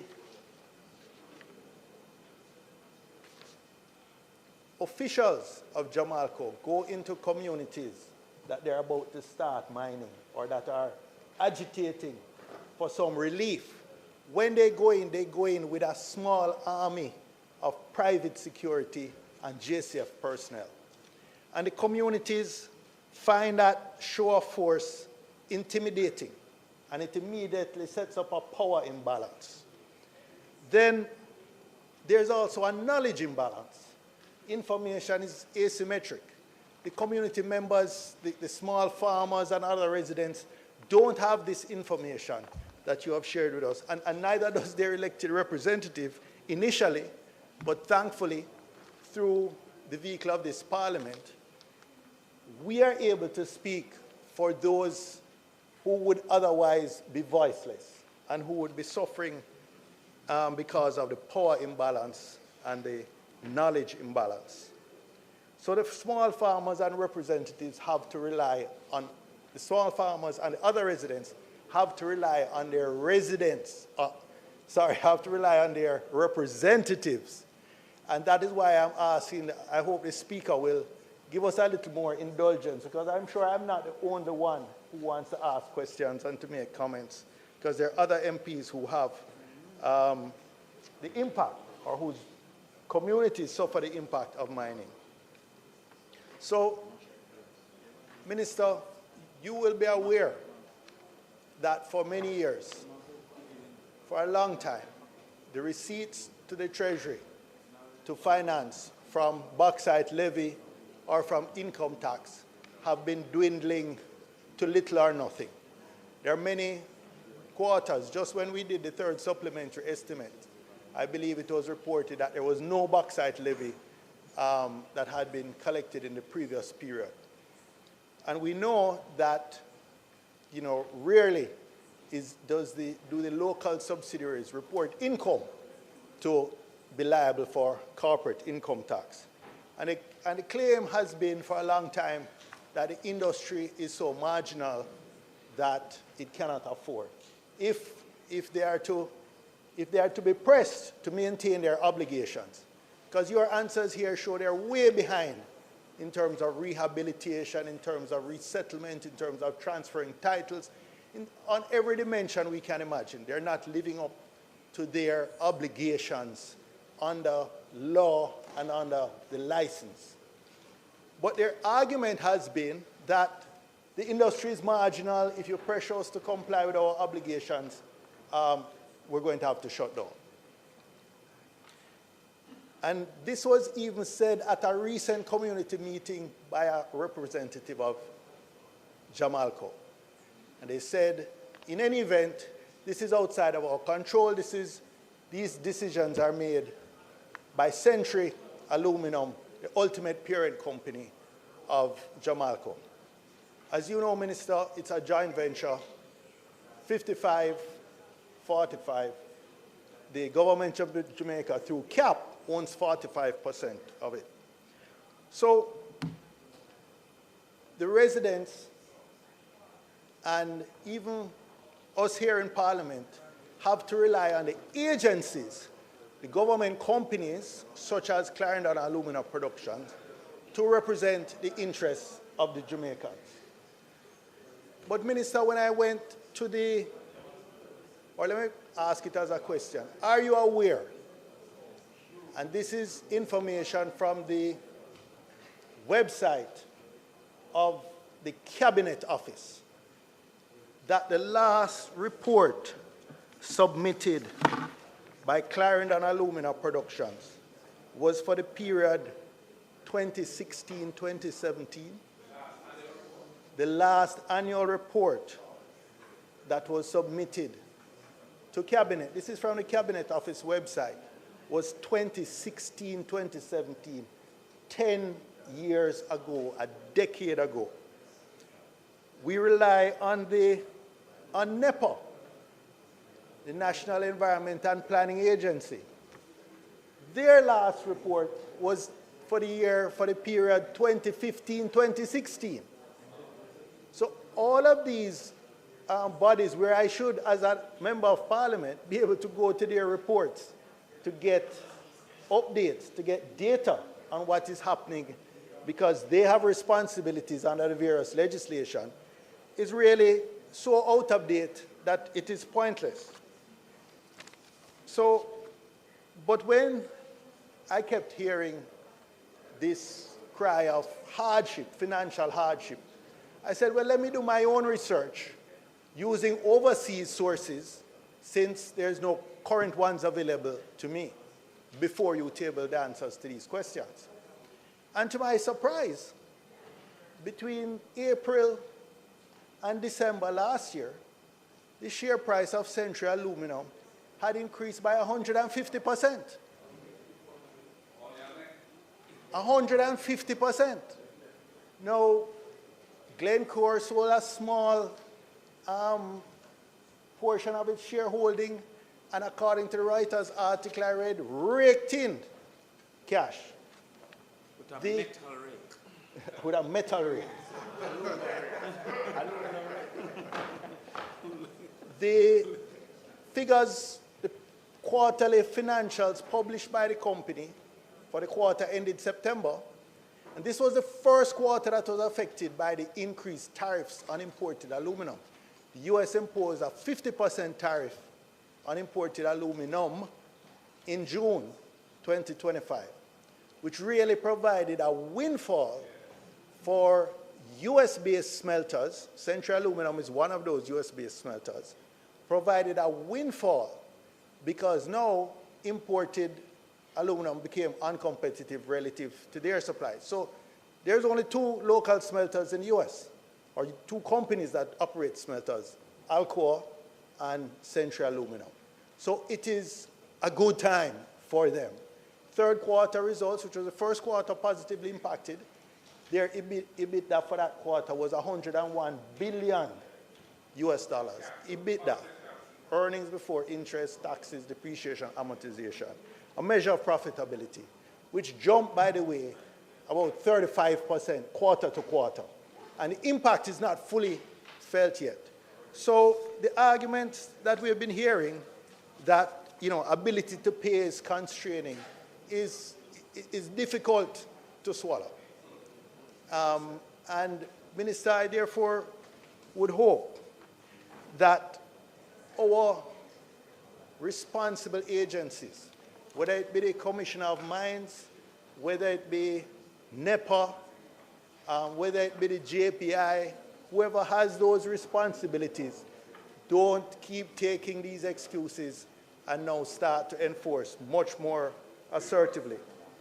I welcome, Minister, the penalty that you speak of that's going to be enforced, certainly for the first in a very long time, 25,000 US per hectare, and this will start by being applied to 70.83 hectares, which should have been which should have been certified long ago. My question is this penalty per annum, or is it a one-time penalty that after giving some forbearance is it applied? But what will happen next year or the year after if the same 70.83 acres is not rehabilitated? Right. Is it in lieu of rehabilitation, or is it going to be a recurring fine, so it creates an incentive for them to do the rehabilitation? So that's question one. The second has to do with this idea, or, Minister, what I'll really tell you is an excuse where there are many mines, and you have here 40 hectares that have, mining has long stopped, and they say it's not yet been depleted. And when you look up in the corner of the mine, you see a few, what appear to be a few truckloads left. You know, maybe 1 or 2% of the bauxite that had been in that particular pit. And it's left for so long that huge trees are growing now in the mined out pit, but yet no rehabilitation has started. And Minister, I don't accept this thing. I want to suggest to you that it is a scam. It is an excuse to not live up to their obligations. And I would like you, Minister, and I'm asking you, would you have the Commissioner of Mines do even partial certification of those pits? I don't think it's a legitimate reason. They can go and assess it. But even if it is, if 98% of the pit is mined out, they cannot then indefinitely leave it unrehabilitated for the 2% that is not. So I am therefore asking, Minister, is there any power that the Commissioner of Mines has to compel them to at least, where way longer than 3 years has gone, to partially certify that pit and to rehabilitate the 90-odd% which has already been mined out?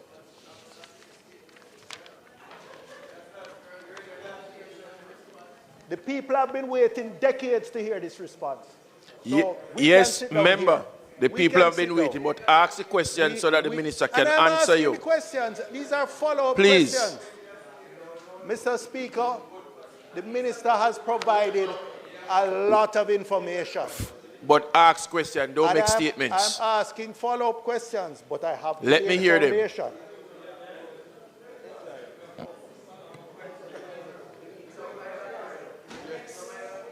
Mr. We want to know about the pits. Yes. The pits that they Mr. Speaker, farmers are currently occupying. Remember to speak in the mic. Farmers are currently occupying 219 hectares of bauxite lands and using them for agricultural purposes. That's not a small amount, that's a significant amount of land.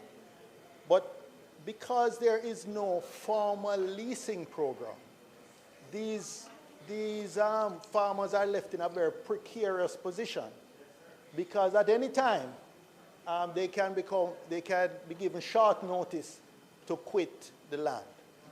And many of this 1,000 acres, that is rather 1,000 hectares that's left for mining, they may not get to this for another 5 years, another 10 years. So I don't see why an arrangement can't be made to give these farmers formal tenure for whether 3 years, 5 years, 7 years, as the case may be, because there must be a plan in terms of how they're going to progress with their mining. And then this statement in answer to on the land management program B, where Jamaica does not maintain a record of crops damaged. Minister, I don't think this is acceptable. What this leads to is no accountability. This leads to no accountability. I think if the company doesn't do it, then certainly some agency of the government, whether RADA, whether JBI, whether the Commissioner of Mines, because if no record is being kept, then how do we hold them accountable? And similarly, with respect to C, that question was what methodology is employed to assess crop damage and determine compensation. And their answer was that compensation is determined on a case-by-case basis. Yes, no, Minister, I don't think that is acceptable. Again, because of the power imbalance, because of the information asymmetry. I don't know why we can't determine a measure, rather, one of our experts to say, if it's pumpkin is a crop, what is the compensation for per acre or hectare of pumpkin, and so on. That can't be beyond us to develop a standard that is used to guide these compensation. Of course, each farmer may have a different mix of crops, so we know that it will be different. There will be some customization, but question. Please. The question is, can't we establish an objective basis for compensation for replacement of crops? And with respect to the community councils, Minister, these councils were set up back in the day, some maybe 20 years ago. Question again, member. Please. I'm going to ask the question if you'll allow me. No, but you're not asking a question, you're making a statement, and we have other members who want to ask questions. Get to the questions, please. There are pages of Get to the questions, sir. Member, get to the questions. Is the minister aware? Right. Sounds good. That these community councils were established decades ago, and the representation on the councils no longer represents the areas where mining is currently taking place, but where was being mined initially? Is the minister aware, and is the minister further aware that this frustrates proper representation on these community councils? And then I turn to resettlement.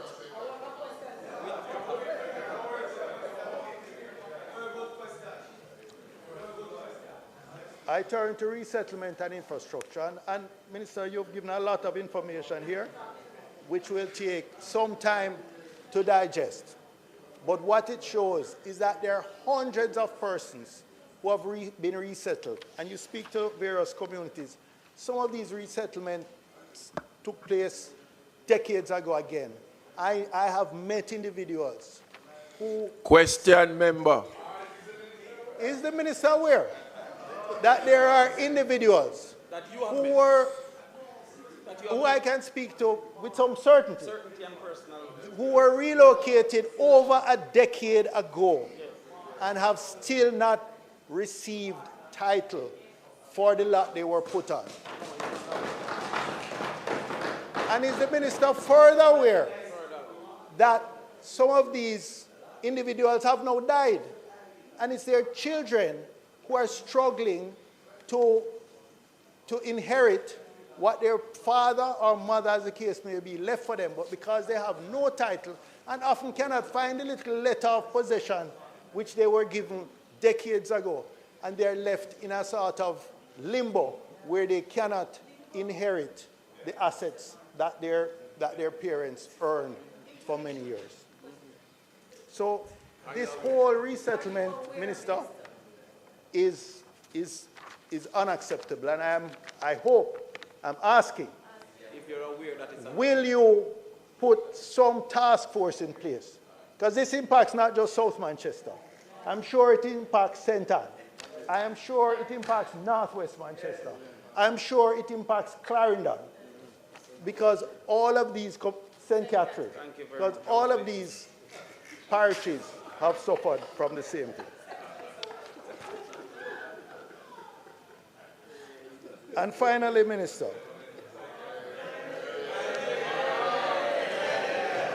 are you aware the total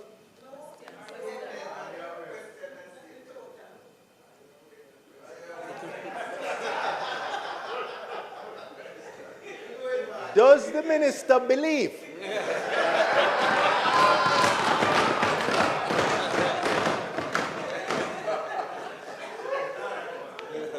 that given the thousands of households that have been impacted by bauxite mining in South Manchester, or more broadly under this particular mining lease, that 50-something million a year in total compensation.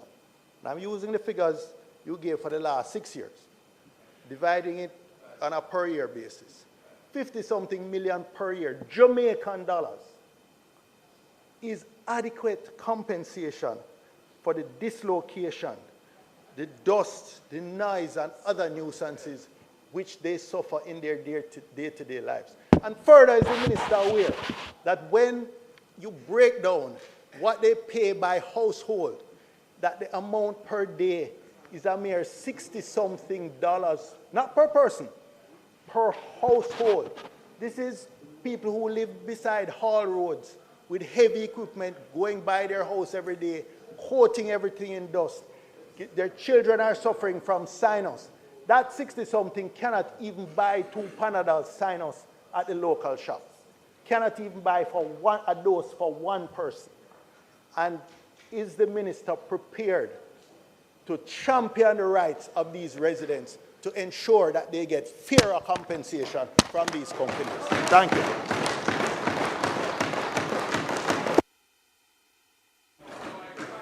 Member from Northwestern Manchester.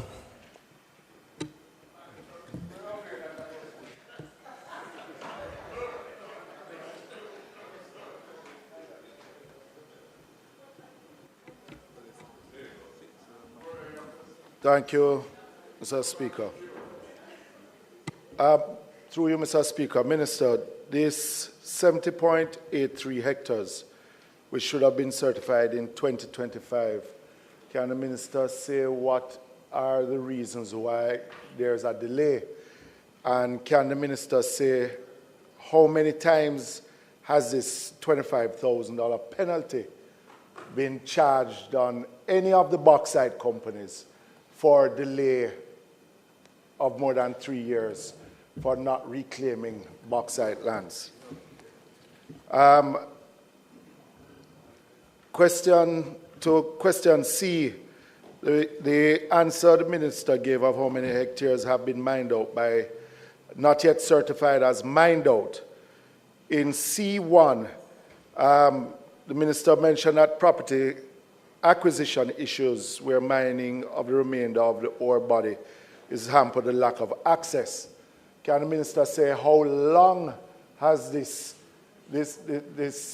lack of access has been in place, and when will it be dealt with? And if there is any section of the JBI or the ministry itself that helps to deal with matters like this, otherwise the area that has been mined out will be left mined out for a very long time if this issue is not dealt with. Thirdly,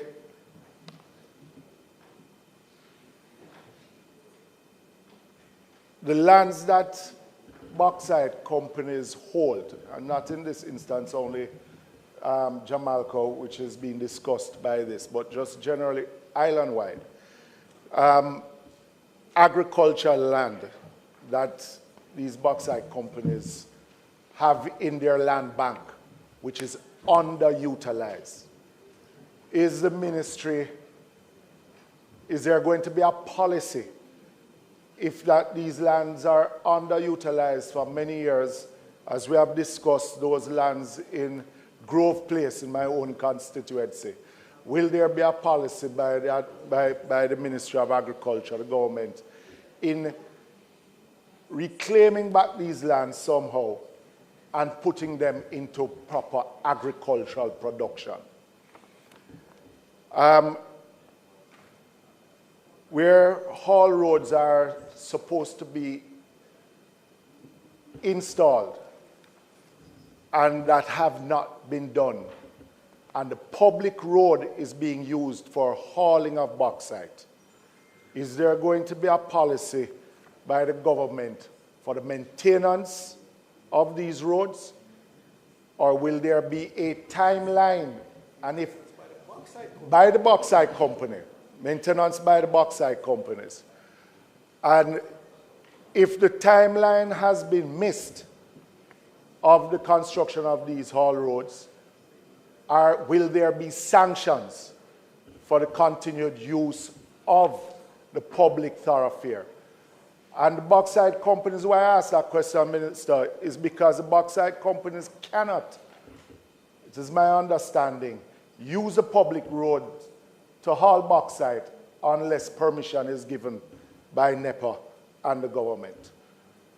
But these prolonged use of public roads and the deterioration of public roads is it hurts the residents, who in turn get back little from the bauxite mining in these communities. And Minister, last question, Alpat. You made grand announcement about the proposal. Why are you looking at the Speaker, Minister? Look this way. It is not, but it's a question.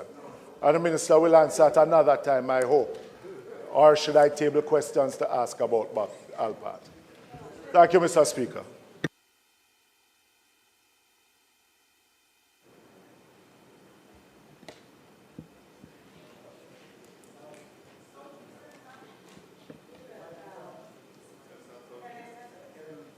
I'm waiting to be identified. You're identified. You're identified. But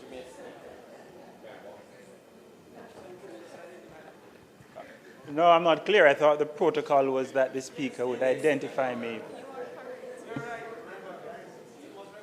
Yes.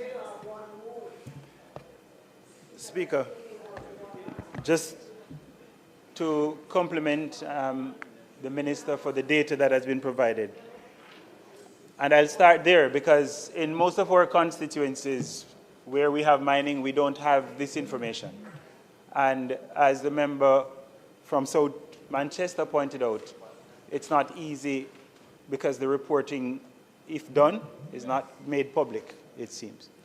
So, Minister, will you commit to providing this House with an annual report akin to the kind of data that is provided in these questions? Sort of a report card on the mining companies. Secondly, the report speaks to 235 hectares of land being leased to about, 33 farmers. And that amounts to about 15 hectares per farmer, which is equivalent 7 hectares per farmer, which is about 15 acres for those of us who think that way. So these are not small holdings, Minister. So the question is, who is it that is leasing the land? How much of these lands are in the hands of the local community members? And again, because of the amount of lands that's being leased, then we wonder if the local folks are getting access. The other part of this is the formalization, Minister. Are you aware that because there aren't formal arrangements through which the farmers access these lands, they cannot get the concessions for motor vehicles, they cannot use them for bank loans, and so to a certain extent, they are not able to optimize the lands that they're occupying, and of course the risk that they'll be removed at short notice because of the absence of formal arrangements. Further to that, Minister, will you commit to ensuring, as has been asked in various forms, will you commit to ensuring that these arrangements are formalized so that the benefits can accrue to those who are using the lands? At the core of what we're seeing with the industry, Minister, Mr. Speaker, is failure to enforce existing laws and policies. And so that's why we're struggling with land titles, rehabilitation of the lands. Is the ministry aware of what the challenges are in enforcing the laws and ensuring that the benefits that should go to people, or the time frame within which things are to be done? Is the ministry aware of what the challenges are, and what steps are you taking to address these challenges? In one of my communities, it's $800 per month as the dust benefit. $800 per month for a household. And in some cases... Remember, keep to the question. Questions. Please. Is the minister aware, and can the minister explain to the House why even the small amounts that are paid to households for dust nuisance, in my case, $800 per household, why isn't this being done consistently? And what measures are being taken to enforce the payment of these benefits? Finally, the minister would recall his previous presentation in the House, in which he spoke of all communities with mining activities having running water and certain basic amenities. Minister, what steps are you going to take to ensure that these amenities are put in place? And in addition to water, the rest of us would be interested in roads, formal access to land, as well as a fund that can be used for the redevelopment of communities when the bauxite activities, the mining activities cease. Thank you, Mr. Speaker.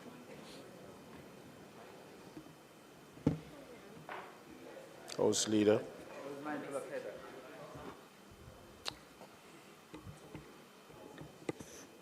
Thank you, Mr. Speaker. My first question is the minister aware of the difficulty that representatives of the people face in even getting conversations or meetings with these bauxite companies? And further, is he aware that it's not much easier to get consultation with JBI as well? I also wonder if the minister is aware that lands that might not have been mined out for bauxite have been under the ownership of these bauxite companies, and many have been deemed unworthy of mining, yet still under the ownership of these companies. Is the minister therefore further aware that this monopolization of ownership has robbed the people of agricultural and other income-earning activities, housing, opportunities, and indeed, even burial sites in these communities that have to go far and wide to bury their relatives? Is the minister also aware that recreational activities have been extremely affected by the pollution of rivers, in particular as it relates to caustic being released into these rivers, causing for the habit of recreation at these waterways to end, stymie, and indeed many of these rivers to be avoided by children, their parents, and the citizens who once enjoyed the recreational benefits of these entities? Is the minister aware that there has been anecdotal evidence that there has been greater roof damage in bauxite areas relative to the wind than in most other areas that had even greater wind forces from the hurricane? That multiple roof loss have been attributed to weakened roofs due to the bauxite dust, acid rain, and the rusting that has been caused in these bauxite areas due to the dust. Is the minister also aware that this dust and acid rain have also affected agricultural output? And I would love to piggyback on the member from St. Anne, who indicated that there's ownership of extreme numbers of acres, but is it possible to know the output from these entities Because while it is, we may say, 7 acres under production, is it possible for us to know the output from these areas? Because it sounds as if many are just holding lands and not necessarily producing on these properties that they claim that they own. Finally, is the minister aware that there have been a cease on bauxite, what you call it, they used to call it dust money, in many communities, that the bauxite company has unilaterally decided not to pay the dust contribution. I heard the unfortunate number of $67 a day in South Manchester per family, and yet still was jealous of the fact when it compares to $0 a day in Northwest St. Catherine, a unilateral decision taken by the bauxite company. Finally, is the minister aware that the employment practices of these bauxite companies would have been deemed by any reasonable employee of the Ministry of Labor to be unfair practices, and also a focus on contracts and subcontracted labor into many of these plants, reducing what was once the benefits through labor and earning from the bauxite companies? Can the minister therefore provide information if there has been any engagement from any arm of government to have more fair practices within these areas? If I may be allowed, Minister, I'll also ask, is the minister aware that there has been many damage to houses due to blasting from bauxite mining and also from the facilitation of bauxite mining? So many of these roads to the mines in their preparation have also caused for great damage, for which, that's why I'm wondering if he's aware. And further aware that the damage to these areas have been refused compensation, with the bauxite entities unwilling even to visit when informed by many of these communities, like Wandibolas, about damage to their houses due to blasting and other activities such as those. We'd want to know if the minister is such aware.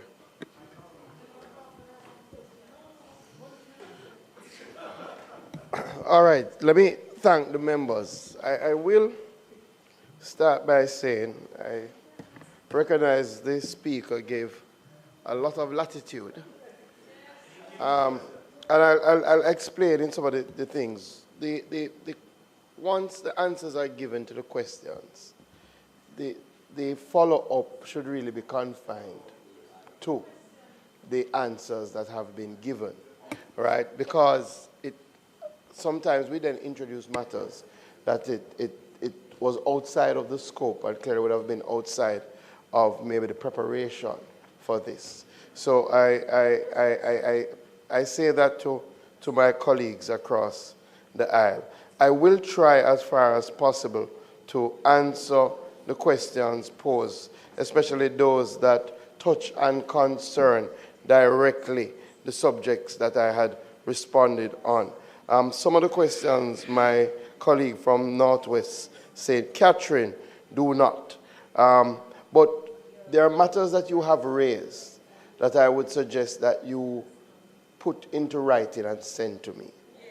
Right? So the matters in relation to damage, the matters in relation to dust, the matters in relation to claims around acid rain and claims around greater roof damage, those are things that I would suggest you pen to me so I can ask the teams to investigate, because those would require investigation. Again, I would not have gotten a brief about the employment practices, but what I do know that our bauxite company still provides some of the most stable employment in the country. And oftentimes when you go and tour these companies, you meet people who have been there for decades, quite frankly. And the bauxite industry is still the highest average paying sector in our country. So it still is critical, especially in relation to gainful employment. And then when you speak about the amount of independent contractors, those who do the mining, those who do the trucking, the ecosystem around bauxite mining is significant in relation to our economic activity. Again, the questions around the river, the time is now 7:20.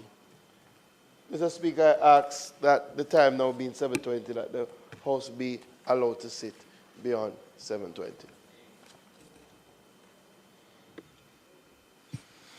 The question is that the time being 7:20 p.m., I put that the House be allowed to sit beyond 7:30 p.m. to complete the business of the day. Those in favor? Those against? Ayes have it. You may continue. I will answer the question in relation to some of the land matters. Member from St. Catherine Northwest, they will come out in some of the other answers that I will give. But I will answer this directly, even though it was not directly raised, but I was unaware of any difficulty in having meetings with JBI, right? And that we will fix. So already prior to this, I had said in the last time we had a conversation around bauxite that I have asked, that I plan to convene a meeting with all the members of parliament from bauxite areas, and I've directed the JBI to do so. So when we have that meeting, which I expect to have within the next 2 weeks, because I also want to speak about the bauxite community development program that we're going into, that some of these issues will be raised and will be dealt with. The member from Southeast St. Anne, again, the consistency of payment in relation to the DUS is not a matter that has come to me before, right? I would again ask seriously that you pen a letter to me around it. These things have to be recorded. Remember how our bauxite industry is. We are dealing with private companies. So it is good that the minister, to embark on these conversations, has some evidentiary backing to say that this is the situation. And I can't think of a higher person than the representative in the area to literally say these complaints have come in and you want this matter to be resolved immediately. You did ask, and it does fall within, about challenges in relation to enforcement. And there has been, I guess, challenges over the years. I think it's very hard to speak on administrations before. But what I will say is that now our focus is on enforcement, right? And that I do believe that in some of these areas, and I will go into it in responding to some of the things from the member from South Manchester, in some of these areas, we should have been doing better enforcement.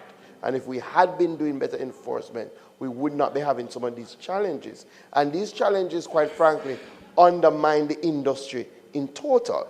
So sometimes it may be seen that enforcement actually, as I have said to the players in the industry, enforcement helps the industry because the terms that have been set are for the protection of the greater good. And I think that is important. I will deal with the formal lease arrangements. So some of the questions are repeated, but I'll deal with it one time. The member from Northwest Manchester, again, some of the questions are outside the scope, but very good questions, right? Definitely, the issue of Hall Road was raised in terms of the amount of land, and the bauxite companies are to stick to a schedule in relation to preparing haul roads to bring bauxite. And I have said to the Jamaica Bauxite Institute and the commissioner who interacts that there has to be extenuating circumstances where that is not adhered to. Now, some of the companies have had some extenuated circumstances. I'll speak a little bit about that. But with that said, I will look into the matter of what is happening regarding maintenance on the public thoroughfare. Now, clearly that would cross over into another ministry, but having raised it, I think it is something worthy of looking into. The let me deal with the matter of lands in general. I have mandated that we are to do a full audit of the bauxite lands that are either have been mined and have been reclaimed but have not been handed back to government. Because there is to be another step, because those lands are to be returned to the Commissioner of Lands. So I've asked for an audit to be done on that one. Two, the lands that there are no plans to mine, that are still under the purview of the bauxite company, that they have already determined for multiple reasons that it would not be economical to mine those lands, that those lands again be handed back to the government so that we can put them to productive use. And that would be across all the areas, North, West St. Catherine, across all the areas, Southeast St. Anne. I had that discussion with the company in Southeast St. Anne. And that also means that where the land has not yet been handed back to the member from South Manchester, one of his questions, where the bauxite company is still in possession, but based on their mining plan, they are not going to reach to that area for another 5-10 years. And that area is occupied by farmers, or can be occupied by farmers, that they enter into lease arrangements with these farmers, or allow us through the Agri-Invest Corporation to enter into leases with the company, and then we can sublease to the farmers so that they have some tenureship. That's very, very important. That's something that we're pushing for this year, because it's critical, as was raised from the member from Southeast St. Anne, that these farmers have tenureship, that they can be able to go to the bank or go to their institutions and say that this is their property that they are farming. We have reaped some success over the last decade, I would say, where we've gotten the companies to not only give back some of the land, but to work with us to establish greenhouse clusters on some of these lands. And those clusters have gone very well. And under the BCDP, which we will outline to you, members of Parliament, we are looking to establish some more of those clusters. And sometimes strategically, as we did in content, we said to the bauxite company, do not restore this pit, because we're going to use this pit as a water catchment area. And then that makes sense, because it works in terms of helping the farmers and the greenhouse. The lack of access, let's talk about that. You had asked about the reason for delay. Member from Northwest Manchester, I don't remember what was the delay question in relation to, but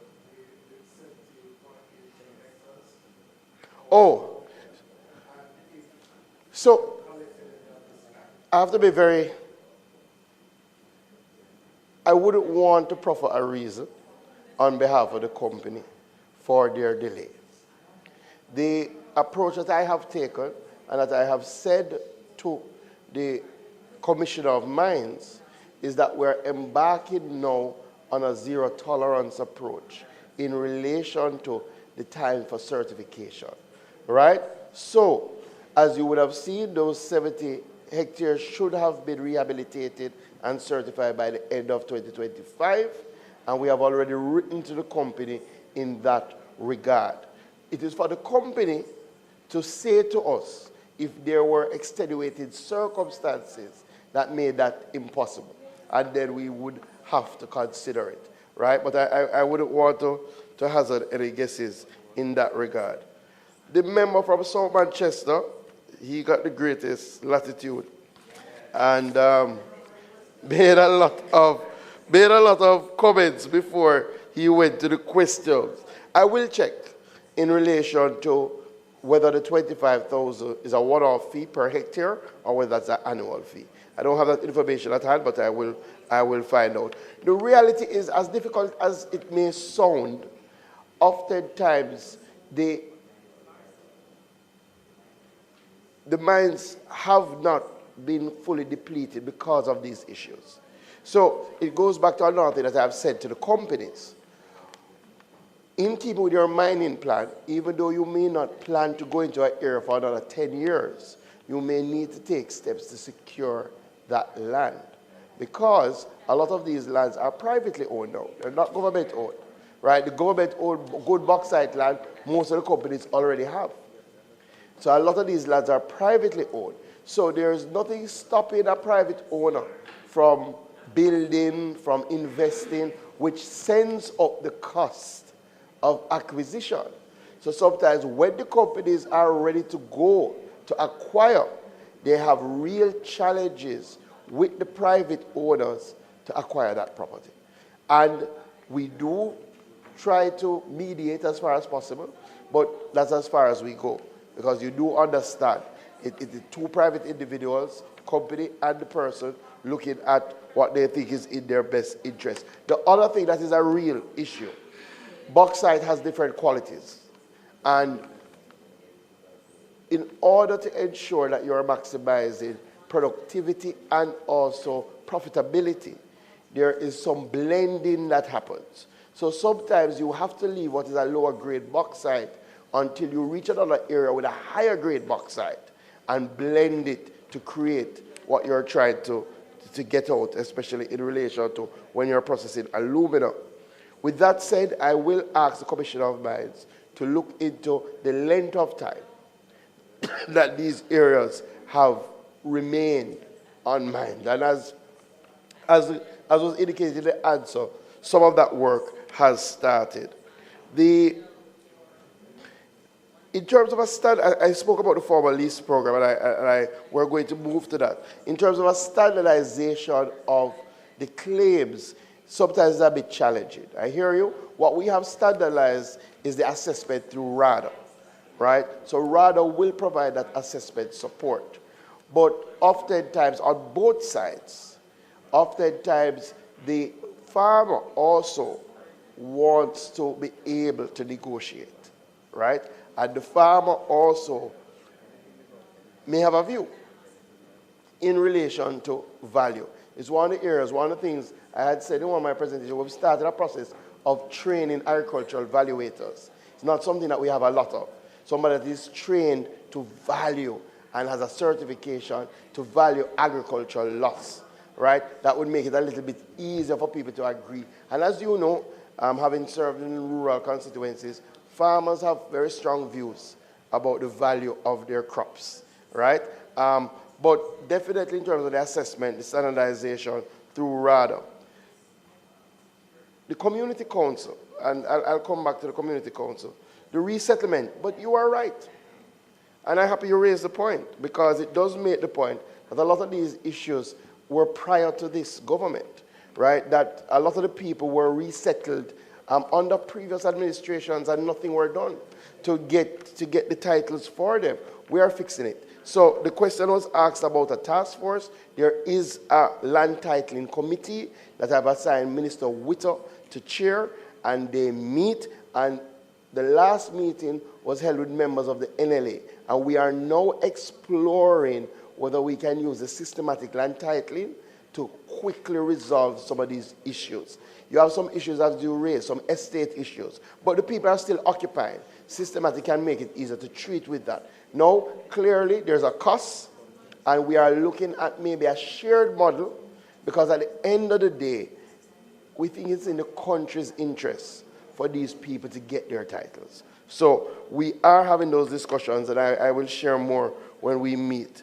I won't speak to the adequacy of the dust compensation, right? Normally, my understanding is that a lot of these are agreements reached with the community councils, and a lot that you said, the member from South Manchester, speaks to one of the last points you made, that the community councils are not functioning as they should for a number of different reasons. So I had already asked for a study to be done on the community councils by JBI, and we are looking to see how we can revamp the community councils. The first thing is that MPs have to be included.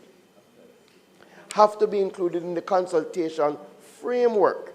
And the member from Northwest St. Catherine raised that as an issue that should be non-negotiable, right? So we are going to come with a revamp of the Community Council, we will again put it before the MPs to get some buy-in before we go to the companies. But the reality, and remember I grew up in a bauxite area where the Community Council was very strong, very active, but like most, they have waned over the years, and it's very, very important. Outside of that, I think I have dealt with, no, I have to be fair. A lot of the water trucking is for potable water. Yes, they do some trucking for suppressing dust, but a lot of it is potable water. But I take your point, and I will raise it about information sharing. And one of the things I want, and that we have started the process, and it goes back to a matter raised from Southeast St. Anne, we want to move from the trucking of water to working with the government to take that money to put in the pipes, to get the people the water in the communities, right? Doesn't make sense we're spending $4 million US for years when that could have outfit the entire area with a pipe network, right, so that they can get the water in their pipes. So we have spoken about that, and that is something that we're embarking on.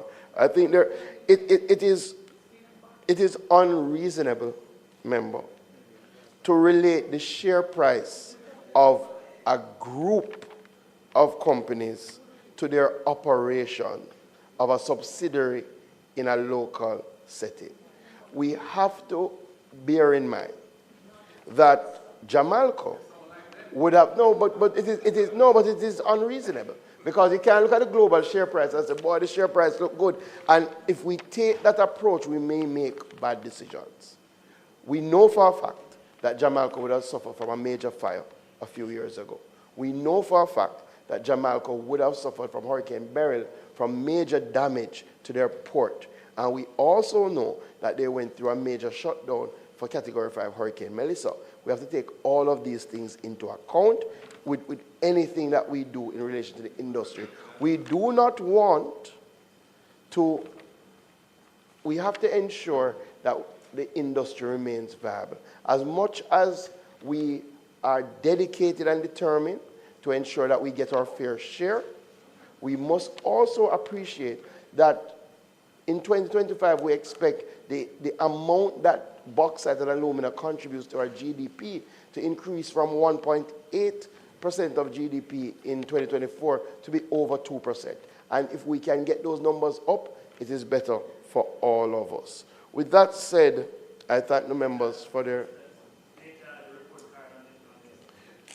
What I would say is that I was looking, the JBI, to the members' question about data.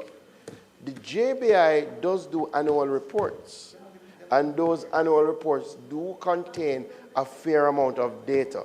I will look to see if some of the things that were here were there. But again, I think it is clear to the House that my policy is these matters, the data on these matters must be shared and will be shared. Thank you.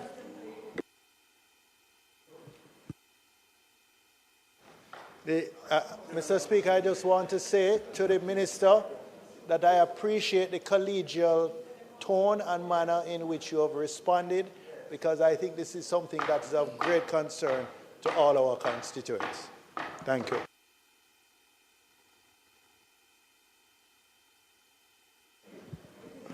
Mr. Speaker, it is not intended to do any further business today. I ask that the House be adjourned for a date to be set. The motion is on the floor that this meeting now stand adjourned. Those in favor? Those against? The ayes have it.